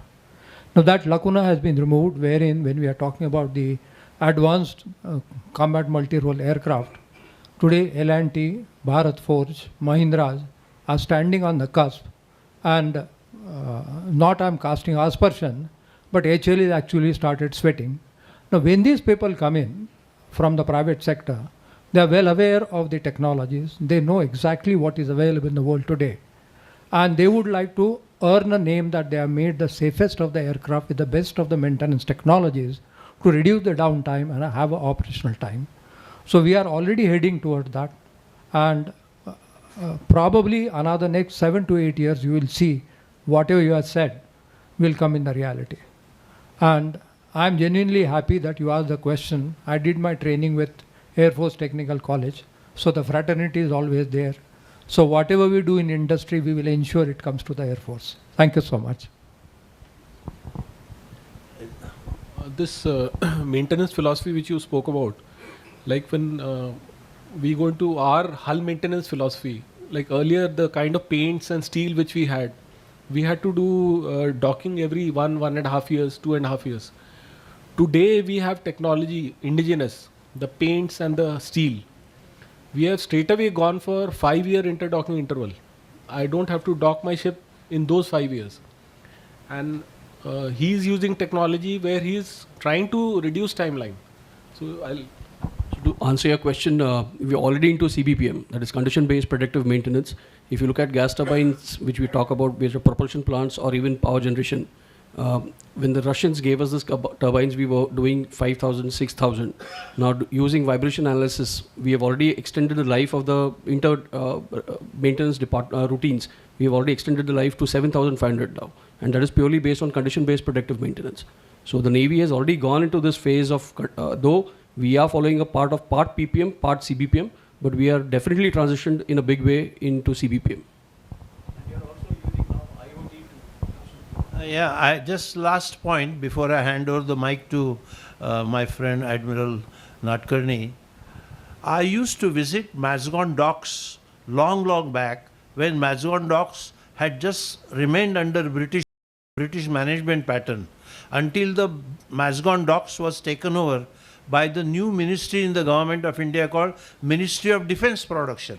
All my colleagues here, they come from the Ministry of Defence. Am I right, sir? And there is a separate ministry set up called Ministry of Defence Production, where units like Mazgon docks are handled, Garden Reach probably in Calcutta is handled by them. And what an expansion that the Mazgon docks has undergone over the years. I used to dry dock small merchant ships regularly in the Mazgon docks. And then Datta Samat came along and made sure that he put a big lock outside, you see. And then that is when the Ministry of Defence Production was born. And then we started constructing submarines there, am I right? You see, so a lot of growth has taken place at the waterfront, you know, and I feel very proud that I belong to both these. I like to say that I belong to Indian Navy also, just as much as I belong to Merchant Navy. And I'm really happy and grateful that I am called to, so to say, moderate this session with these excellent speakers here. I stood to be greatly benefited, sir. I assume both of you are from Naval Arc background, no? Oh, you are also marine engineer. Oh, from which institute? Oh, you have your own in-house, INS Tir and all that. Yeah, very good. Thank you very much, gentlemen. Thank you very much, sir. I would like to thank Captain Nafde and the three speakers, Admiral Bakshi, Commodore Shidore and Commodore Deshmukh. And especially, I think we can now grant honorary naval rank to Captain Nafde. Though he was in the minority, I think in his own inimitable way, I think he kept the audience totally engaged. And I'm happy that there was such an interactive session also, with the audience asking so many questions and we getting some very good answers from the panelists. With that, we come to the end of this session. So may I request President IMF to kindly give the mementos to the moderator as well as the three speakers.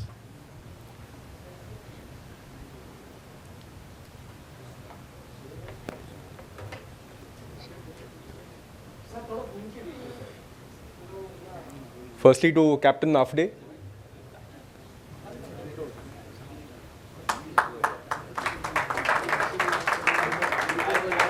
I wonder whether the gift is from a friend to another friend or from the president of IMF to an ex-nautical advisor. Next to Admiral Bakshi.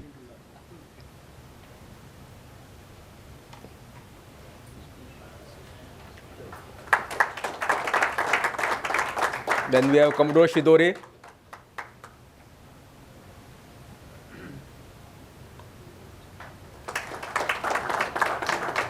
And finally, we have Commodore Deshmukh.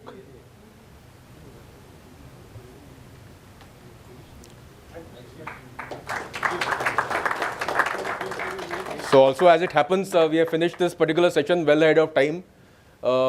And it's possible that the tea may not yet be fully laid out. But we can still use the time available to interact outside in the terrace. And we'll commence the next session at 15:25. Thank you.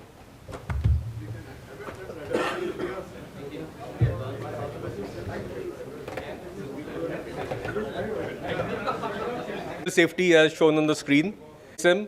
Former Director General of the Warship Design Bureau and presently the head of the shipbuilding business of Larsen & Toubro Shipbuilding in Kattupalli. Second, we have Mr. Biju George, who is actually a regular, I think, to our seminars. He has been coming for the past 2 seminars also.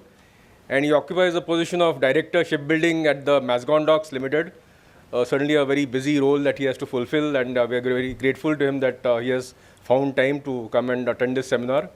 And lastly, we have Captain Unmesh Abhyankar, who's the head of ports and shipping at Adani Cement. For those who may not know, he was one of the people who was instrumental in bringing up the Mundra port from its earliest beginnings. So I'm sure with this panel, again, this session 3 will be a very interesting and interactive one. May I invite the moderator and the speakers to please take the table, sir, and commence the session.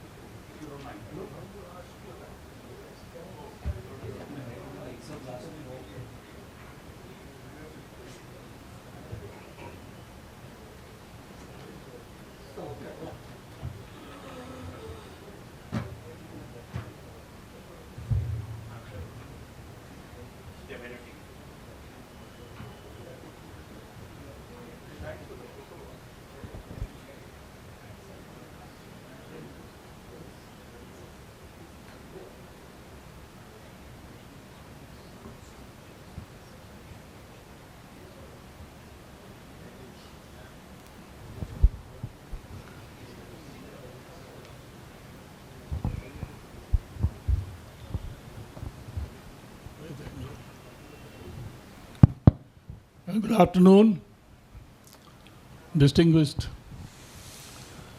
members of the forum, admirals, colleagues. Can you hear? Yeah. So we are in the last session of this wonderful seminar, and I have been invited to chair this, moderate this session, and we look forward to some very interesting discussions. So I need not mention the protocol of maintaining time for all my distinguished speakers. And I will not introduce them because it is already there in their biodata. They are all distinguished and qualified to speak on their topics. So my first speaker is sorry, George, not you. Okay. The first speaker is Mr. Biju George on industrial safety, zero incident approach adopted at MDL where ships and submarines are built and repaired. So, Mr. Biju George, please.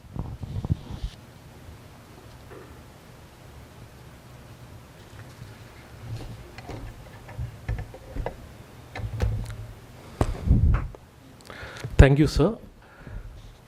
Distinguished naval veterans, eminent speakers on and off the dais, serving naval officers, ladies and gentlemen, very good afternoon. And at the outset, let me thank the IMF for giving me yet another opportunity to be part of this seminar and bringing in a talk on industrial safety, which is a subset of maritime safety. I'll be limiting my talk into the industrial safety purely from the perspective of a shipyard. So I'll be as brief as possible.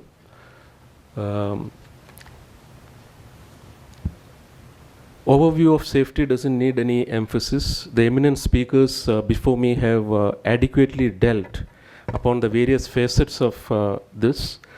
It can be, in MDL we are seeing this in the 6 buckets. The context where the robust framework of safety is involved, the different kinds of risk to which we are vulnerable, the regulatory importance because we are in constant interaction with what is known as the Directorate of Industrial Safety and Health, DISH of Maharashtra, emergency preparedness, how to handle emergencies, constant training and standard operating procedures to ensure safety compliance in all facets of our activities. Shipbuilding is a highly manpower intensive industry. The yard effort is typically 20 to 25% of the total contract value. That means so many people are involved in the construction of ships. There are high value assets which we are handling. One destroyer, one frigate cost approximately 8,500 crores. So every individual life is important, the asset is important.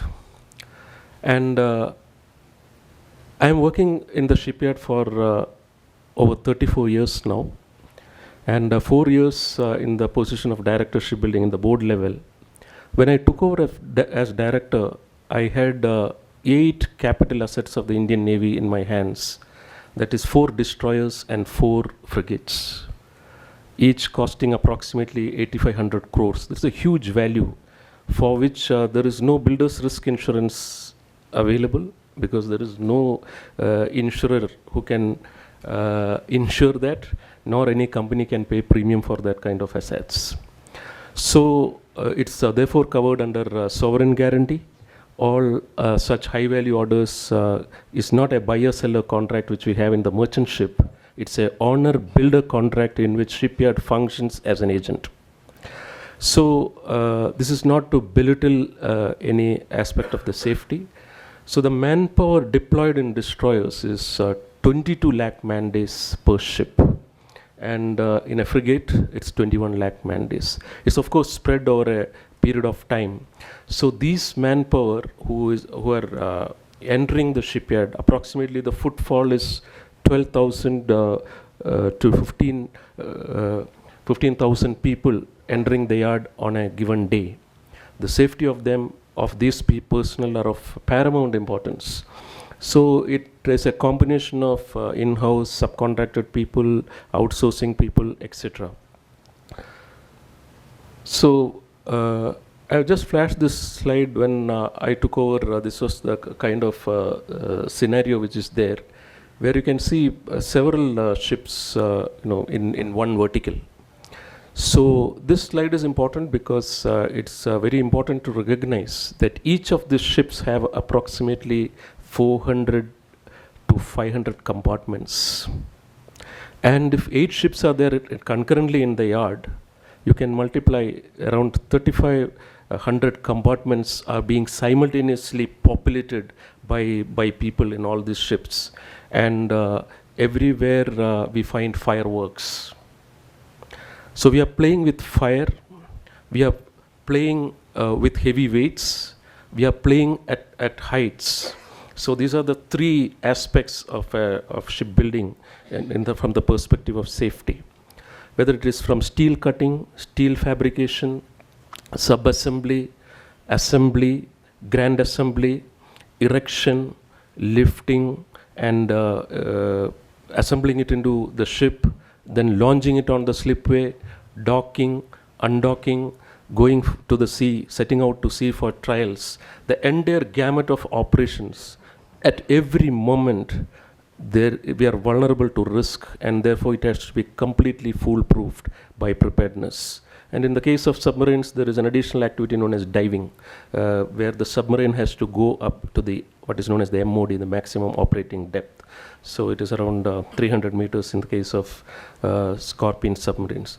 One of the questions that came from the floor is the factor of safety. Typically in marine environment, the factor of safety is 2 for all the tools and tackles which we employ. For example, the wire rope, the testing load should be twice the safe working load. So that becomes a thumb rule as far as the factor of safety is concerned. So this is the kind of, this is just to show the enormity of the problem when we are handling safety. And the high risk activities are several. So I've just put into different categories here. So it comprises of working at heights, handling of heavy weights, fire hazard, working in confined spaces, handling of radioactive isotopes, because we have to, for the part of NDT, RTs, etc., hazardous chemicals and paints. Paint is also a big safety issue because the fumes are inflammable, and paint itself is inflammable. So safety practices, the hazards, according to the hazard, we need different kinds of practices to be followed. So regular to minimize the hazards, PPE is well known, but the problem is what we are facing is enforcing that, particularly to subcontracting labors. The safety consciousness, sensitivity needs to have the trickle-down effect. So we have several measures and best practices which have been adopted. We have a dedicated safety team. So when I took over as director shipbuilding, one of the initiatives I did was to appoint dedicated safety personnel, domain experts from outside, and deploy them in shifts into all the 8 ships.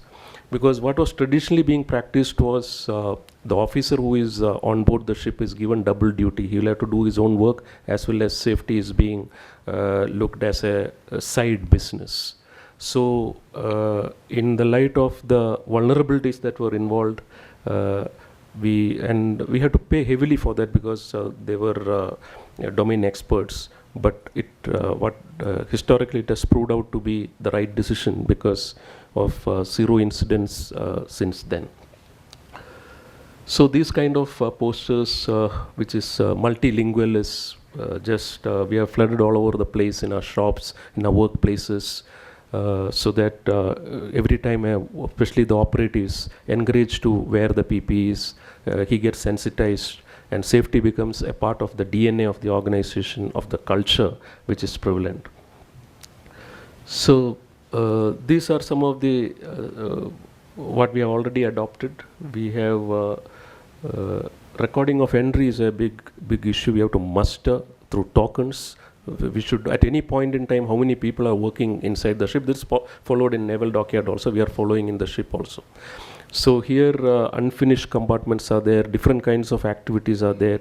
Then we have SOPs for all these things. Work permit is meticulously implemented, and our own officers check it. This external agency checks it. Only then the permit, final actual activity can give. So special permission is given to do during non-daylight hours as well as for working in holidays, etc. So safety audits, safety committee meetings, we have enhanced the safety department so that it has to be prevented, it has to be aborted before the risk manifests itself, and that needs to be identified. So these are some of the steps which we have taken, and having said that, there have been many instances of near misses, which gives important clue on where we are going wrong, because near misses are actually 4 warnings that something can go wrong, be careful. I would say these are all divine graces, small graces which we enjoy. Near misses, nothing has happened, nothing has gone wrong, but the vulnerability was very, very high. So regular training programs, mock fire and safety drills are being performed. Lockout tag-on system for confined space entry, accounting of manpower, in-house firefighting department, 24/7 readiness. This is for the people who are already working in the payrolls as well as in the subcontractor payrolls. We have also implemented for a safety moment for visitors. Any visitor who is entering is briefed on safety protocols, because this is an industry. If they are, particularly if they are going to the yard, not confined to conference rooms. So we are giving this handout now with do's and don'ts and safety briefings. This is a standard procedure in most of the industry. We are also following this.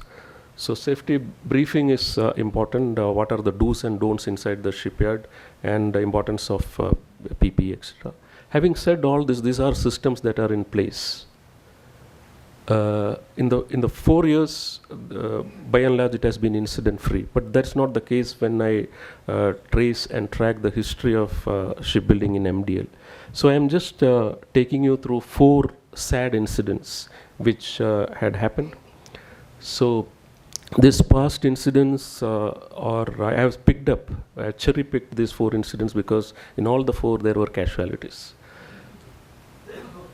So this incident is pertaining to one of the destroyers which we were building. There was a carbon dioxide gas discharge test GDT which was to be performed on board. So carbon dioxide is a firefighting system on board. And what has happened is carbon dioxide is stored in sub-zero temperatures. I think it is minus 51 to be precise degree centigrade. So in the discharge test, what is in liquid form is issued out as gas into the compartment as a part of the test for firefighting. So in that process, the volumetric expansion of carbon dioxide is 1 in 450. That means if I have 1 bottle of carbon dioxide as a liquid form, I can collect 450 bottles as gas. That's the kind of volumetric expansion. So one of the valves in the system failed, and the casualty was a naval officer, young officer who was on board. So because of the density of the carbon dioxide, almost to 2-3 feet, the carbon dioxide settled down in the ambient atmosphere inside the compartment. So the officer, tripped and he fell, and so he was inside the layer of the carbon dioxide, and he succumbed to his, he died by, asphyxiation. So that was what happened. So it is one valve malfunctioning. So this is one of the incidents. So of course that officer was not meant to be here because he was over enthusiastic. He should not have been near the compartment. So that is one incident which was there. Commander Raghunath sir is here. So this happened when he was director shipbuilding, and we have been working to solve. In the aftermath, we had to go through a lot of issues to fix these kind of problems and to avoid recurrence in future. Any safety mishap can completely malign the reputation of the company. It can adversely affect the business. The reliability and the confidence of people can get shaken if such an incident takes place. The second incident is again on a destroyer. There was a fire on board an under construction ship. So the double bottom tank, typically what is known as the 40 deck and below, is where all the tanks are. There's very constricted space. So there was an electrical short circuit. And because of that, it caught fire. Somebody, worker was doing a grinding operation, and there was one casualty in this. So this, so it led to the spark, and it caught fire. And what happens? Material like insulation, rubber are highly toxic. Toxic fumes get generated, and it becomes very difficult even to come out of the constricted spaces because the visibility will be absolutely zero, and there will be completely filled with gases. And the third incident is, this is also a very unfortunate thing which has happened, where a worker went to as a part of the maintenance of a lift, he went and he entered the lift, and the limit switch which stopped after reaching the top didn't stop. It went and ultimately resulted in the snapping of the wire rope, and there was a free fall resulting in a casualty. So these are all this all came like the Murphy's Law. It came completely took us unaware. And the fourth and the last incident which I wanted to showcase was this. An old crane was there. We all find this in naval dockyards, in shipyards, which is a fixed crane. So we wanted to dispose it of. And disposal we had given to a contractor. So contractor came with their personnel. They are not well trained in shipbuilding or those kind of things. There is a scrap dealer basically. He has taken this thing. So unfortunately, this is the mindset. Our officers also didn't give that much of concentration and attention. So somebody is dismantling a crane. But the safety team went and examined how, whether, because it is working in heights, he is cutting away layered by layer. So he went and inspected whether the harness is there, that was inspected, whether the PP is there, all check boxes what we were talking this morning, all were checked. But unfortunately, the harness, and that was at a height, had put on the piece which they were cutting. So, because probably, maybe it was not visible because it was at that height. So when it was cut, this whole thing crashing down, it was near the wet basin. The crane and the personnel just came together down, and he got dislodged from because harness was completely loose. And in fact, from a WOT officer who saw that, ran to the basin and jumped into the basin and tried to save him, but ultimately he lost his life. Yeah,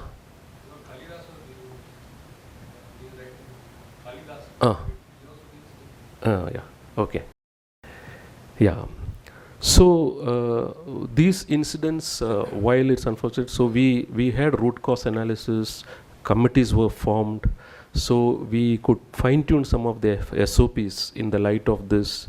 So what has come to light is a one tier or a one layer of ensuring will not work. It has to go through multiple layers of cross-checking, and what doesn't meet my eye, somebody else will be able to point out those kind of things like we do in other aspects. So the best PP won't save you if your anchor point fails.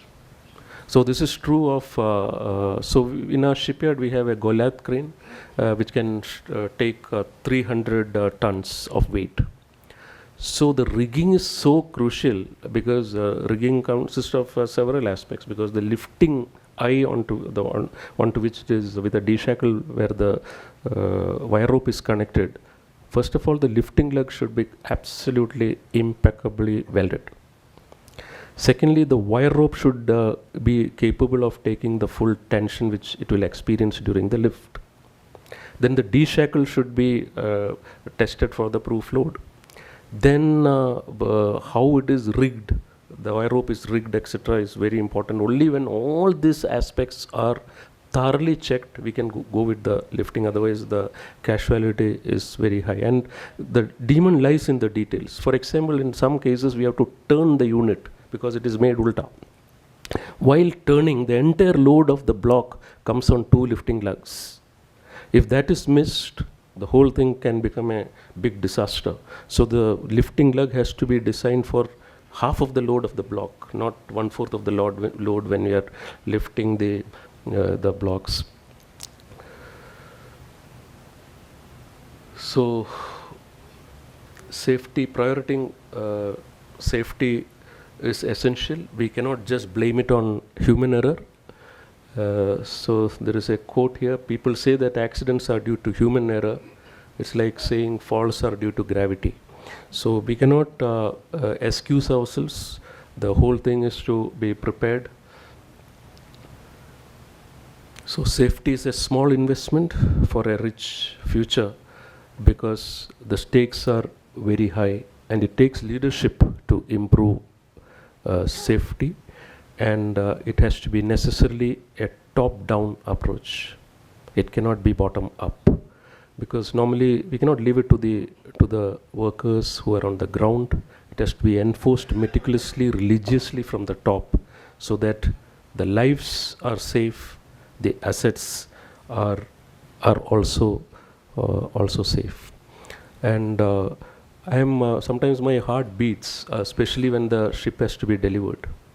We have this habit of putting maximum people, because there is a lot of pressure from the Navy, from the shipyard, from all stakeholders. Jaldi karo. Then we push maximum people.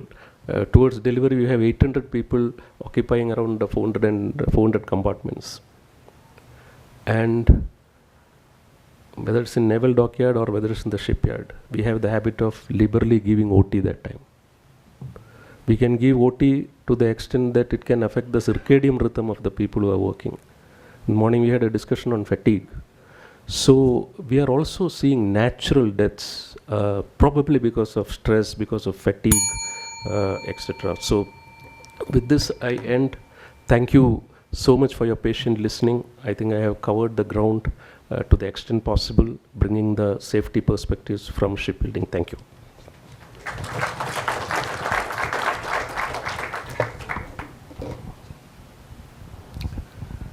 Thank you, Mr. George. You just made it on time. I need not have pressed the bell.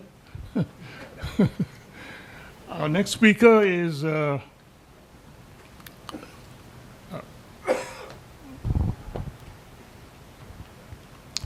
Rear Admiral Harish, and he's going to speak about more or less the same thing, safe practices in shipbuilding particularly. And there'll be a lot of common areas, but I think it's a very interesting presentation. And although you have a lot of slides, I know, but try to stick to the time of 20 minutes. So your time starts now. Thank you. Any problem?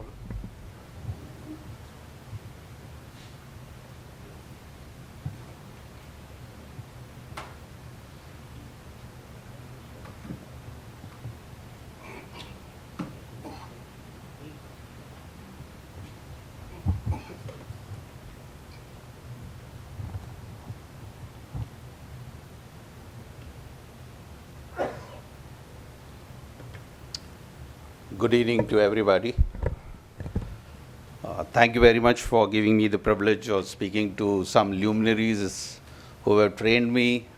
I've benefited from their experience over the years.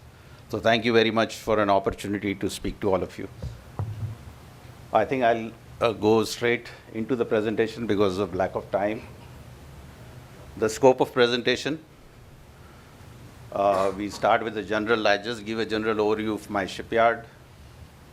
EHS is a key result areas, safety policies, safety culture, safety case studies, and we have L&T Safety Innovation School, which I'll touch upon.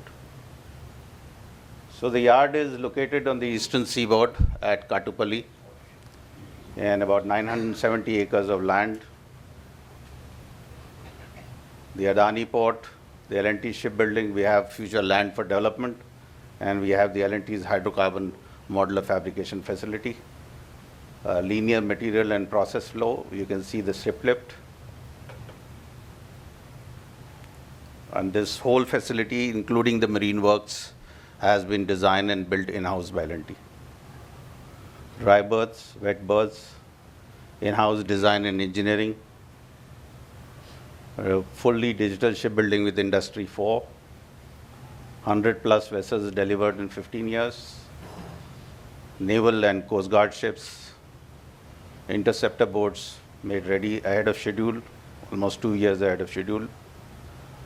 Right now we have 10 ships going on, 2 multi-purpose vessels, 3 cadet training ships, 3 ASW shallow water crafts for GRSE, and 2 fleet support ships for HSL.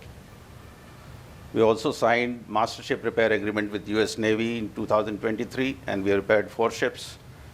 We have been L1 for 4 projects, which is a global competition. But unfortunately, because of some visa issues, we have not been able to get that ships going. But the problem is being solved by the Ministry of Home Affairs, so hopefully this should work out. We also repaired ships for the Royal Fleet Auxiliaries of the UK Navy. About 170 vessels repaired. Now I come to the business of today, environment, health and safety. We care for environment in terms of sustainable energy. The admin building is green certified and we have a good tree cover. As far as the corporate goals go, we want to be water neutral by 2035 and carbon neutral by 2040. And every quarter the chairman reviews the progress on this.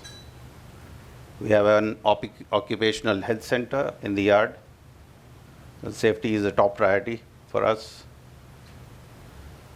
If we look at the shipbuilding safety compliance, as mentioned by my friend Biju, the regulations, the occupier of the factory has to comply, and if any accident takes place, he goes to jail. So it's very stringent. The financial risk, sealing of premises. We have had an incident recently in one of the shipyards which has been sealed because of a death. Legal issues, long engagement, and of course, the most serious of all, reputational damage. So if you look at the Korean shipbuilding, I just pulled out statistics. They have an average of, if you look at the last but one row, almost 40 fatalities a year. Of course, the scale of operation is very high, but it tells us that shipbuilding is a high-risk industry. And like we say that we use unmanned vessels to keep the men off the harm's way, I think the future is we have to use robots rather than men in highly risky areas like welding, blasting, and painting in closed double-hull structures, especially in commercial ships. So in our company, every quarter we have to present this EHS performance, and it is monitored by the chairman. So every unit has to present their safety performance. Safety enablers, I think most important is the leadership commitment and process confirmation that when I walk around the yard, I question people, are you seeing anything unsafe? Is there something that is amiss? And the workers and the supervisors give you a lot of hints about what's going wrong, and then they are good inputs for you to correct the system. So leadership has a big role to play to give CAPEX in terms of CAPEX and revenue support to all the safety enablers, safety standards, rewards and recognitions, workers, vendors and subcontractors involvement, for a whole plethora. So it's leadership, policy and strategy and people. So we have been certified by ISO 45001 and ISO 14001. We have also been audited by external agencies, and we take it very seriously in order to improve our performance.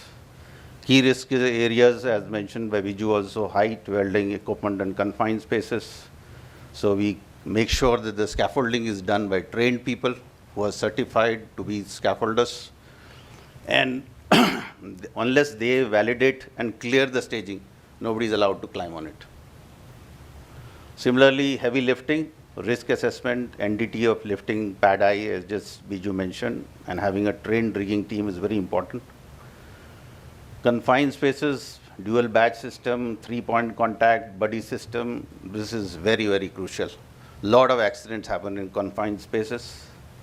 So we have regular exercises, and we have made special equipment like tripod stands, rescue pallet, etc. And we carry out drills and exercise. We also have a portable air supply arrangement because carrying air cylinders inside confined spaces becomes difficult. So safety policies and procedures are well written out. Most important thing is, as been said since morning, 300 near misses. If you miss analyzing them, then it leads to one major injury. We all know about the Swiss cheesecake model, and what is important is to avoid concurrent failures. So I think safety culture comes from leadership, employee involvement, open communication, and behavior-based safety. So we have a procedure for new workers. They get medically examined, and they are briefed on safety before they can go on board ship.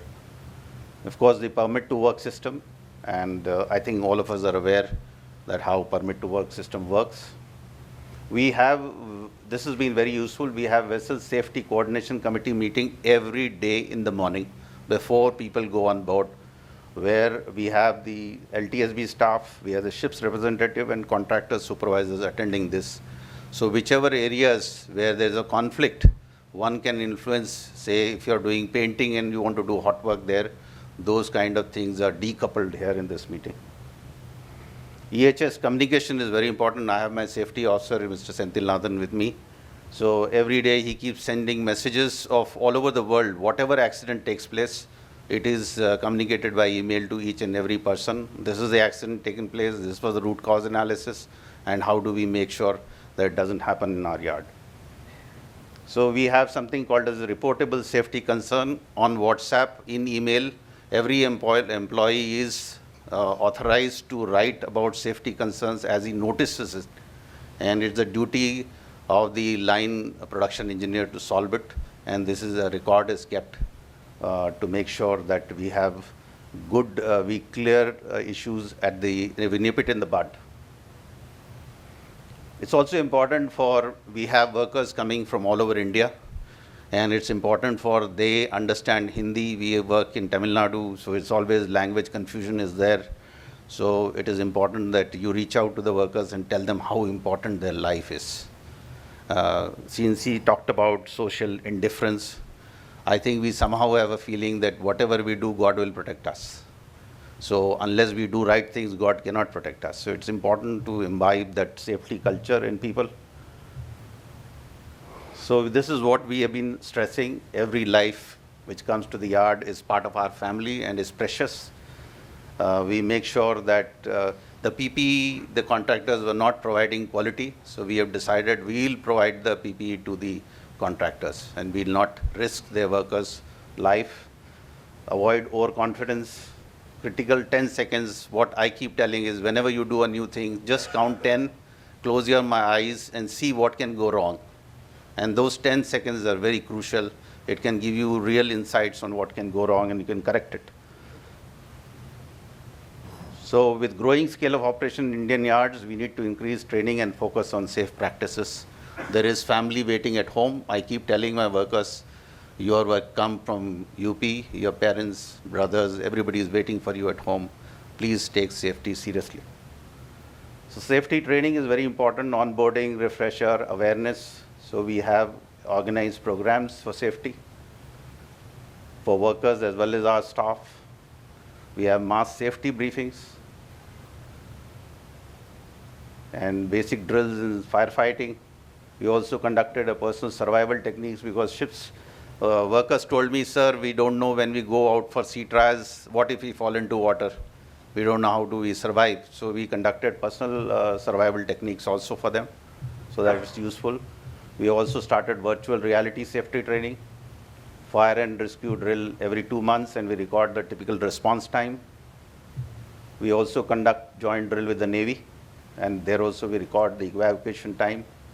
We also conduct training with Adani Port, who are our neighbors, because we need to protect each other in times of crisis.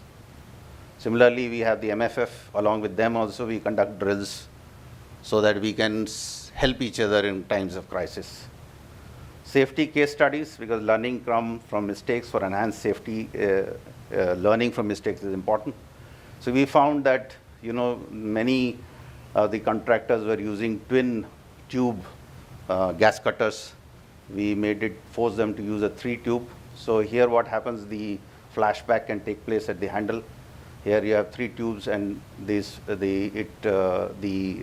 fire safety is far better in a 3 tube one, because the gas mixing takes place here and not in the handle. We also test every 14 days, we test all the gas nozzles for safety.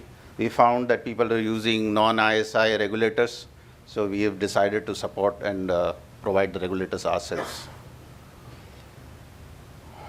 Fire on ships alongside has been a concern where indiscriminately the firefighting people who come, especially from the safety department, they don't understand stability. They just pump water into the ship at a very high pressure, and then you have flooding in the ship, and then you have stability issues.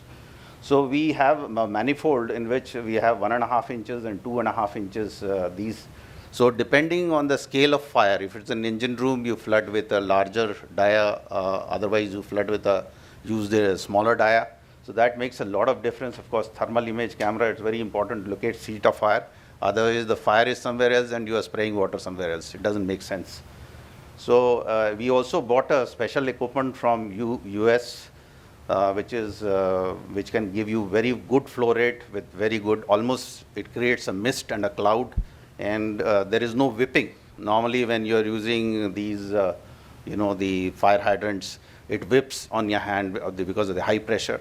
So here we are using with nozzles. It was imported long time back, and it can give you large discharges. So the key is regulate the water flow into the ship and have a point where you can evacuate the water so that there are no stability issues.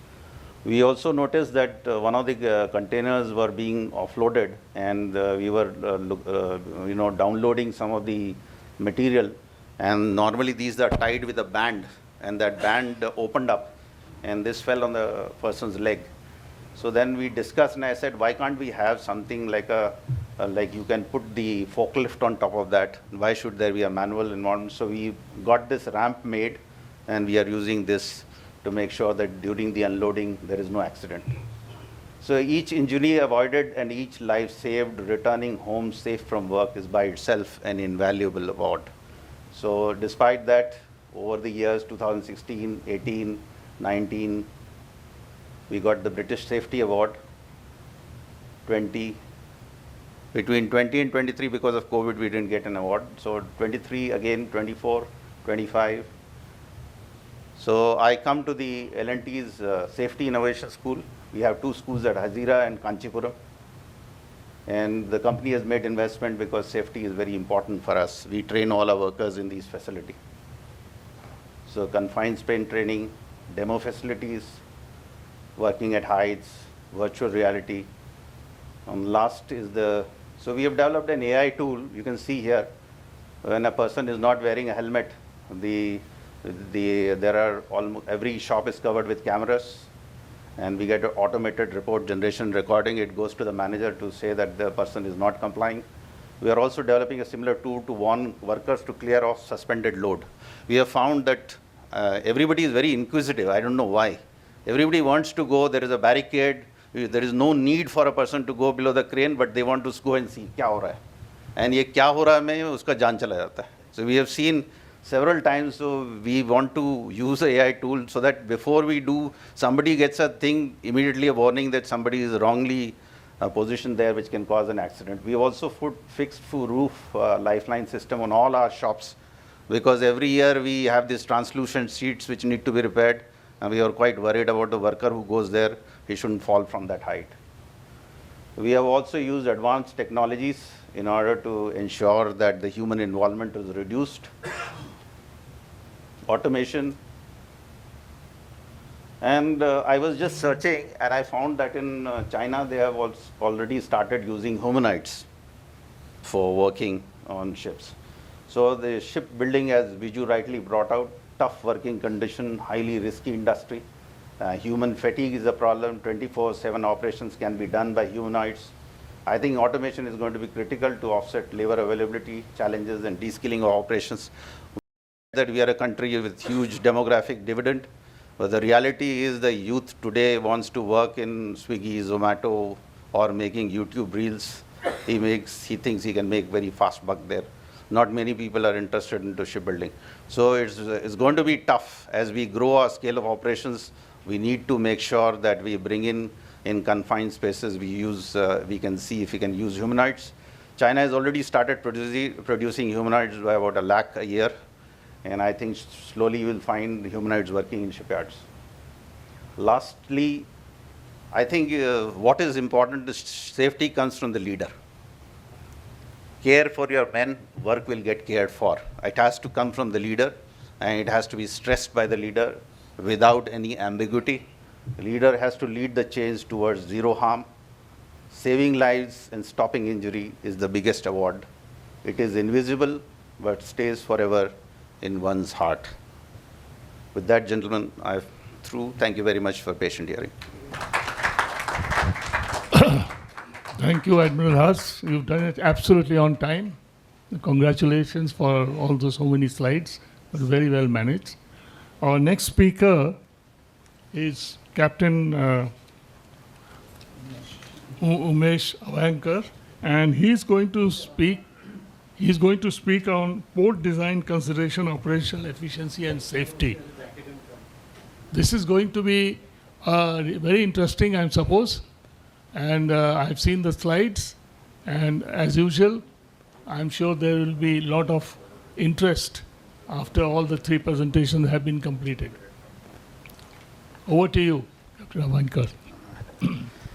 Good evening, distinguished speakers on the dais, and ladies and gentlemen sitting over here. First and foremost, thank you for calling me for this session. I think all of us have been talking on maritime safety, that is what is in the water. And the last session was on the shipyard. I think I'm going to talk about the port. That's where I am from. That's what I do for a living. And somebody had said major ports. But just to point out, India has major and non-major ports. Incidentally, non-major ports also have a 50% share in the overall scheme of things. But thought process is major, major, major. But non-major is doing equally well. In fact, I would say they're doing better in terms of efficiency. So Mundra Port, what started off in 1998, that is the example I've taken. That's where I was for 10 years. It has taken 27 years till today, trying to compress the entire safety in about 20 minutes, what has taken 27 years to build. It's a tough task, but doable. Port, we say we require ports, but gentlemen, we have to be clear. If there is cargo, the port exists. If there is no cargo, there is no port. And I think everybody knows out of the 12 major, 185 plus non-major, how many are actually functional and how many are there just to call it a port. So cargo is the prime requirement for ensuring that port actually works. We start talking of safety, that's when it comes to the port. And when we talk of safety, the first thing that comes to mind is the port design. If I were to give you an example, in Mundra Port, which handles 200 million, it's from 2013 onwards, it's been the number uno port in terms of cargo handling. On an average, there are about 9,000 trucks which enter the port every day. Every day. There are about 400 plus trucks which operate within the port. In the container terminal itself, there are about 250, and in the bulk, you have about 150. And if you look at this vis-a-vis the human beings, you're looking at any given shift, you will have about 2,000 people. So there is more machine than man over there. When you look at safety, and in the port's parlance, you're looking at marine safety, you're looking at stevedoring safety, horizontal transportation, storage and evacuation. Why I have put this slide, just imagine you invert the funnel and design the port. A Malacca Max carries 25,000 TEUs. Now, if you want to ship out those 25,000 TEUs and load 25,000, can you imagine the number of trains that you're going to require to come in? Impossible. And if you look at the kind of berths we have in Mundra, we are doing about 10 million TEUs annually. We are the largest in terms of containers. So the design itself is extremely important. You design it in the wrong direction, you're going to have a traffic jam all over, which is one of the key problems with the port design faces. Safety, I've purposely put achieve a Indian. If I were to ask everybody what is our appetite for safety, Norway to Australia. I will give you an example. We own the Abbott Point port in Australia. We have multiple stacker reclaimers for handling coal, doing about 120 million tons of coal in the country. An average stacker reclaimer costs about 38 crores. So we assumed if we were to do that for Abbott Point, it would cost 10% more, 42 crores. So when we actually sent the design over there, they said we would like to do something on it. So I said, okay. By the time the design came back, it was costing 105 crores versus 38 crores in India. That is the level of safety that they look at versus the level of safety we look at. We had taken up a charter in Norway for discharging cement on one of our chartered vessels. We have 14 ships, and the technicals were all over, and they wanted a noise analysis. And when the equipment, what was running as cement, that's primarily the compressor because it's all pneumatic, the decibel levels were higher compared to what was acceptable over there. So therefore they refused the ship, stating this ship is unsafe for Norwegian ports because the sound levels are beyond the prescribed limits for safety. So they did not charter the vessel. So safety in India, safety Australia, safety in Nigeria. I worked in Nigeria, I worked on an FPSO, and safety, what we want, we have to decide what is safety, to what level do we want to go, and what we can tolerate. We have been discussing on how to change human mind. Continuously we talk of every organization, training de do, training de do, training de do, human mind change karo. But human mind, if it works 12 hours a day, it is going to have a fatigue factor beyond that, jaane do. That happens. How many of us think of hard controls vis-a-vis soft controls? And this, I'll show you the next slide. Mundra has a 60 million ton per annum coal import terminal, what we call the West Basin. There are 4 deep water berths over there. And on the conventional port, which is started in 1998, we have the soft cones where the port entry is there. Whenever a truck comes and you got the porta cabins, people sit over there, we had n number of incidents over there. So when we actually built West Basin, I talked to the planning head. I said, "Mere ko concrete ka kar do niche." He's saying, "Why concrete?" I said, "Just make it." There is a huge concrete block down below and you got a porta cabin on top. We've not had a single incident over there because every truck driver knows if he goes and bangs against the concrete wall, it is going to hit him also. No incident. Hard control. And that is what we have always stressed in the entire port. Do hard controls. Of course, you have to have the toolbox stocks. You got to train the people. You have to ensure that training is there. I'm not denying that fact. But from an organization perspective, have hard controls. Ensure a person, even if he wants to make a mistake, will not make a mistake as far as safe and possible. I'll just run you through some examples on how we actually achieved this. In fact, we used to have one incident every day of trucks. When you have so many trucks, those days there were not that many, but there still were about 3,000 trucks, 4,000 coming in. When so many trucks are coming in, even though it was short span, everybody thinks he's a Ferrari driver. He starts from the main gate straight, goes over there, then he brakes. Then he realizes 1 घंटा, because incentive है कि इतना ज़्यादा container load करेगा उतना पैसा ज़्यादा है. Little do they understand that they still have to go and stand in the queue. But mindset, that mindset to change. That time my boss had told me, "Unmesh, when are we going to have safe days?" So I asked him a simple question. He was also a marina, Captain Sandeep Mehta. I said, "How long did it take to learn safety?" I said, "When were you climbing on the mast? Did you wear a safety belt? Your chief officer and master told you, be careful." What did you tell him? "Accident mere ko nahi hota hai, dusre ko hota hai." If at our level, it takes us 10 years to learn, for a laborer who's earning 4,000, 5,000 bucks, for him, he's not bothered. Usko paisa leke he has to go home. He thinks accidents don't happen. That is a sad part. So what do? Create a hard control to ensure that even if he wants to make a mistake, it will be difficult for him to make that mistake. I'll take you through some examples. And what we have actually done is fit for purpose versus multi-purpose. I think most of you must have gone to Vizag.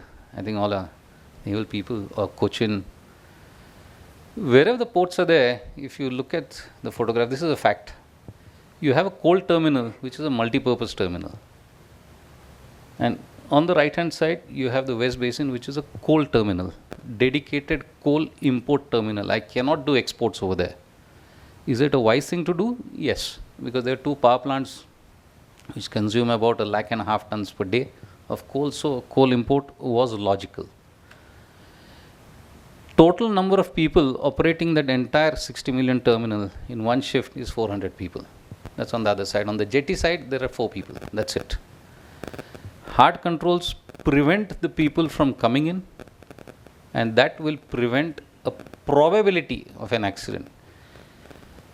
Because after all this, somebody did ask me, Unmesh, how can you assure you can have 0 fatalities? I said, Germany also they have road accidents, Norway also, India and Nigeria also they have. So I cannot guarantee something. I can reduce the probability, which is a fact, and that's how the probability of having an accident has actually come down. Multi-purpose, fit for purpose. I think everybody must have seen all these wagons going around. And if you see the wagons that we have, especially for carrying bags, they are designed for manual loading. The minute you design something for manual, you have human being. The minute you have a human being walking, you have a potential of causing an incident. That's what it is. Versus you look at the steel coils. Probability of a steel coil rolling out of that cradle is impossible. Originally, we used to discharge steel coils. Each coil is between 26 to 36 tons. You hook it up, it's okay. You put it on the trailer, tight with all the lashings. Invariably, something would not be done the right way because he had to push it fast. Productivity had to go up. Hard control, put a block, 0 incidents after that. Fit for purpose, multi-purpose.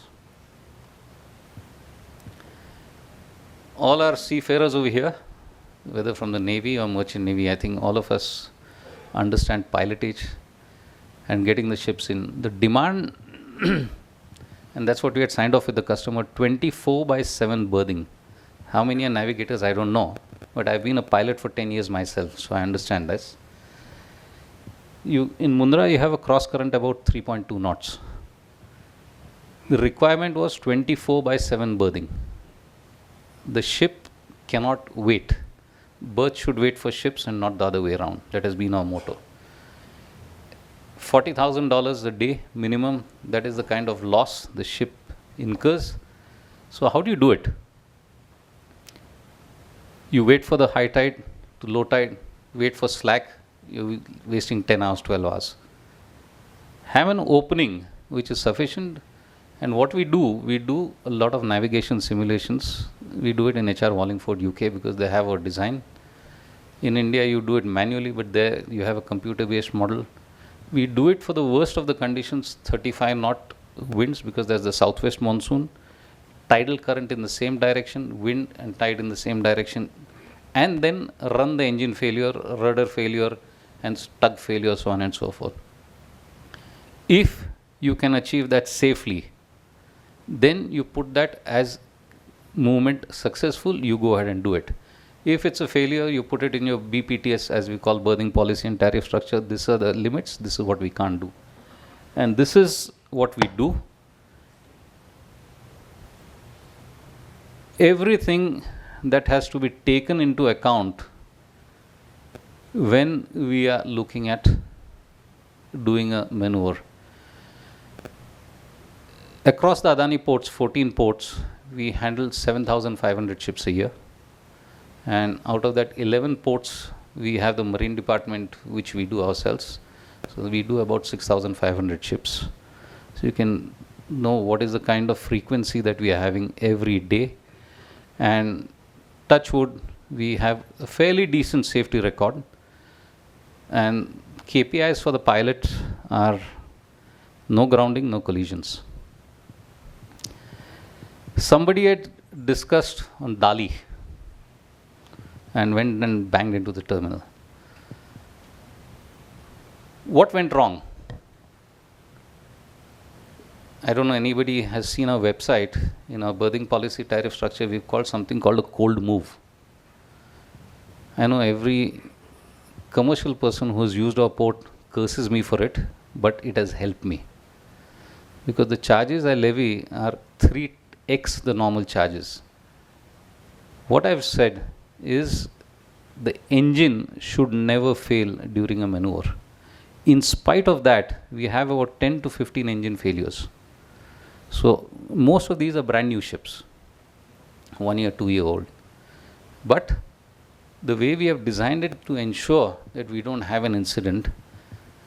And a very interesting case, I was sailing and I had a master, he read about that, and ship was diverted from Persian Gulf into Mundra. Got stopped at Singapore, and all the spares that he had asked for 3 years back, all the spares were given with one bold message. He showed me the message. Please ensure when you go into Mundra port, your engine doesn't fail. It's a very, very, very expensive affair.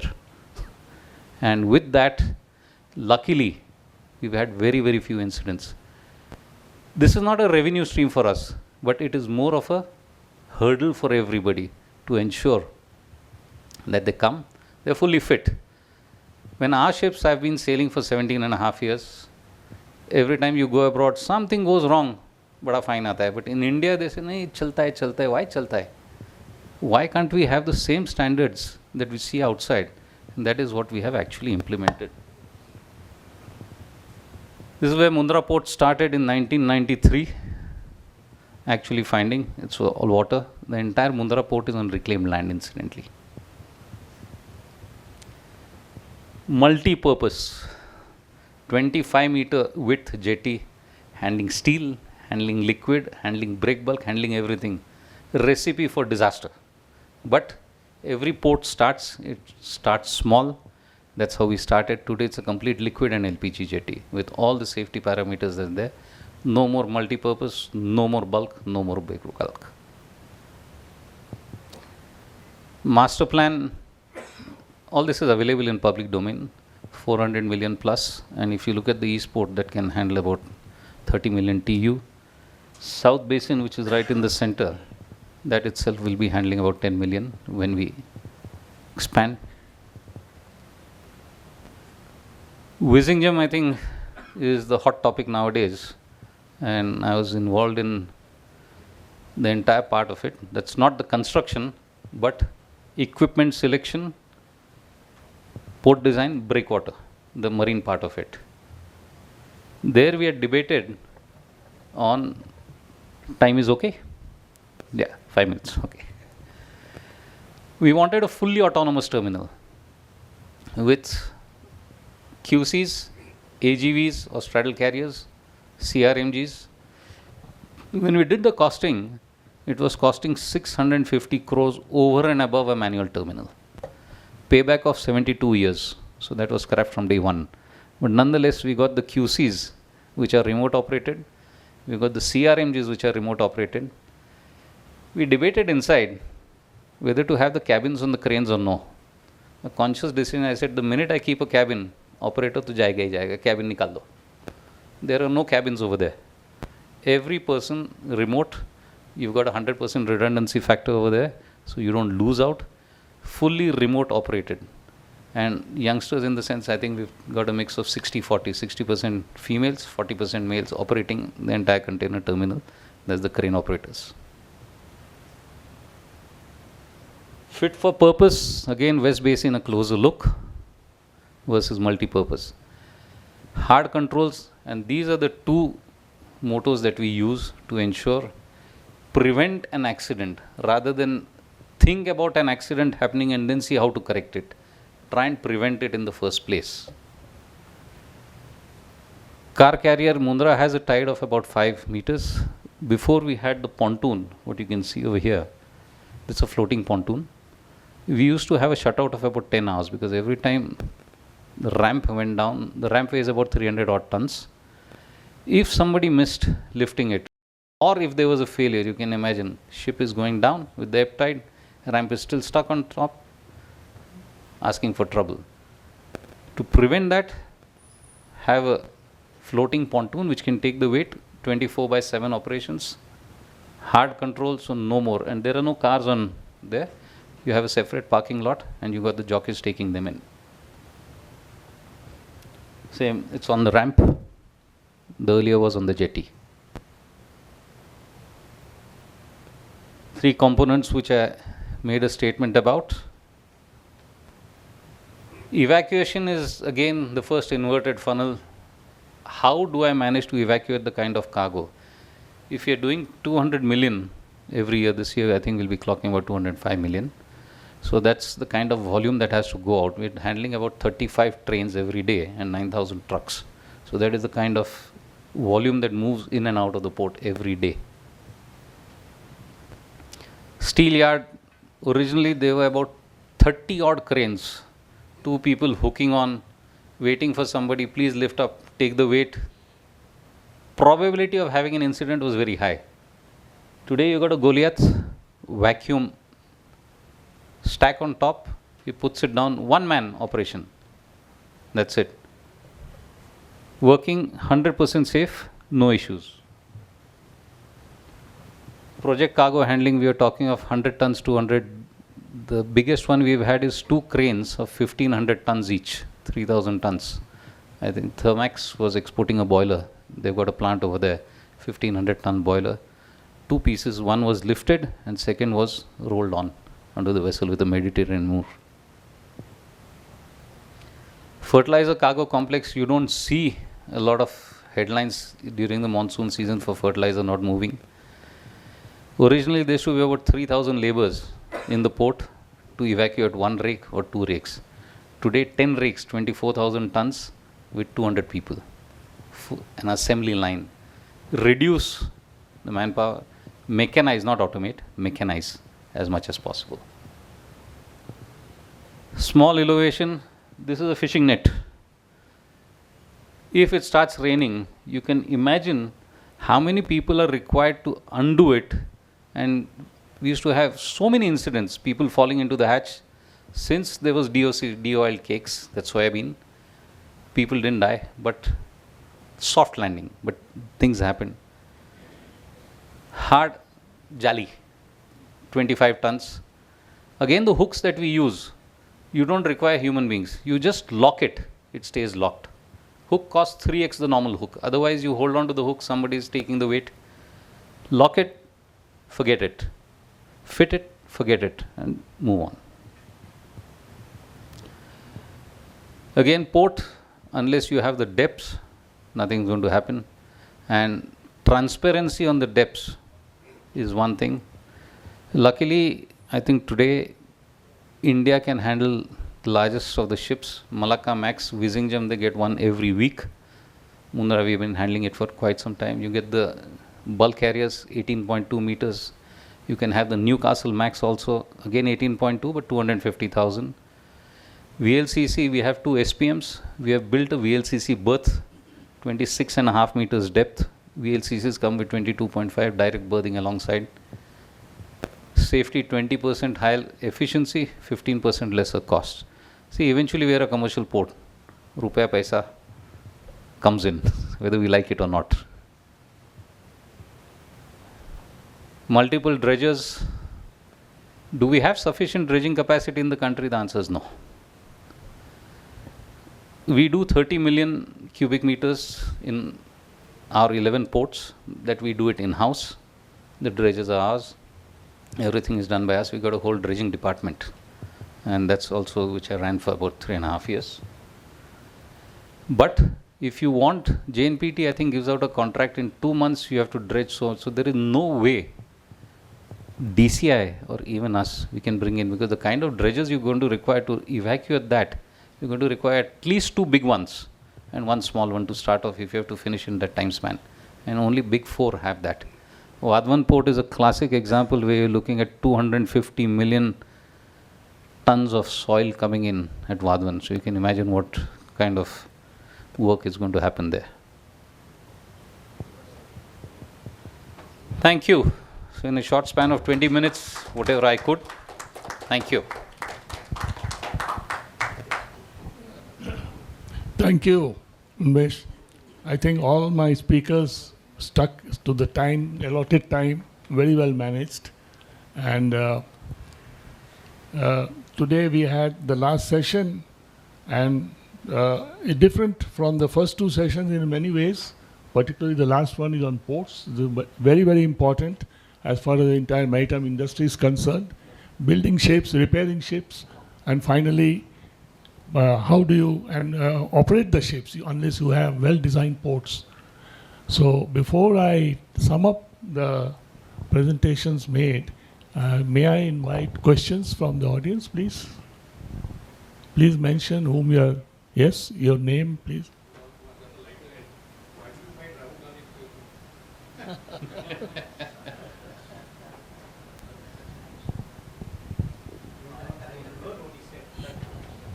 Yeah, can you explain what you meant, please? Now you understand. Sorry, I'll leave that some other time. Yes, please. Sir.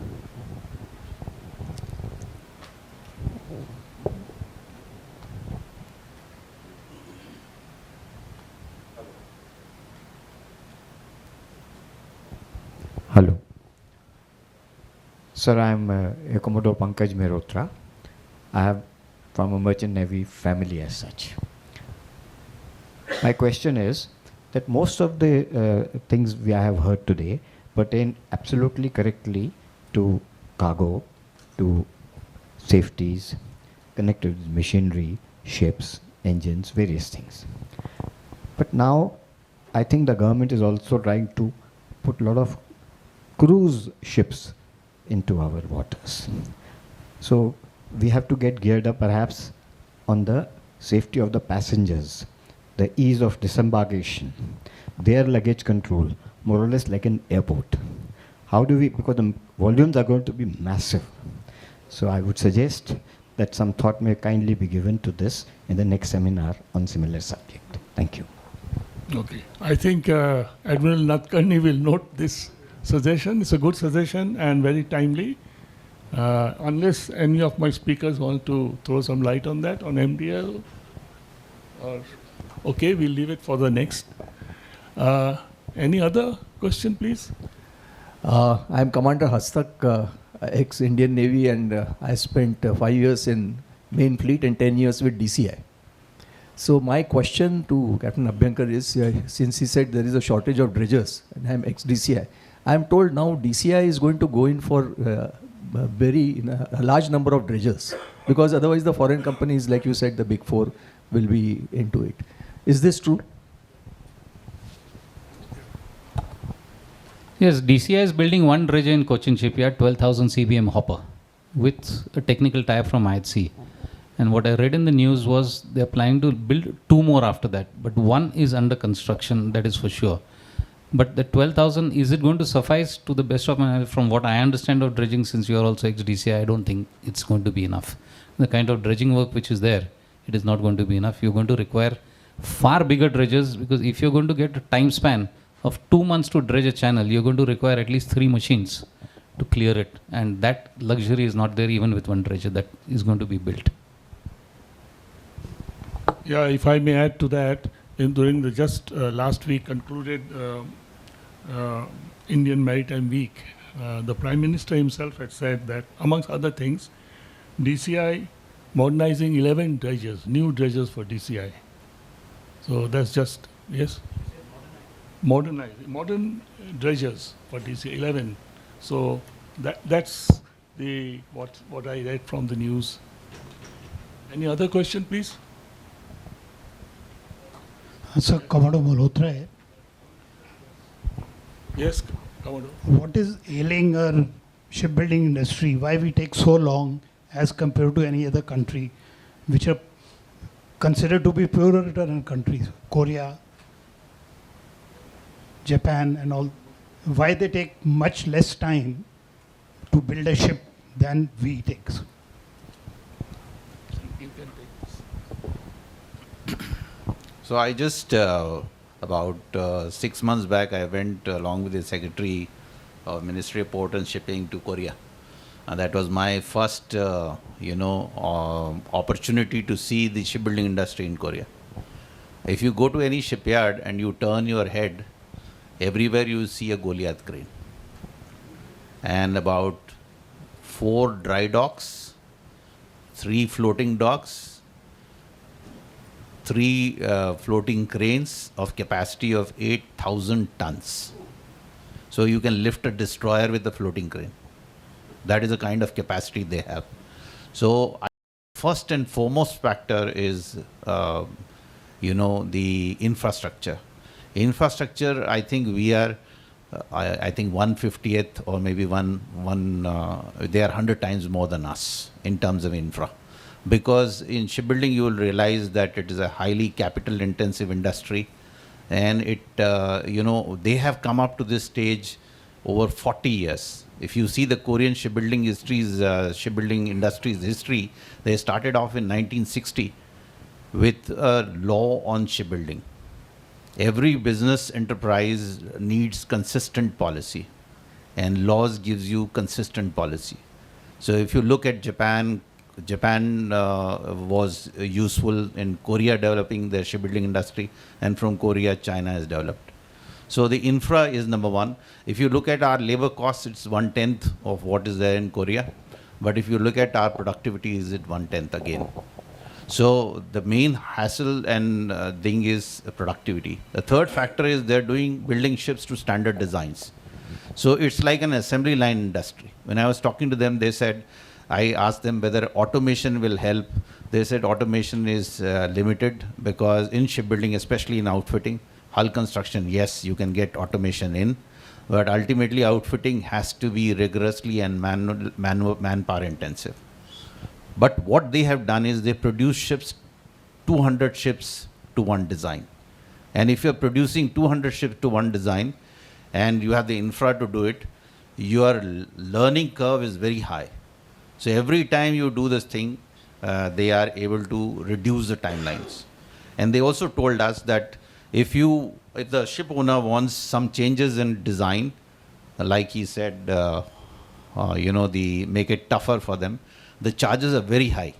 You take a standard design, your charges are low. If you ask for any changes, I want change in accommodation for crew, etc., the costs are very high. So they disincentivize any change in the standard design, and therefore their planning process, their supply chain process, their production process gets optimized to produce one ship of a class. In India, it is primarily got to do with, we have been building naval ships. And one important factor why it takes longer on naval ships is, if you take an aircraft or a tank, it is based on a prototype. So the product, the input, the process, and the output is very well defined prior to signing of the contract. In case of shipbuilding, the unit costs are very high. They are built in lesser numbers, so that it is does not go by prototype all over the world, especially naval shipbuilding.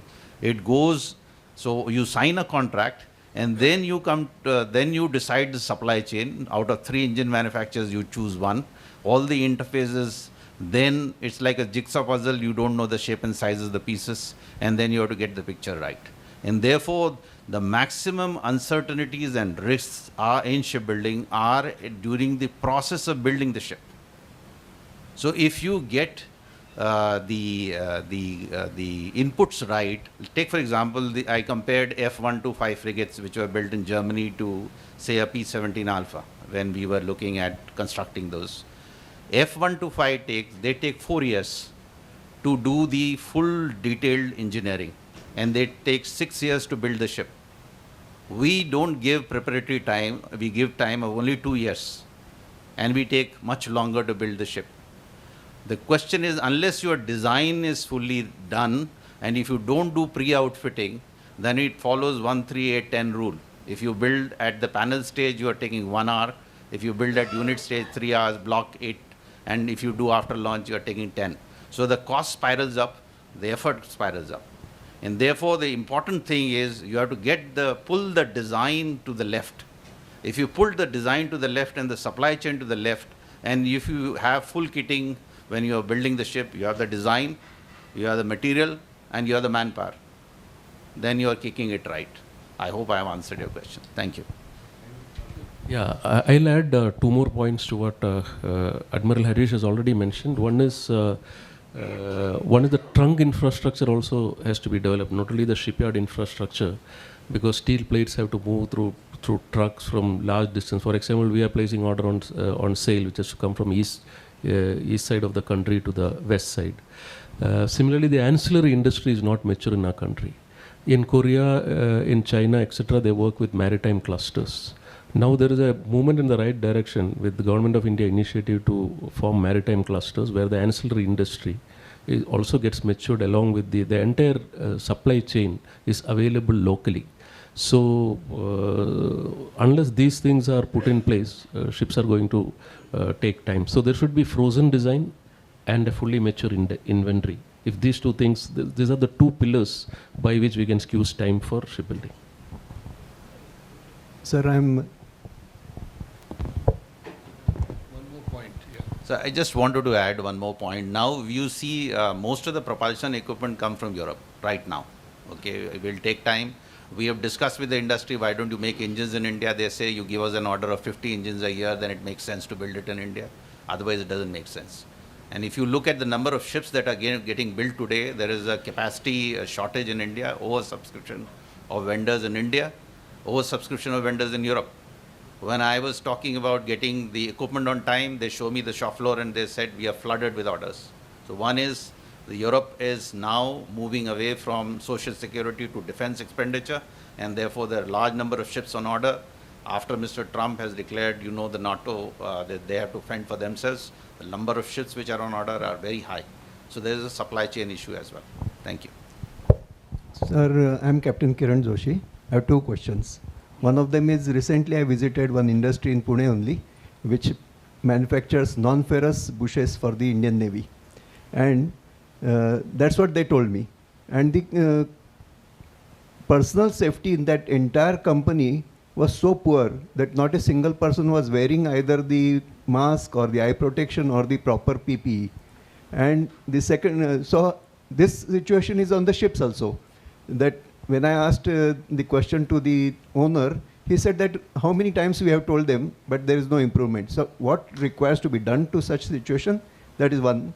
The second question is also to the same speakers regarding the ease of procuring the spare parts, which we find very difficult for the ships. I have been working on the ships, so it is very difficult to procure the spare parts in India, where we choose to procure the spare parts in either in Colombo, Fujairah or some other ports. Thank you.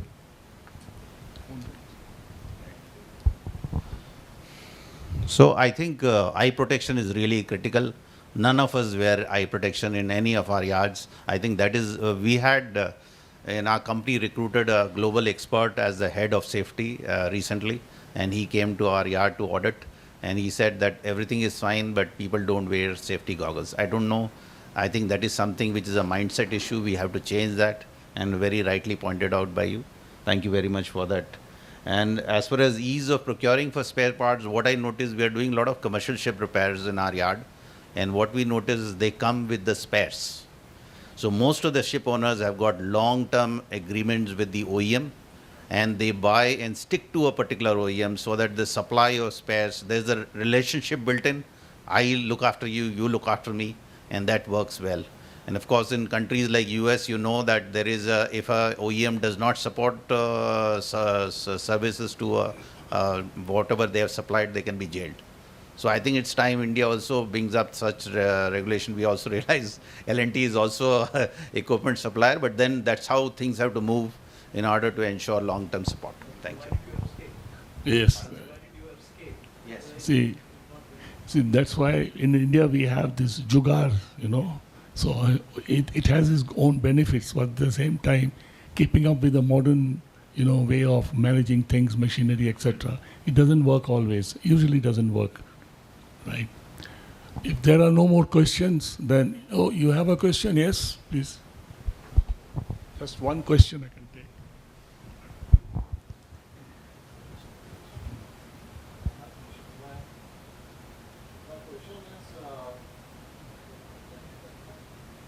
My question is regarding port design. Now, Captain Abhyankar has said, now we have got a lot of ports, and we don't have many deep drafted ports. And many times the government also, after declaring one port design, then they abandon it, like it happened to Dighi Port. And then it just gets abandoned, then there is no infrastructure, nothing. The whole industry over there suffers a lot. People go and buy trucks and, you know, thinking that and equipment and all that, the port will come up. And then it's suddenly abandoned. Actually, the Wisdom port which the Adani took place, it actually came into being, it was during COVID time when signing of merchant navy officers became a problem. So that is the time when big ships started coming there, and the crew change was taking place. That's why they decided to have a port there. So my question is that the deep drafted ports require this dredging and this that. So how does the government only not do anything for their own ports and they do it for private? If people are doing it, just can you put a on that? See, when it comes to port design, most of the private ports, they're designed for the largest of the ships which are plying. Eventually, the matrix that you look at in a port is what is your cost per ton. Even though dredging costs are high, it still works out more cost effective to dredge. Inherently, ports which are not designed, say, for example, some of the ports which are there where the breakwater is designed with the tow line, let's say 14 meters, there's no way you can dredge that. So that is fait accompli, you'll have to live with that. But, say for example, Vizhinjam, which was designed, it didn't come as COVID, it was supposed to come 22 years back. But it was not a port which would make profit. So there was a viability gap funding which was given, and we were the only bidder, so we took over. So that was a challenge. So, but that is designed, you look at the breakwater is designed for minus 20.8, the tow line. So therefore, you can dredge it to 20.8. You look at all the other ports, whether it's Gangavaram, Krishnapatnam, all are designed for a particular. But if you have an old port where the breakwater is designed with a tow line of 13 meters, then you can do nothing. So this is a problem with the existing ports, whereas all the new ports, if you can't handle the larger of the ships, you're going to lose business. So they will, by default. Dighi, what you rightly cited, is a chicken and egg situation. There is no cargo over there. And my first slide which said, if you have cargo, the port works. If there is no cargo, there is no way a port can work. And Dighi is a classic case over there. There is no cargo. Jain sir, Major Kamlesh, presently doing technical staff course in Millet sir. My question is regarding the Amrit Kal, the vision which we have given in 2047. And according to that, 90% indigenization has to be done by that time. And more than 300 warships have to be built by that time. How much possible is it and how much achievable it is, sir? See, according to the last, what I read in the Indian Maritime Week 2025, it's not only, can you hear me? Yeah.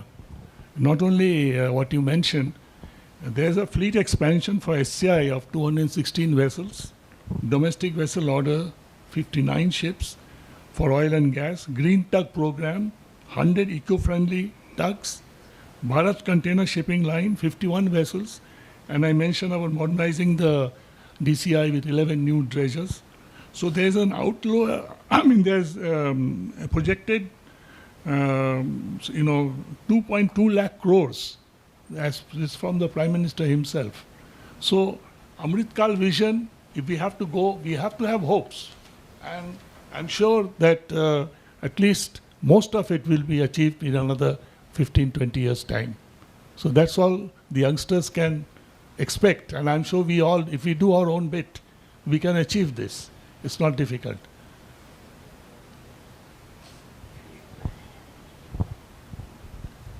There's also a lot of partnerships promised, like, CMA, CGM, 6 LNG vessels with Indian flag. That's a big development because it will give more employment to Indian seafarers.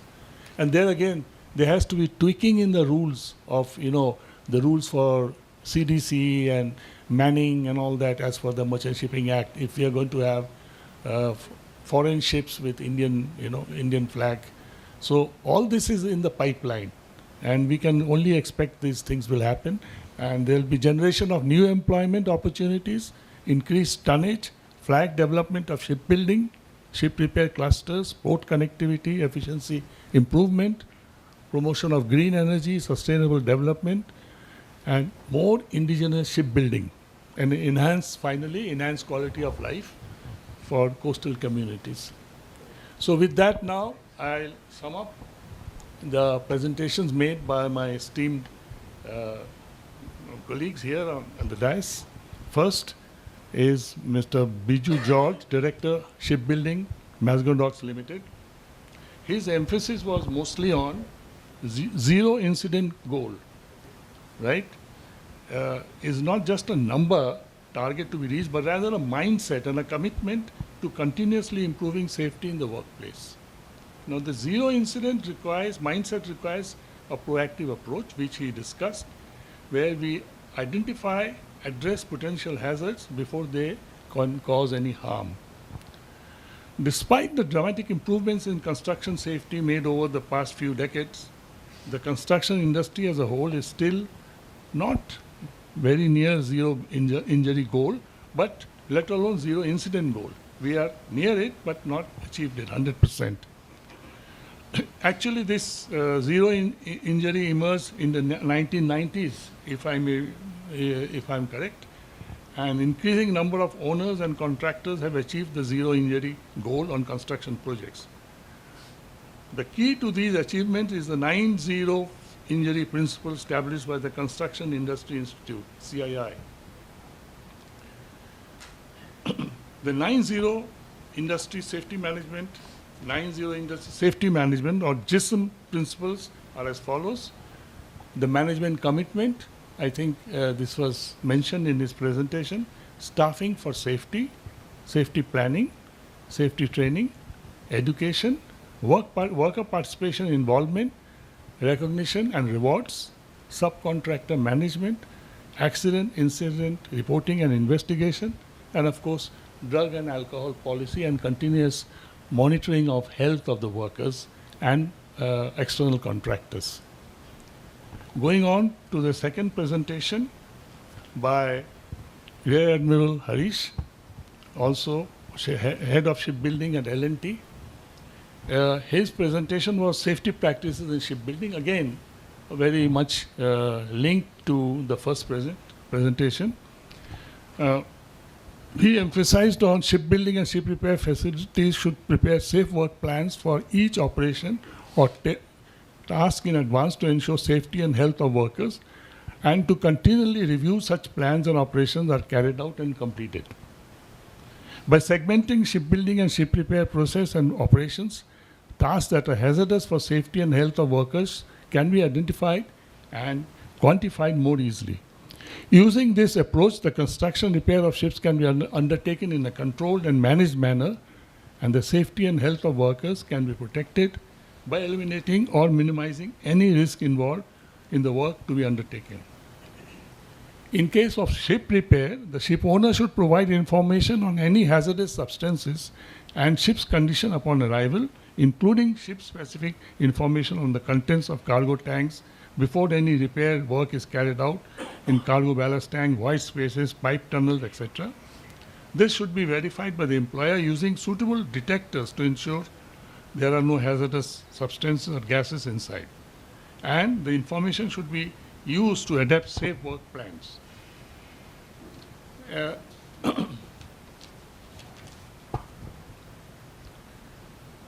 He discussed about the modern shipyard, what it should be, and I'm really amazed to see that in no way this is in any way, except maybe, okay, the infrastructure you cannot compare with what you have seen in Korea or Japan.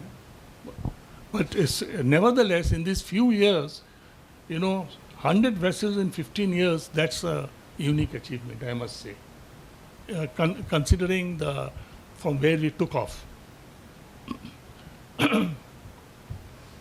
So, vessel safety coordination committee meetings, and what can go wrong?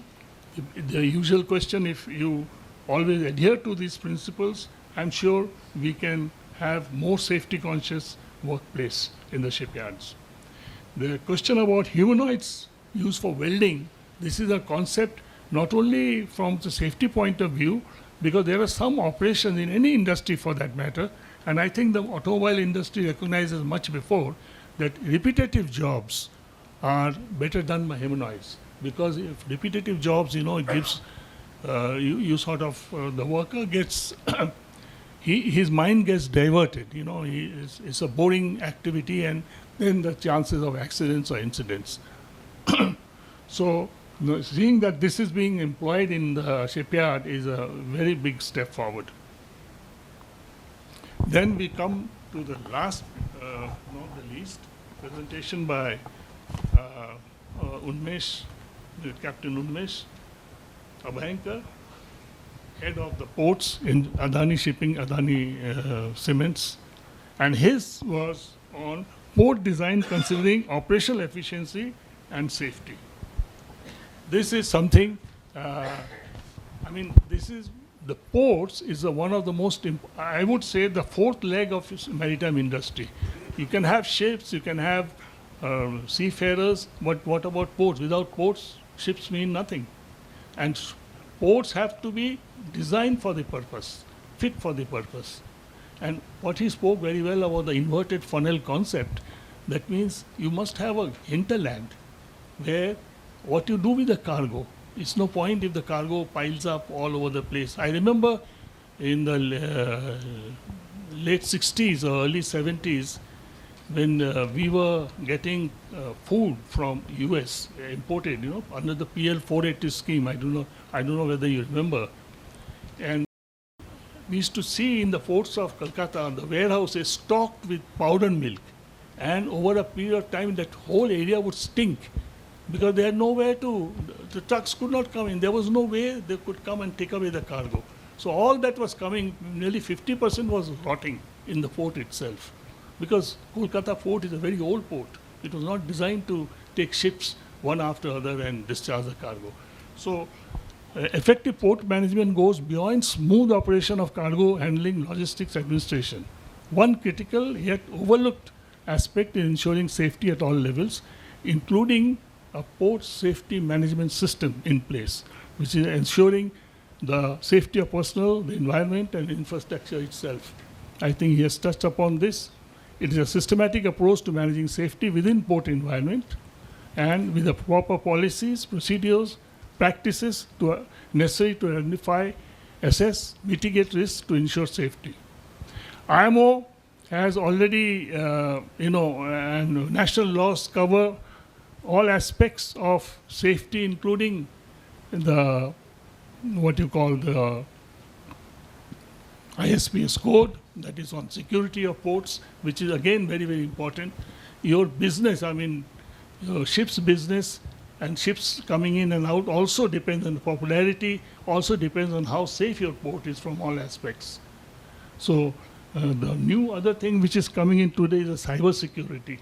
Sometime back, I think about a year ago, there was a huge uproar in JNPT. There was JNPT? Yeah, they got hacked and the entire port was sort of immobilized for a couple of hours or maybe a couple of days, I don't remember, 2 days, yeah. So these things we have to, with today's, it's not only physical safety, it is cyber safety, cyber security. So to identify hazards, risk assessment, accident investigation, emergency response planning, continuous monitoring for safety improvement, all this comes under systematic advanced port management. And I think Captain Abhayankar has touched upon this in his ports where he is handling Adani ports. And most important, of course, is ongoing training for these employers, including contractors and visitors who come to ensure that everyone is aware of the safety. And there is an aspect of awards. I think nothing can really motivate a common worker if he knows that there are awards. If he maintains a certain discipline, he can be awarded in whatever way possible. So these are the key points which was discussed. And I think, is there anything else to add? I have a small anecdote. Yes, please. Very interesting. I think a lot of you must be knowing the queuing theory. Yeah. When I joined in 19-year-old, I came to Bombay, so I asked the captain. That time there was 100-odd ships at Anchorage. He phoned up somebody. So I asked him, why are you phoning up? He's saying, agar phone nahi karunga, to 3 months you'll stay outside. Because that was a congestion. He's saying there's port congestion. As a 19-year-old joining as a cadet, I didn't understand what's port congestion. Then I went into the whole port congestion where you can't schedule. 65% is equal to 100%. So that was the discussion I had with my chairman. And typically in Gujarati, "Arey hu nathi. Sweat your asset 80-85%." I said, "No, 65, 85. This debate went on for quite some time. I said, "Berth should wait for ships and not the other way around." Eventually, once we had the Chief Minister of Madhya Pradesh, Mr. I think Digvijay Singh, and the chairman had come, and we used to have practically 3-4 visitors a week, and I used to go through the entire Mundra port. I felt it was my own port. We went on a car carrier, and he casually remarked, he saying, "Gautam bhai, आपके port में कोई जहाज waiting में नहीं दिखता है." He remarked, "My berth occupancy never goes above 65%. I keep on constructing. I'd won the battle." That's it.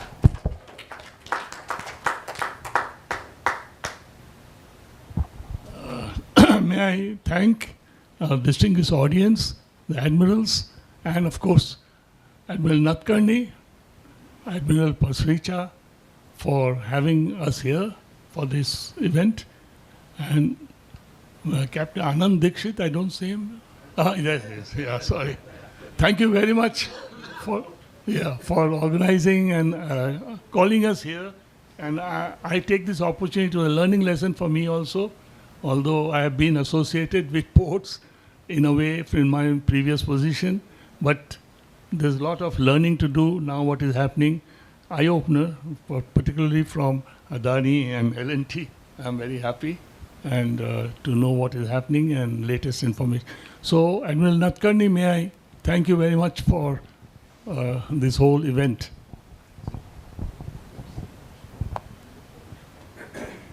I just have a very small point.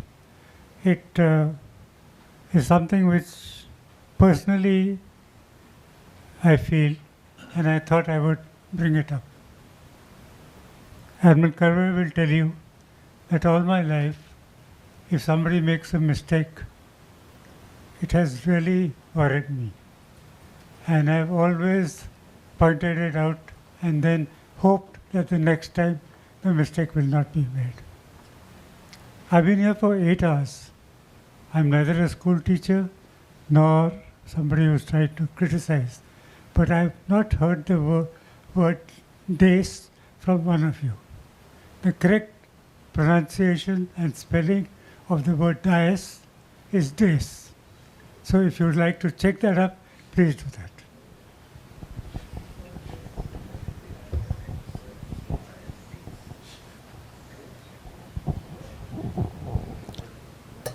I would like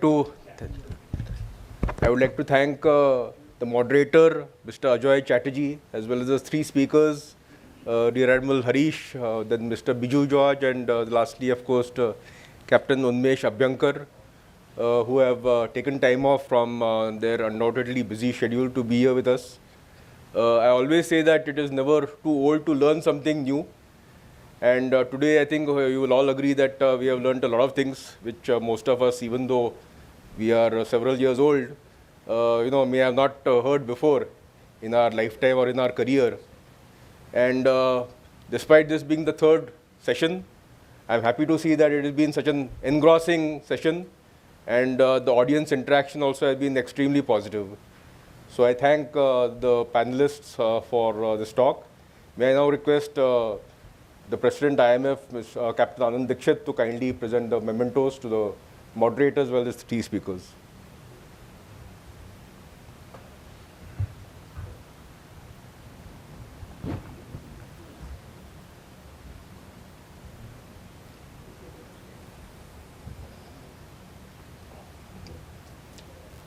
Mr. Ajoy Chatterjee, firstly.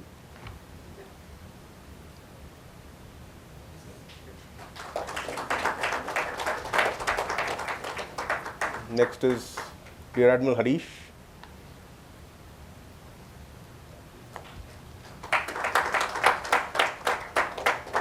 Then Mr. Biju George.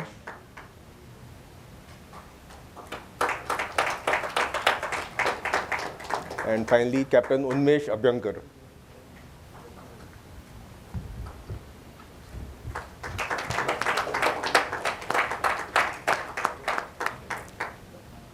May I request all of them to kindly take their seats? We also have, sir, Captain Dikshit, just one more. You can take your seat, sir. We also have one special memento We have here Mr. Deepak Mokashi, who is a former general manager at MDL. May I request him to come forward. He was very keen also to contribute to this seminar in the form of presentation. Unfortunately, due to paucity of time, we were unable to give him a slot. But nevertheless, he has sent us a paper as well as a presentation, and we shall certainly include it in our seminar compendium, which we intend to bring out after the seminar. May I request him to accept also a memento from the IMF.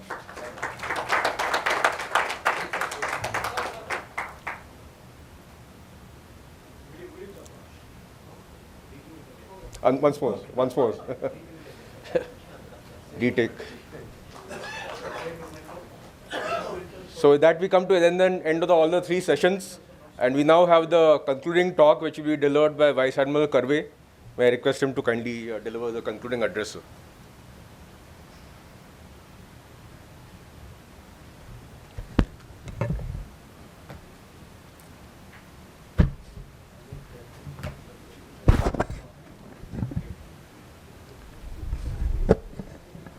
So good evening to all of you once again. And I won't take very much of your time because we have at the end of our theta now, and we've been sitting here from this morning for nearly 8 to 10 hours. But I must say that firstly, the topic chosen for this seminar, I think it is an excellent topic, proactive strategies to enhance maritime safety.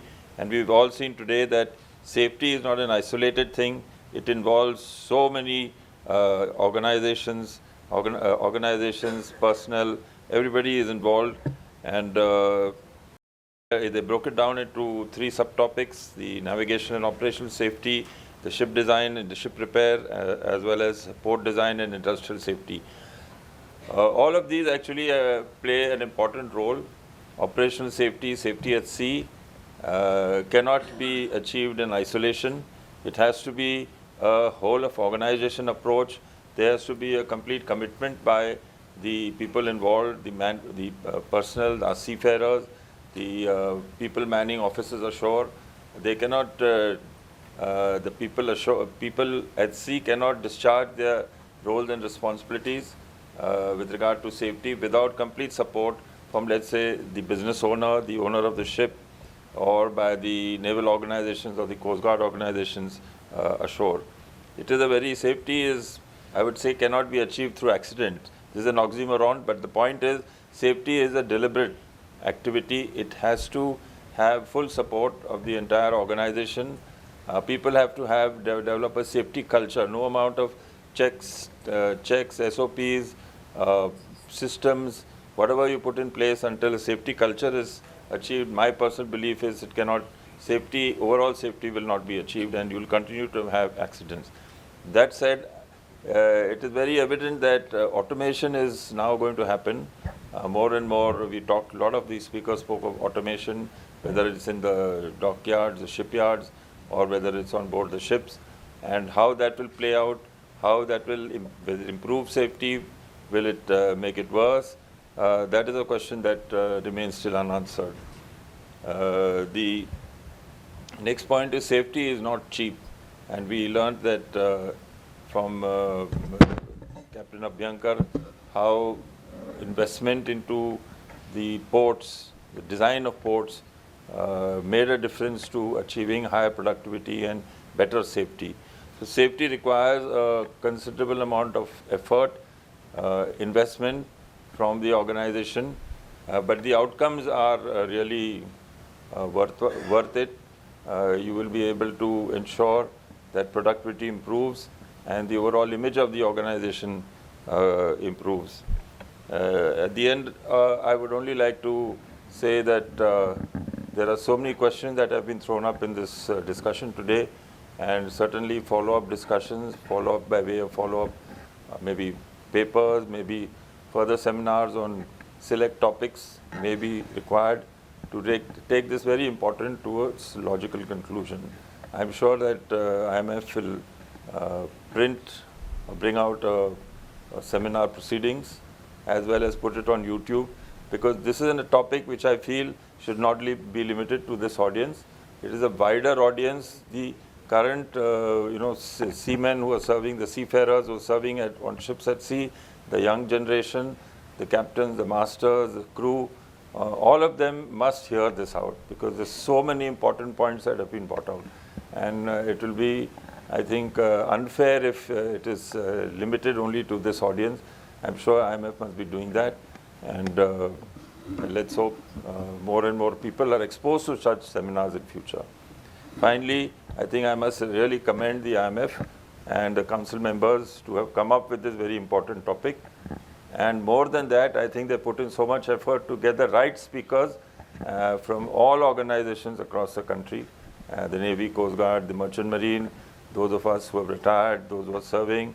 And I think each one has brought a different flavor to this whole discussion today.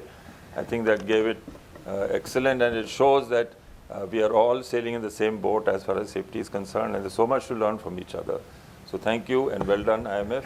And particularly I would like to thank Admiral Ravi Nadkarni and of course the Chairman, Captain Dikshit, he's there, for both of them who really put in a lot of effort. I think the outcome is there for all of you to see. Thank you. And I would also like to thank, of course, my captain, Admiral Pasricha, who has been the guiding light, I'm sure, for this whole. Thank you. Thank you, sir, for those very kind words. Before we come to the last event on the agenda, that is a vote of thanks, I would just like to mention there was Admiral Karvi also mentioned this about the proceedings, which we call the seminar compendium, which we generally start preparing after the seminar is over. I would just request, I think maybe some participants have already left, but those who are here, request if you can share your latest script as well as the presentation. Those who have spoken of a script, those who have not spoken of a script, if you can share the slides. What we do is generally we put the script as the text part, and the slides we convert into images and then put them as insets in that particular text. Thereafter, as far as the people who have spoken extempore, we transcribe that particular talk and then put it in the form of a text speech as such. So I would just request all of you who have not done so to kindly send us those details so that we can compile the compendium.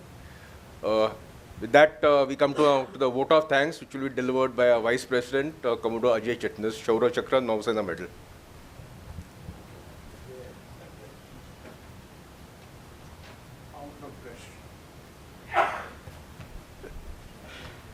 Thank you, Admiral Nadkarni, for giving me this opportunity to propose the vote of thanks.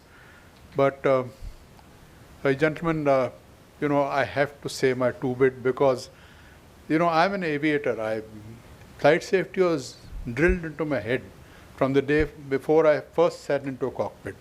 So it just became like a state of mind. And you will all agree with me that actually the maritime field flight safety has percolated from aviation into the maritime field. Unfortunately, while percolating, a lot of paperwork got added to it, and now has become paper safety. And I've read a line in the new issue of Marine Insight, which says 8 in 10 seafarers describe shipping as overworked, underpaid, and digitally monitored. I mean, this is the statement that's come out. But behind the statement is the reality. Longer hours, shrinking crew, stagnant wages, and constant surveillance through onboard digital systems.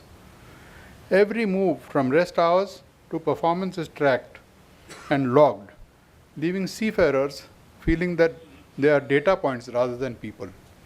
I mean, I'm just trying to, this was brought out in the seminar itself. Captain Sudhir Nafle knows, Captain Naik talked about this, and this is what is happening. But safety must not carry its baggage with it, I feel, and we must take safety as a part of your own DNA. While coming to the vote of thanks, thank you, Admiral Nadkarni, first as the convener of the seminar. I mean, what an excellent seminar we've all experienced. So it was indeed all your hard work and all the perseverance that has led to this.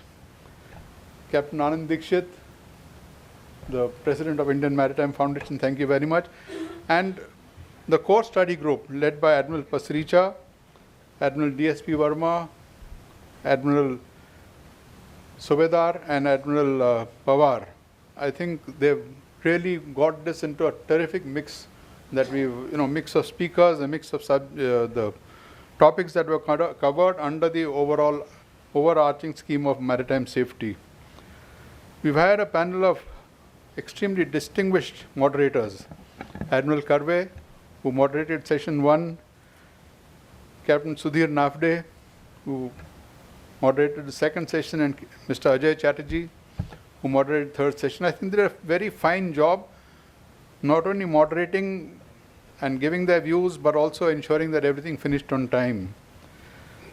Our galaxy of speakers, I must thank, starting from the first session we had Rear Admiral Madula, IG Bhisham Sharma, and Captain Mohan Naik. Of session 2, we had Rear Admiral Sujit Bakshi and Commodore Shridore and Commodore Shrikant Deshmukh. And in our final session, we started off with Mr. Biju George, Rear Admiral Harish, and Captain Unmesh Abhyankar. All of them brought their own experiences and what they're doing and the practices that they're utilizing to increase safety, and I think it meant a lot for this. But I'm forgetting, and it will be a complete mistake if I don't. I need to thank in absentia Vice Admiral Krishna Swaminathan, the keynote speaker, the Flag Officer Commanding in Chief, Western Command.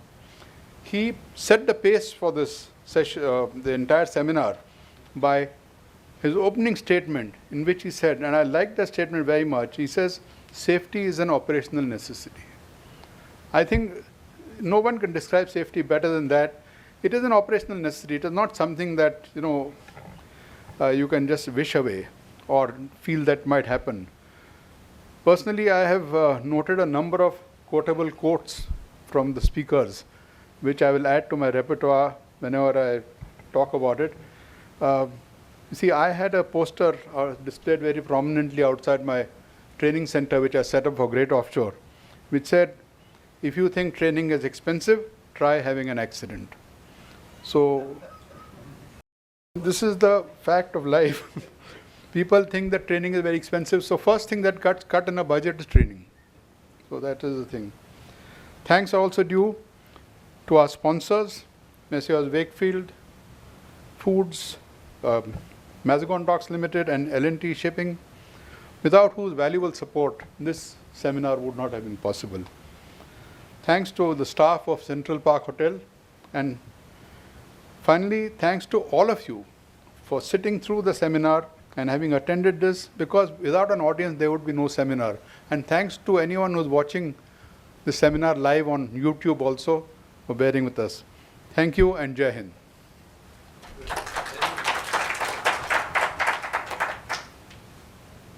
Thank you, sir. And with that, we come to the end of the seminar. And all that's left for me to say is wish you a safe journey back. And once again, thank you for your participation. Good evening. And wish for no traffic.